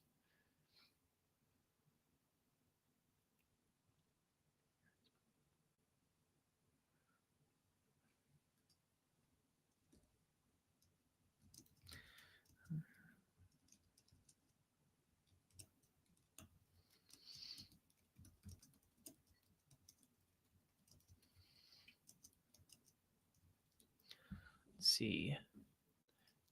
Football database, rushing yard splits. Here we go. Okay, so from the football database 2025, the first quarter, the Buffalo Bills lead the NFL 35 attempts, 207 yards. The Commanders 170 yards, averaging 7 yards a carry. Where's Denver? There they are. This is a problem. Here it is. 11 attempts. Whoa. There we go. That would explain it. Why is that the case? So Denver's 32nd in the NFL in rushing attempts per first quarter.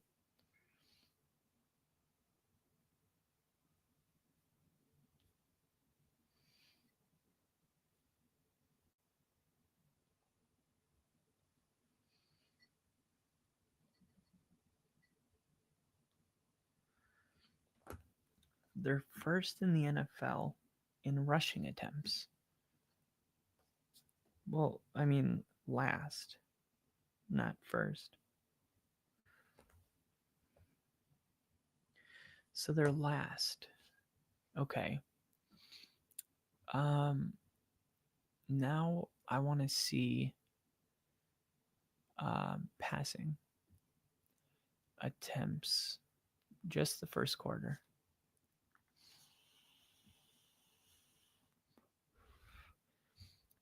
Denver's almost last in passing. What about just, yeah, so look, I mean, Denver has 24, 32, 31, 30, 29.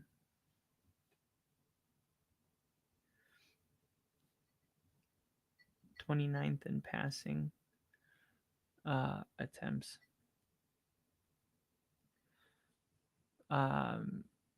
With 24. So what do you do? I mean, what do you say if it's like you don't have time of possession because you don't run the football, but you're not running the football because you don't have plays. You're just not running enough plays. I mean, it's pretty simple.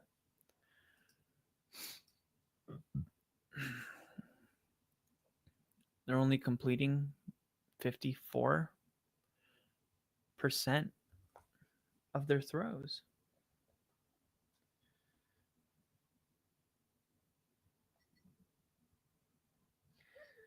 Which is another reason that they're not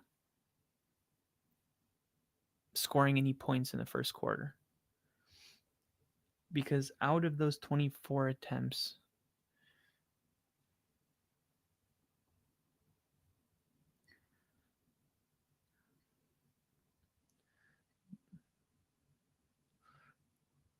they're 32, 31. They're 30th in first quarter passing completion percentage.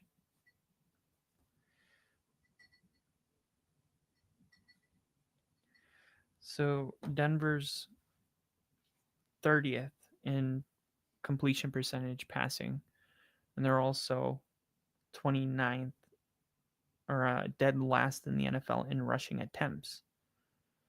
So they're not running the football that much. They're not passing that much. Nothing's working in the first quarter. That's it. It's not that like the passing game's working, so they're just not running it, or the running game's working, so they're not passing it. Just point blank, nothing. Nothing at all is working.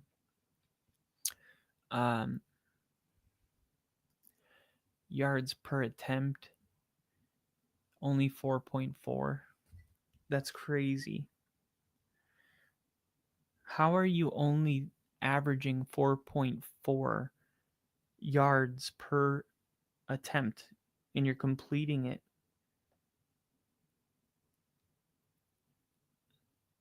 54% of the time?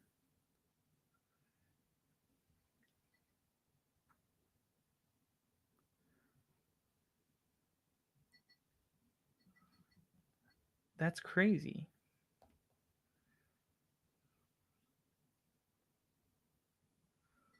4.4 is 30th.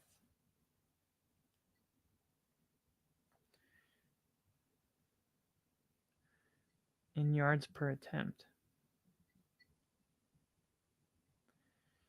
So they're throwing it.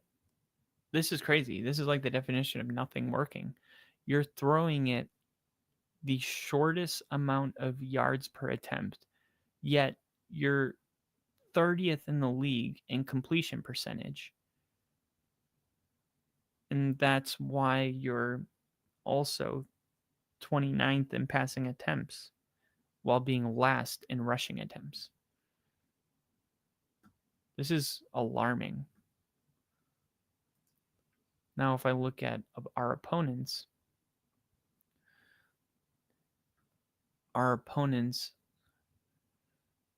let's see. Our opponents are staying balanced. 1, 2, 3, 4, 5, 6, 7, 8, 9, 10, 11. Well, they're throwing it around 24 times. They're completing it around 54% of the time. Let's see about rushing. And this is our opponents. Our opponents are rushing it total of 20 times for 60 yards, 3 yards a carry.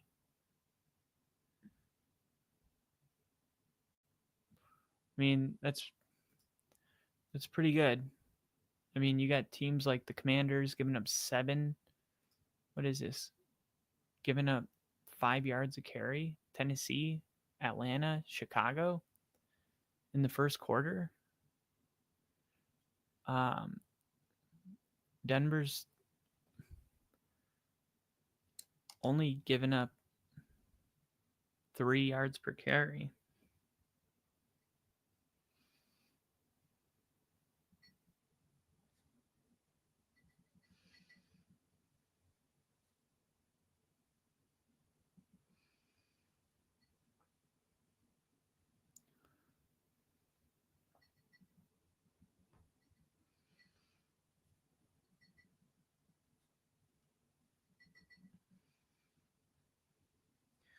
That means teams aren't having success running the football, which means they must be having success passing the football. And let's see, our opponent's completion percentage is, wow, 1, 2, 3, 4. We're 4th.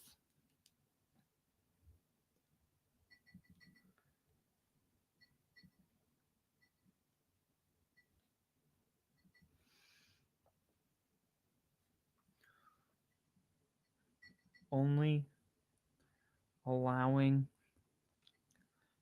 51.7% of passes to be completed.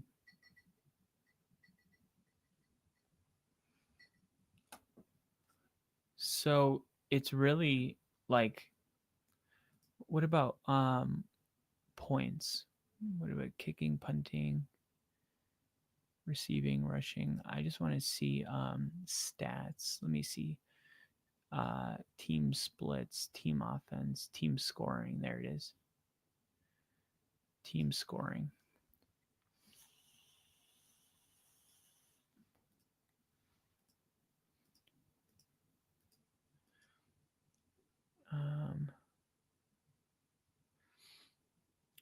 Touchdowns.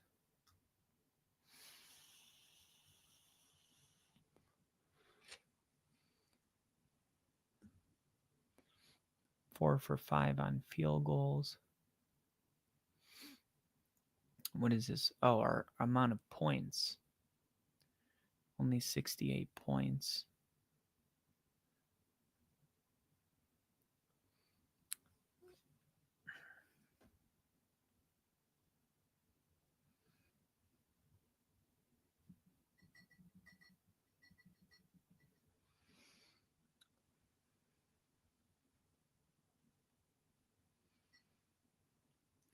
Tennessee, Miami, Cleveland, Cincinnati,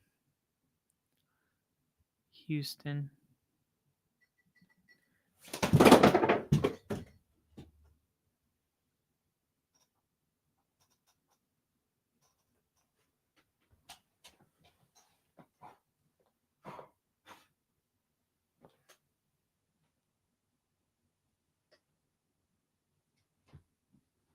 That was scary.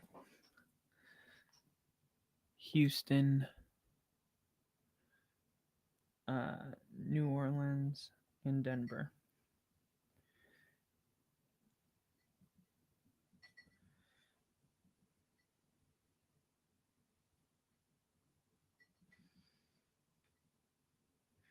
Those are the bottom 7 teams in the league in points per game. Tennessee's 0-4. Miami's 0-3. Cleveland is 1-3. Cincinnati's 1 and they were 2-0. Now they're 2-2. Houston's 1-3. New Orleans is 0-4, and Denver's 1-2.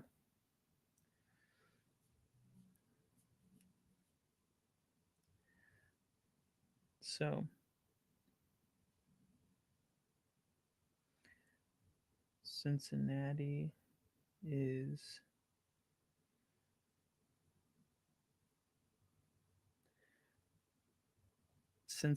the only team that's 500.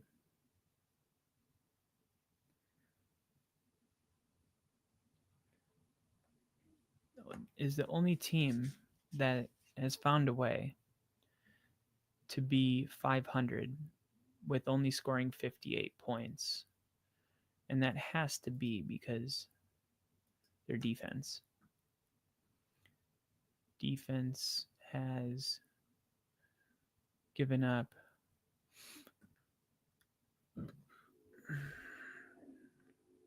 91 points. Oh, but most of those points came today. So it's just one game pretty much. So, holy crap. This means that Denver, even though they were the leverage penalty away and they lost it in the fourth quarter,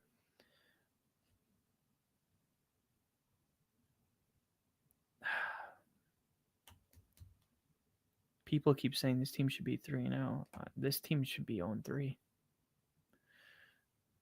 Just based on the fact that we are scoring points like Tennessee, Miami, Cleveland, Cincinnati, Houston, New Orleans. We're passing the ball 4 yards per attempt. We're only completing it 50% of the time. Even though we're throwing it, our distance per throw is 29th in the NFL, 30th in yards per attempt. Yeah, we're completing it 54%, which is 30th also. I mean, if you're going to throw it 4 yards and be like, oh, their average target is 3 yards, that's 32nd in the NFL. Usually your completion percentage is like 3rd in the NFL. And it's like, yeah, but the context of that is, he's only throwing it 4 yards downfield. We're like almost last in completion percentage and last in yards per attempt. We can't complete passes right in front of us. What is going on?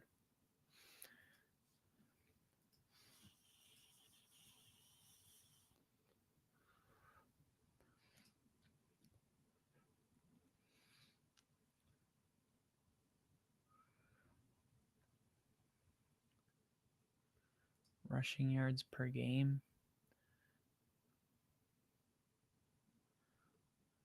One, two, three, four, five, six. We're sixth.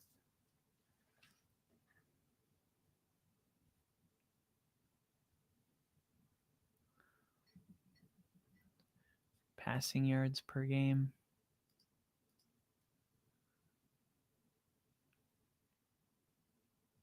We're seventh.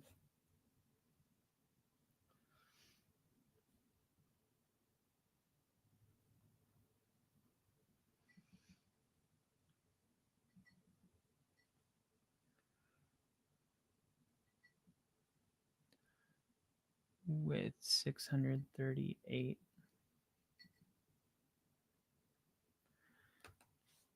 Our defense is doing its job.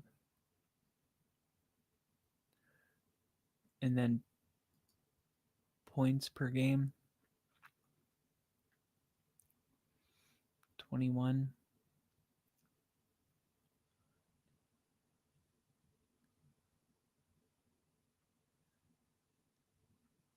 Thirteenth.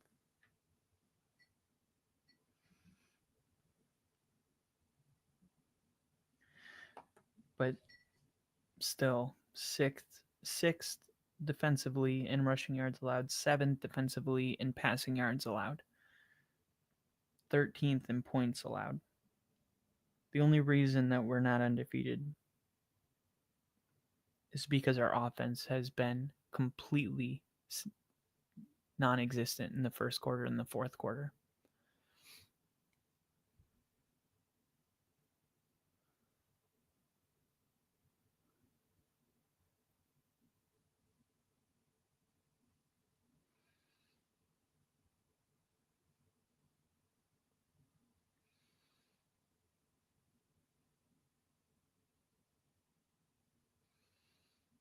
Let's see, rushing.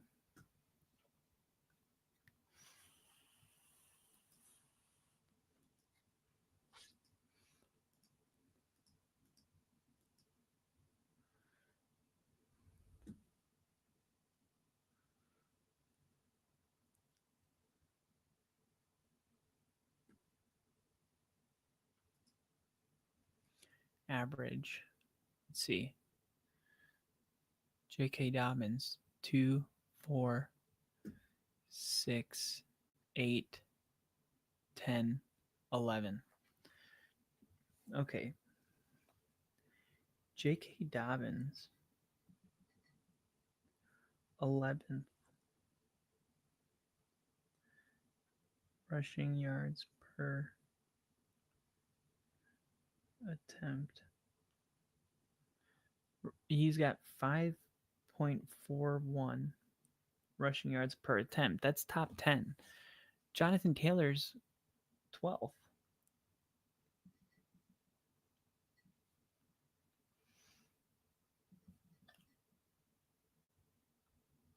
How is it that you're running the ball with more efficiency per carry than Jonathan Taylor, yet you're only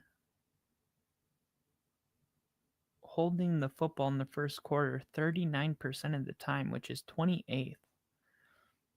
Because in the first half or in the first quarter, you're last in the NFL in rushing attempts. 11th in rushing yards per carry. 32nd in rushing attempts in the first quarter. That would be my question to Sean Payton if I was in the press. And this is why I want to get a press pass, because I feel like I could really offer something to Sean Payton. Hey, Sean, Kyle from the BroncosNetwork.com. Uh, J.K. Dobbins is 11th in rushing yards per carry. He's having pretty good success, 5.41 yards per carry. Yet in the first quarter, the Broncos are 32nd in rushing attempts. You're also 30th in time of possession in the first half. And in the first quarter, you're 28th in the league. You only have the ball 39% of the time. Why is it that we're last in the NFL in rushing attempts when we have a running back that is nearly a top 10 running back when it comes to yards per carry?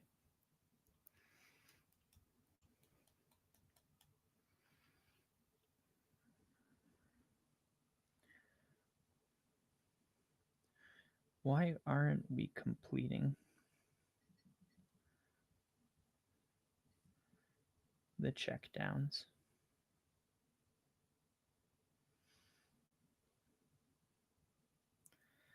The four, what was it? 4.4 yards per attempt, 51.7 completion percentage.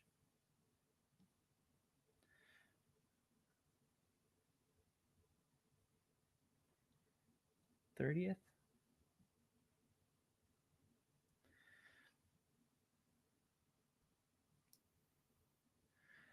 4.4 yards per attempt.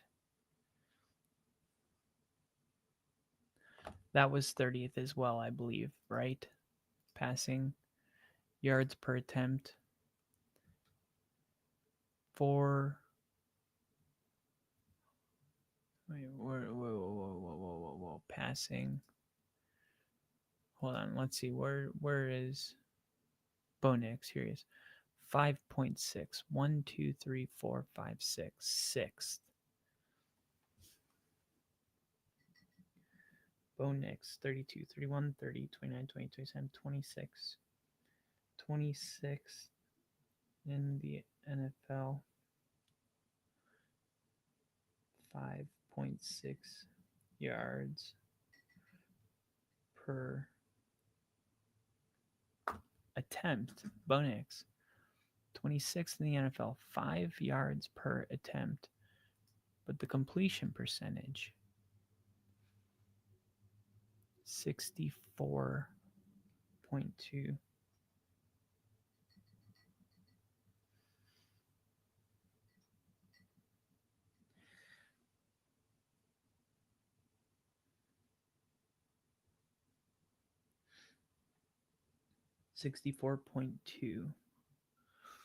Which is between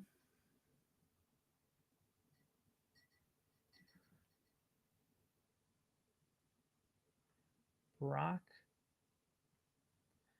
and Gino. For comparison, Brock, what is Brock Purdy's average depth of target? Um, what did I? 5.6. It looks like 5.3 to me. Let me see. Yards per attempt. Oh, it's this one. Brock 5.6. Brock Purdy 8.0.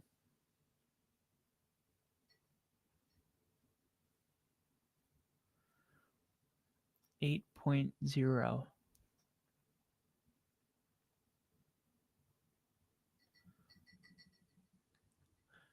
What is Gino? 7.5. So, matter of fact, let's see the quarterbacks that are throwing it. The what is this? The completion percentage, yeah. Joe Flacco, 58.1. What is Bo Nix? 64.2. Um, Spencer Radler, 5.2, but he's completing 67% of his passes. Kyler Murray, 5.7, 66.9. Trevor Lawrence is doing worse than Bo Nix.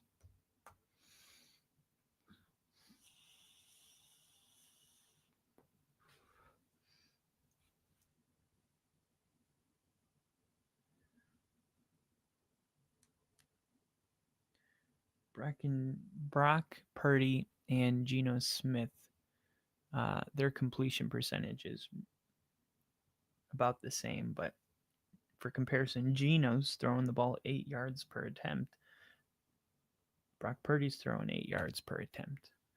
Bo Nix, same completion percentage. He's throwing it 5.6 yards per attempt. And in the first quarter, he's throwing it 4.4 yards per attempt in the first quarter. So that's the last thing I need to see. Like, what is the team splits? Team splits. I need to see team offense. I see player stats passing. How do I find it in the first quarter?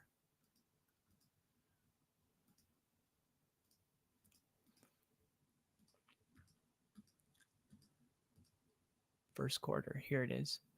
Okay, so in the first quarter,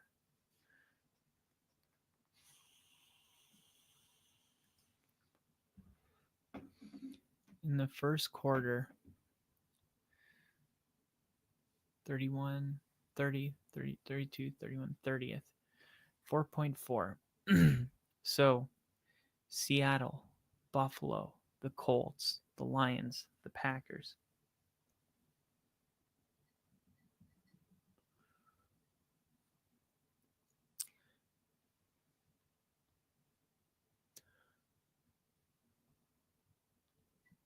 Seattle, Buffalo, Indianapolis, Detroit, Green Bay, Pittsburgh.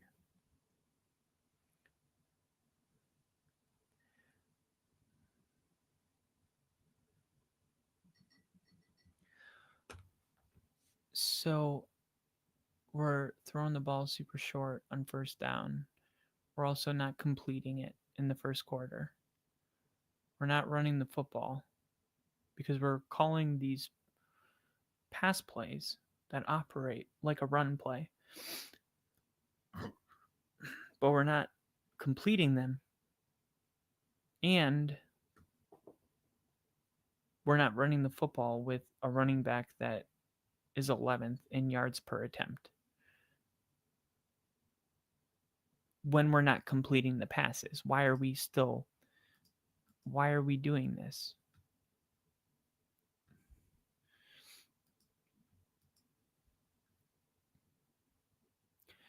Now, what does the second quarter look like? Home games, away game, division conference by month. For here, second quarter. Okay, how are we doing? And then the second quarter, yards per attempt goes to 7.3.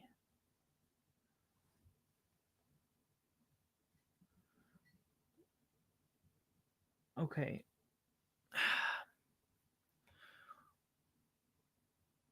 Why does it go to 7.3?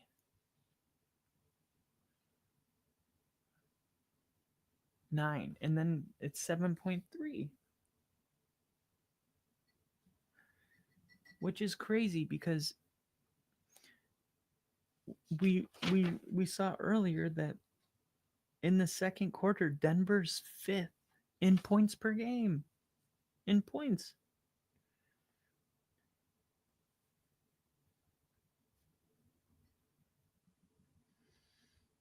ninth in yards per attempt, fifth in points, completion percentage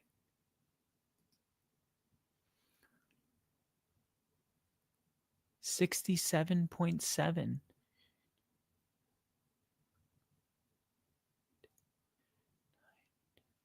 They're 11th.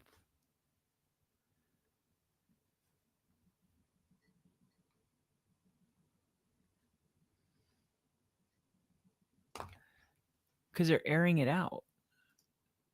Are they running the football? How many attempts in the second quarter?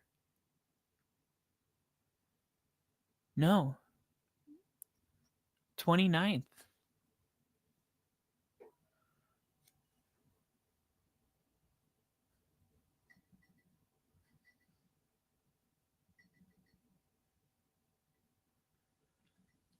But because they had nothing happening in the first quarter, now they're like airing it out because they're like, okay, we got to stop the screens. We need to start attacking. So they get into this attack mindset and it's working, but they're still not running the football. They're still 29th in the NFL in attempts in the second quarter. What about yards? Second quarter rushing yards. They're dead last.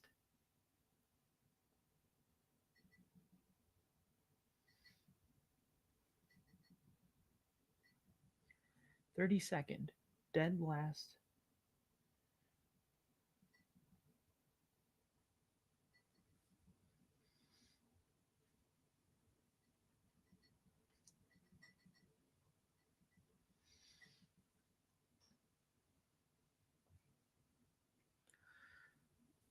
So we abandoned the run completely.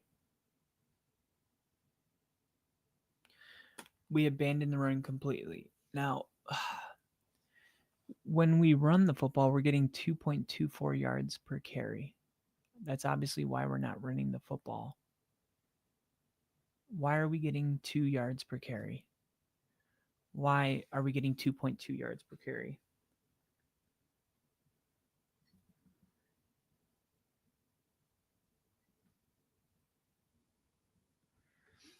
How can you run the football if you're getting 2.2 yards per carry? And why are the stats so misleading? He's 11th in rushing yards per carry, yet in the second quarter, he's dead last with 2.2 yards per carry with only 17 carries.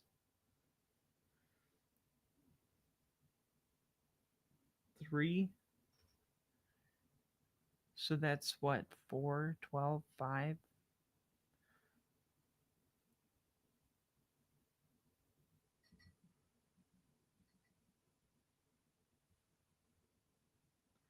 About 5 carries per second quarter. About 5 handoffs per second quarter.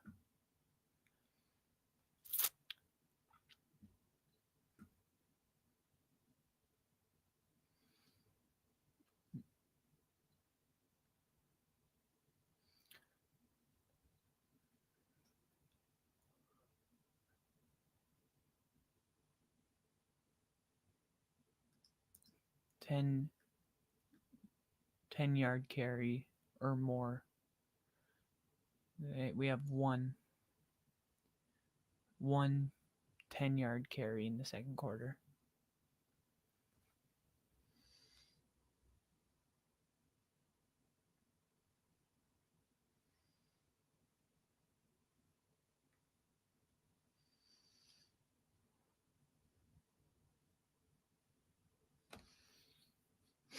Okay, well, surely the third quarter we must be doing something right in the third quarter, because the third quarter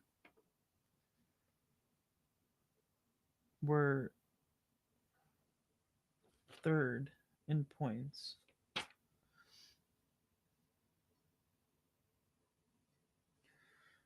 In the third quarter, we're third in points. Now, we must be running the football, right? 24 carries, 2, 4, 6, 8, 10, 12, 14, 15. So 15, 16, 17. So we're 17th.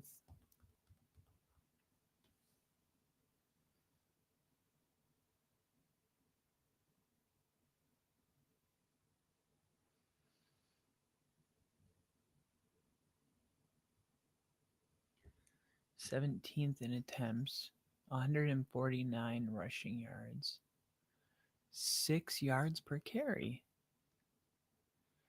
Okay.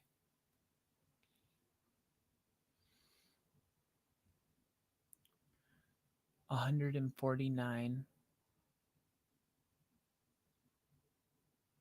2, 4, 6. We're sixth.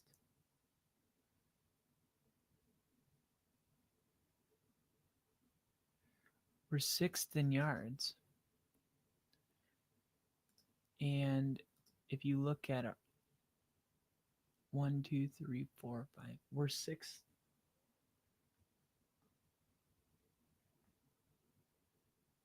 in yards per attempt. Yards per attempt, 6.21.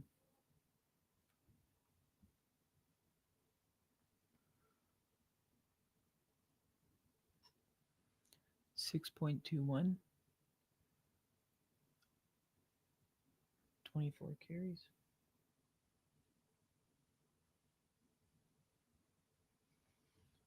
And 149 yards. Now, what about the second quarter made running the football like that possible in the third quarter? Well, obviously something worked because you ended up being ninth in the NFL, 7.3,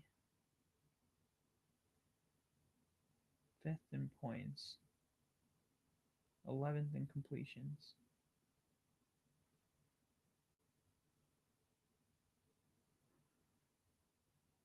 Ninth in the NFL. What is that, passing? In the second quarter?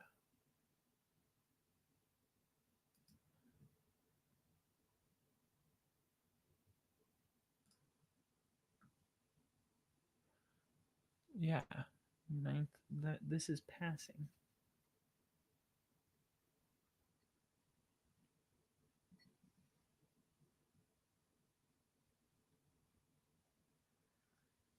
Fifth in points.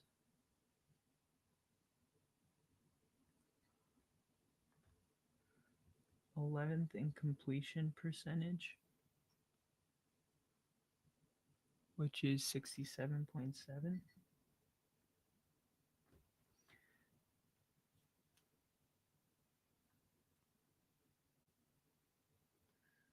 32nd, dead last in rushing yards and rushing attempts in the second quarter. 2.2 yards per carry. 7. So 17, about 5 carries per second quarter. Okay. Okay, so we're not running the football in the second quarter, but we're passing it effectively, and that's why we're able to run the football effectively in the third quarter. So, in the first quarter, we need to throw the football, but we need to not throw those passes that are like screens. Obviously, we've been trying that. It's not working because in the first quarter, our average depth of target is 4.4 yards away. Yet we're only completing it at a league 30th rate 50% of the time. Now, if we're throwing it right in front of us, we shouldn't be having a hard time catching it, but we are having a hard time catching it. So that tells you that we've either become predictable and defenses are jumping it, or were having some significant accuracy issues, which I would take a lot more seriously if in the second quarter, Bo Nix wasn't a top 5 quarterback. So it just comes down to first quarter predictability. That's all this is. Once Denver goes out there and they pass the ball effectively, and they're actually pushing the ball downfield 7.3 yards per attempt in the second quarter, Bo Nix, sixth best quarterback in the second quarter. Defenses have to respect him as a passer, and that's what opens up the running game.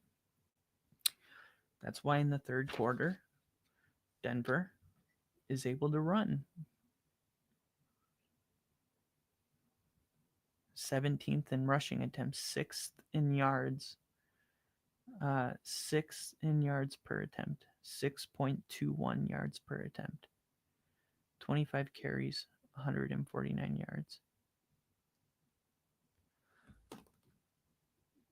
Let me just make sure. Third quarter, Denver, yep, 6.29.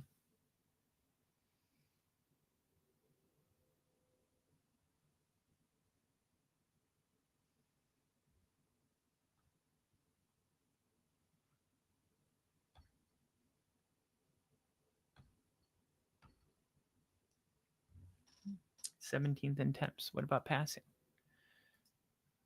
How are they doing passing the ball in the third quarter? Denver, not good. Very bad. Why are they so bad at it? Well, they're not really throwing it. 1, 2, 3, 4, 5, 6, 7, 8, 9. They're like 22nd, whatever. 4.4 yards per attempt again. We're back to that.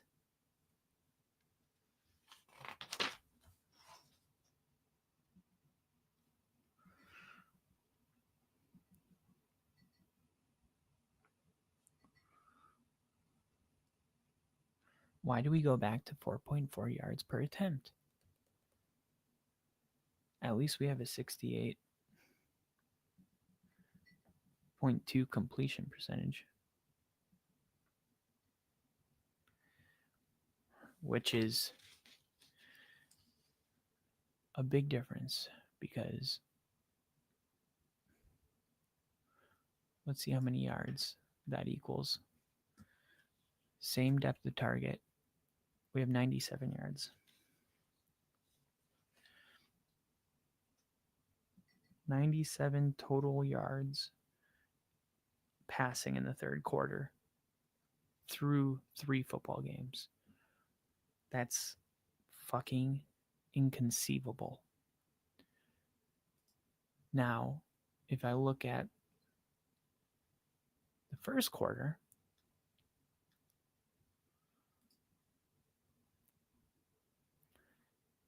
Denver has the same thing, 4.4 yards per attempt, but a worse completion percentage. And that's why I want to see how many yards they throw for. 105.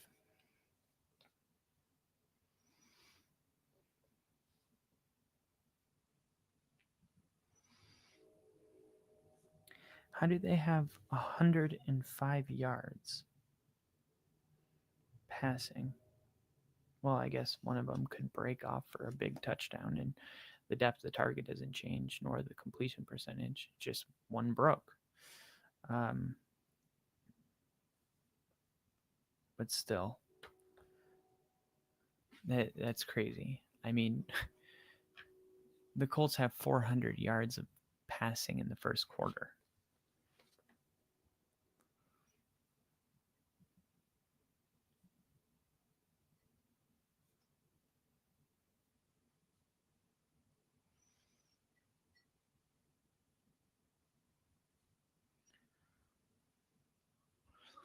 The Packers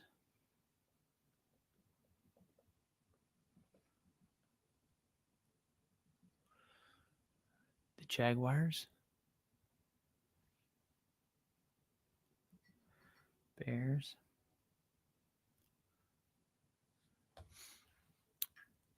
They're passing the ball.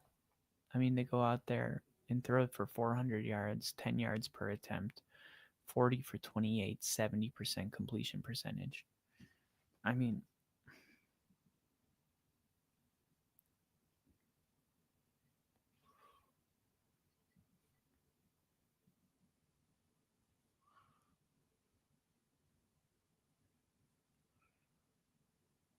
that's insane. That's absolutely incredible. Yet, they've only taken only 2 sacks.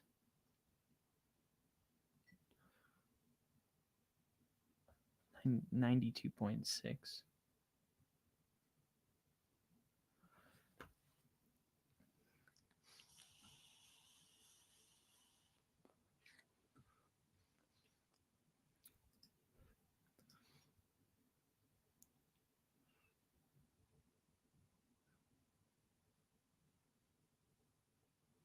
Not a big first quarter running team. Big first quarter passing team, the Colts are. All right. So I'm going to ponder on these. I'm going to be going live tomorrow. Big Denver Broncos episode. Obviously, I'm gathering a bunch of notes so I can properly talk about this tomorrow in the proper context because there's just a lot to go through here. But if you're a Broncos fan, be here tomorrow because I'm going to break all this down. I'm going to tell you what it means, what we do from here on out, because this is just absolutely terrible to look at. But we are doing something right in the third quarter where things are changing massively, and we got to figure out what we're doing right in the third quarter. I'm going to go back and watch the film. I'm going to look for what it is that's different about the third quarter. I'm going to make sure that tomorrow I give you and the Denver Broncos everything that you need to know about where we're at right now, whether it's optimism or pessimism. I'm just going to tell you the truth, and hopefully I got good news. I will see you guys tomorrow morning.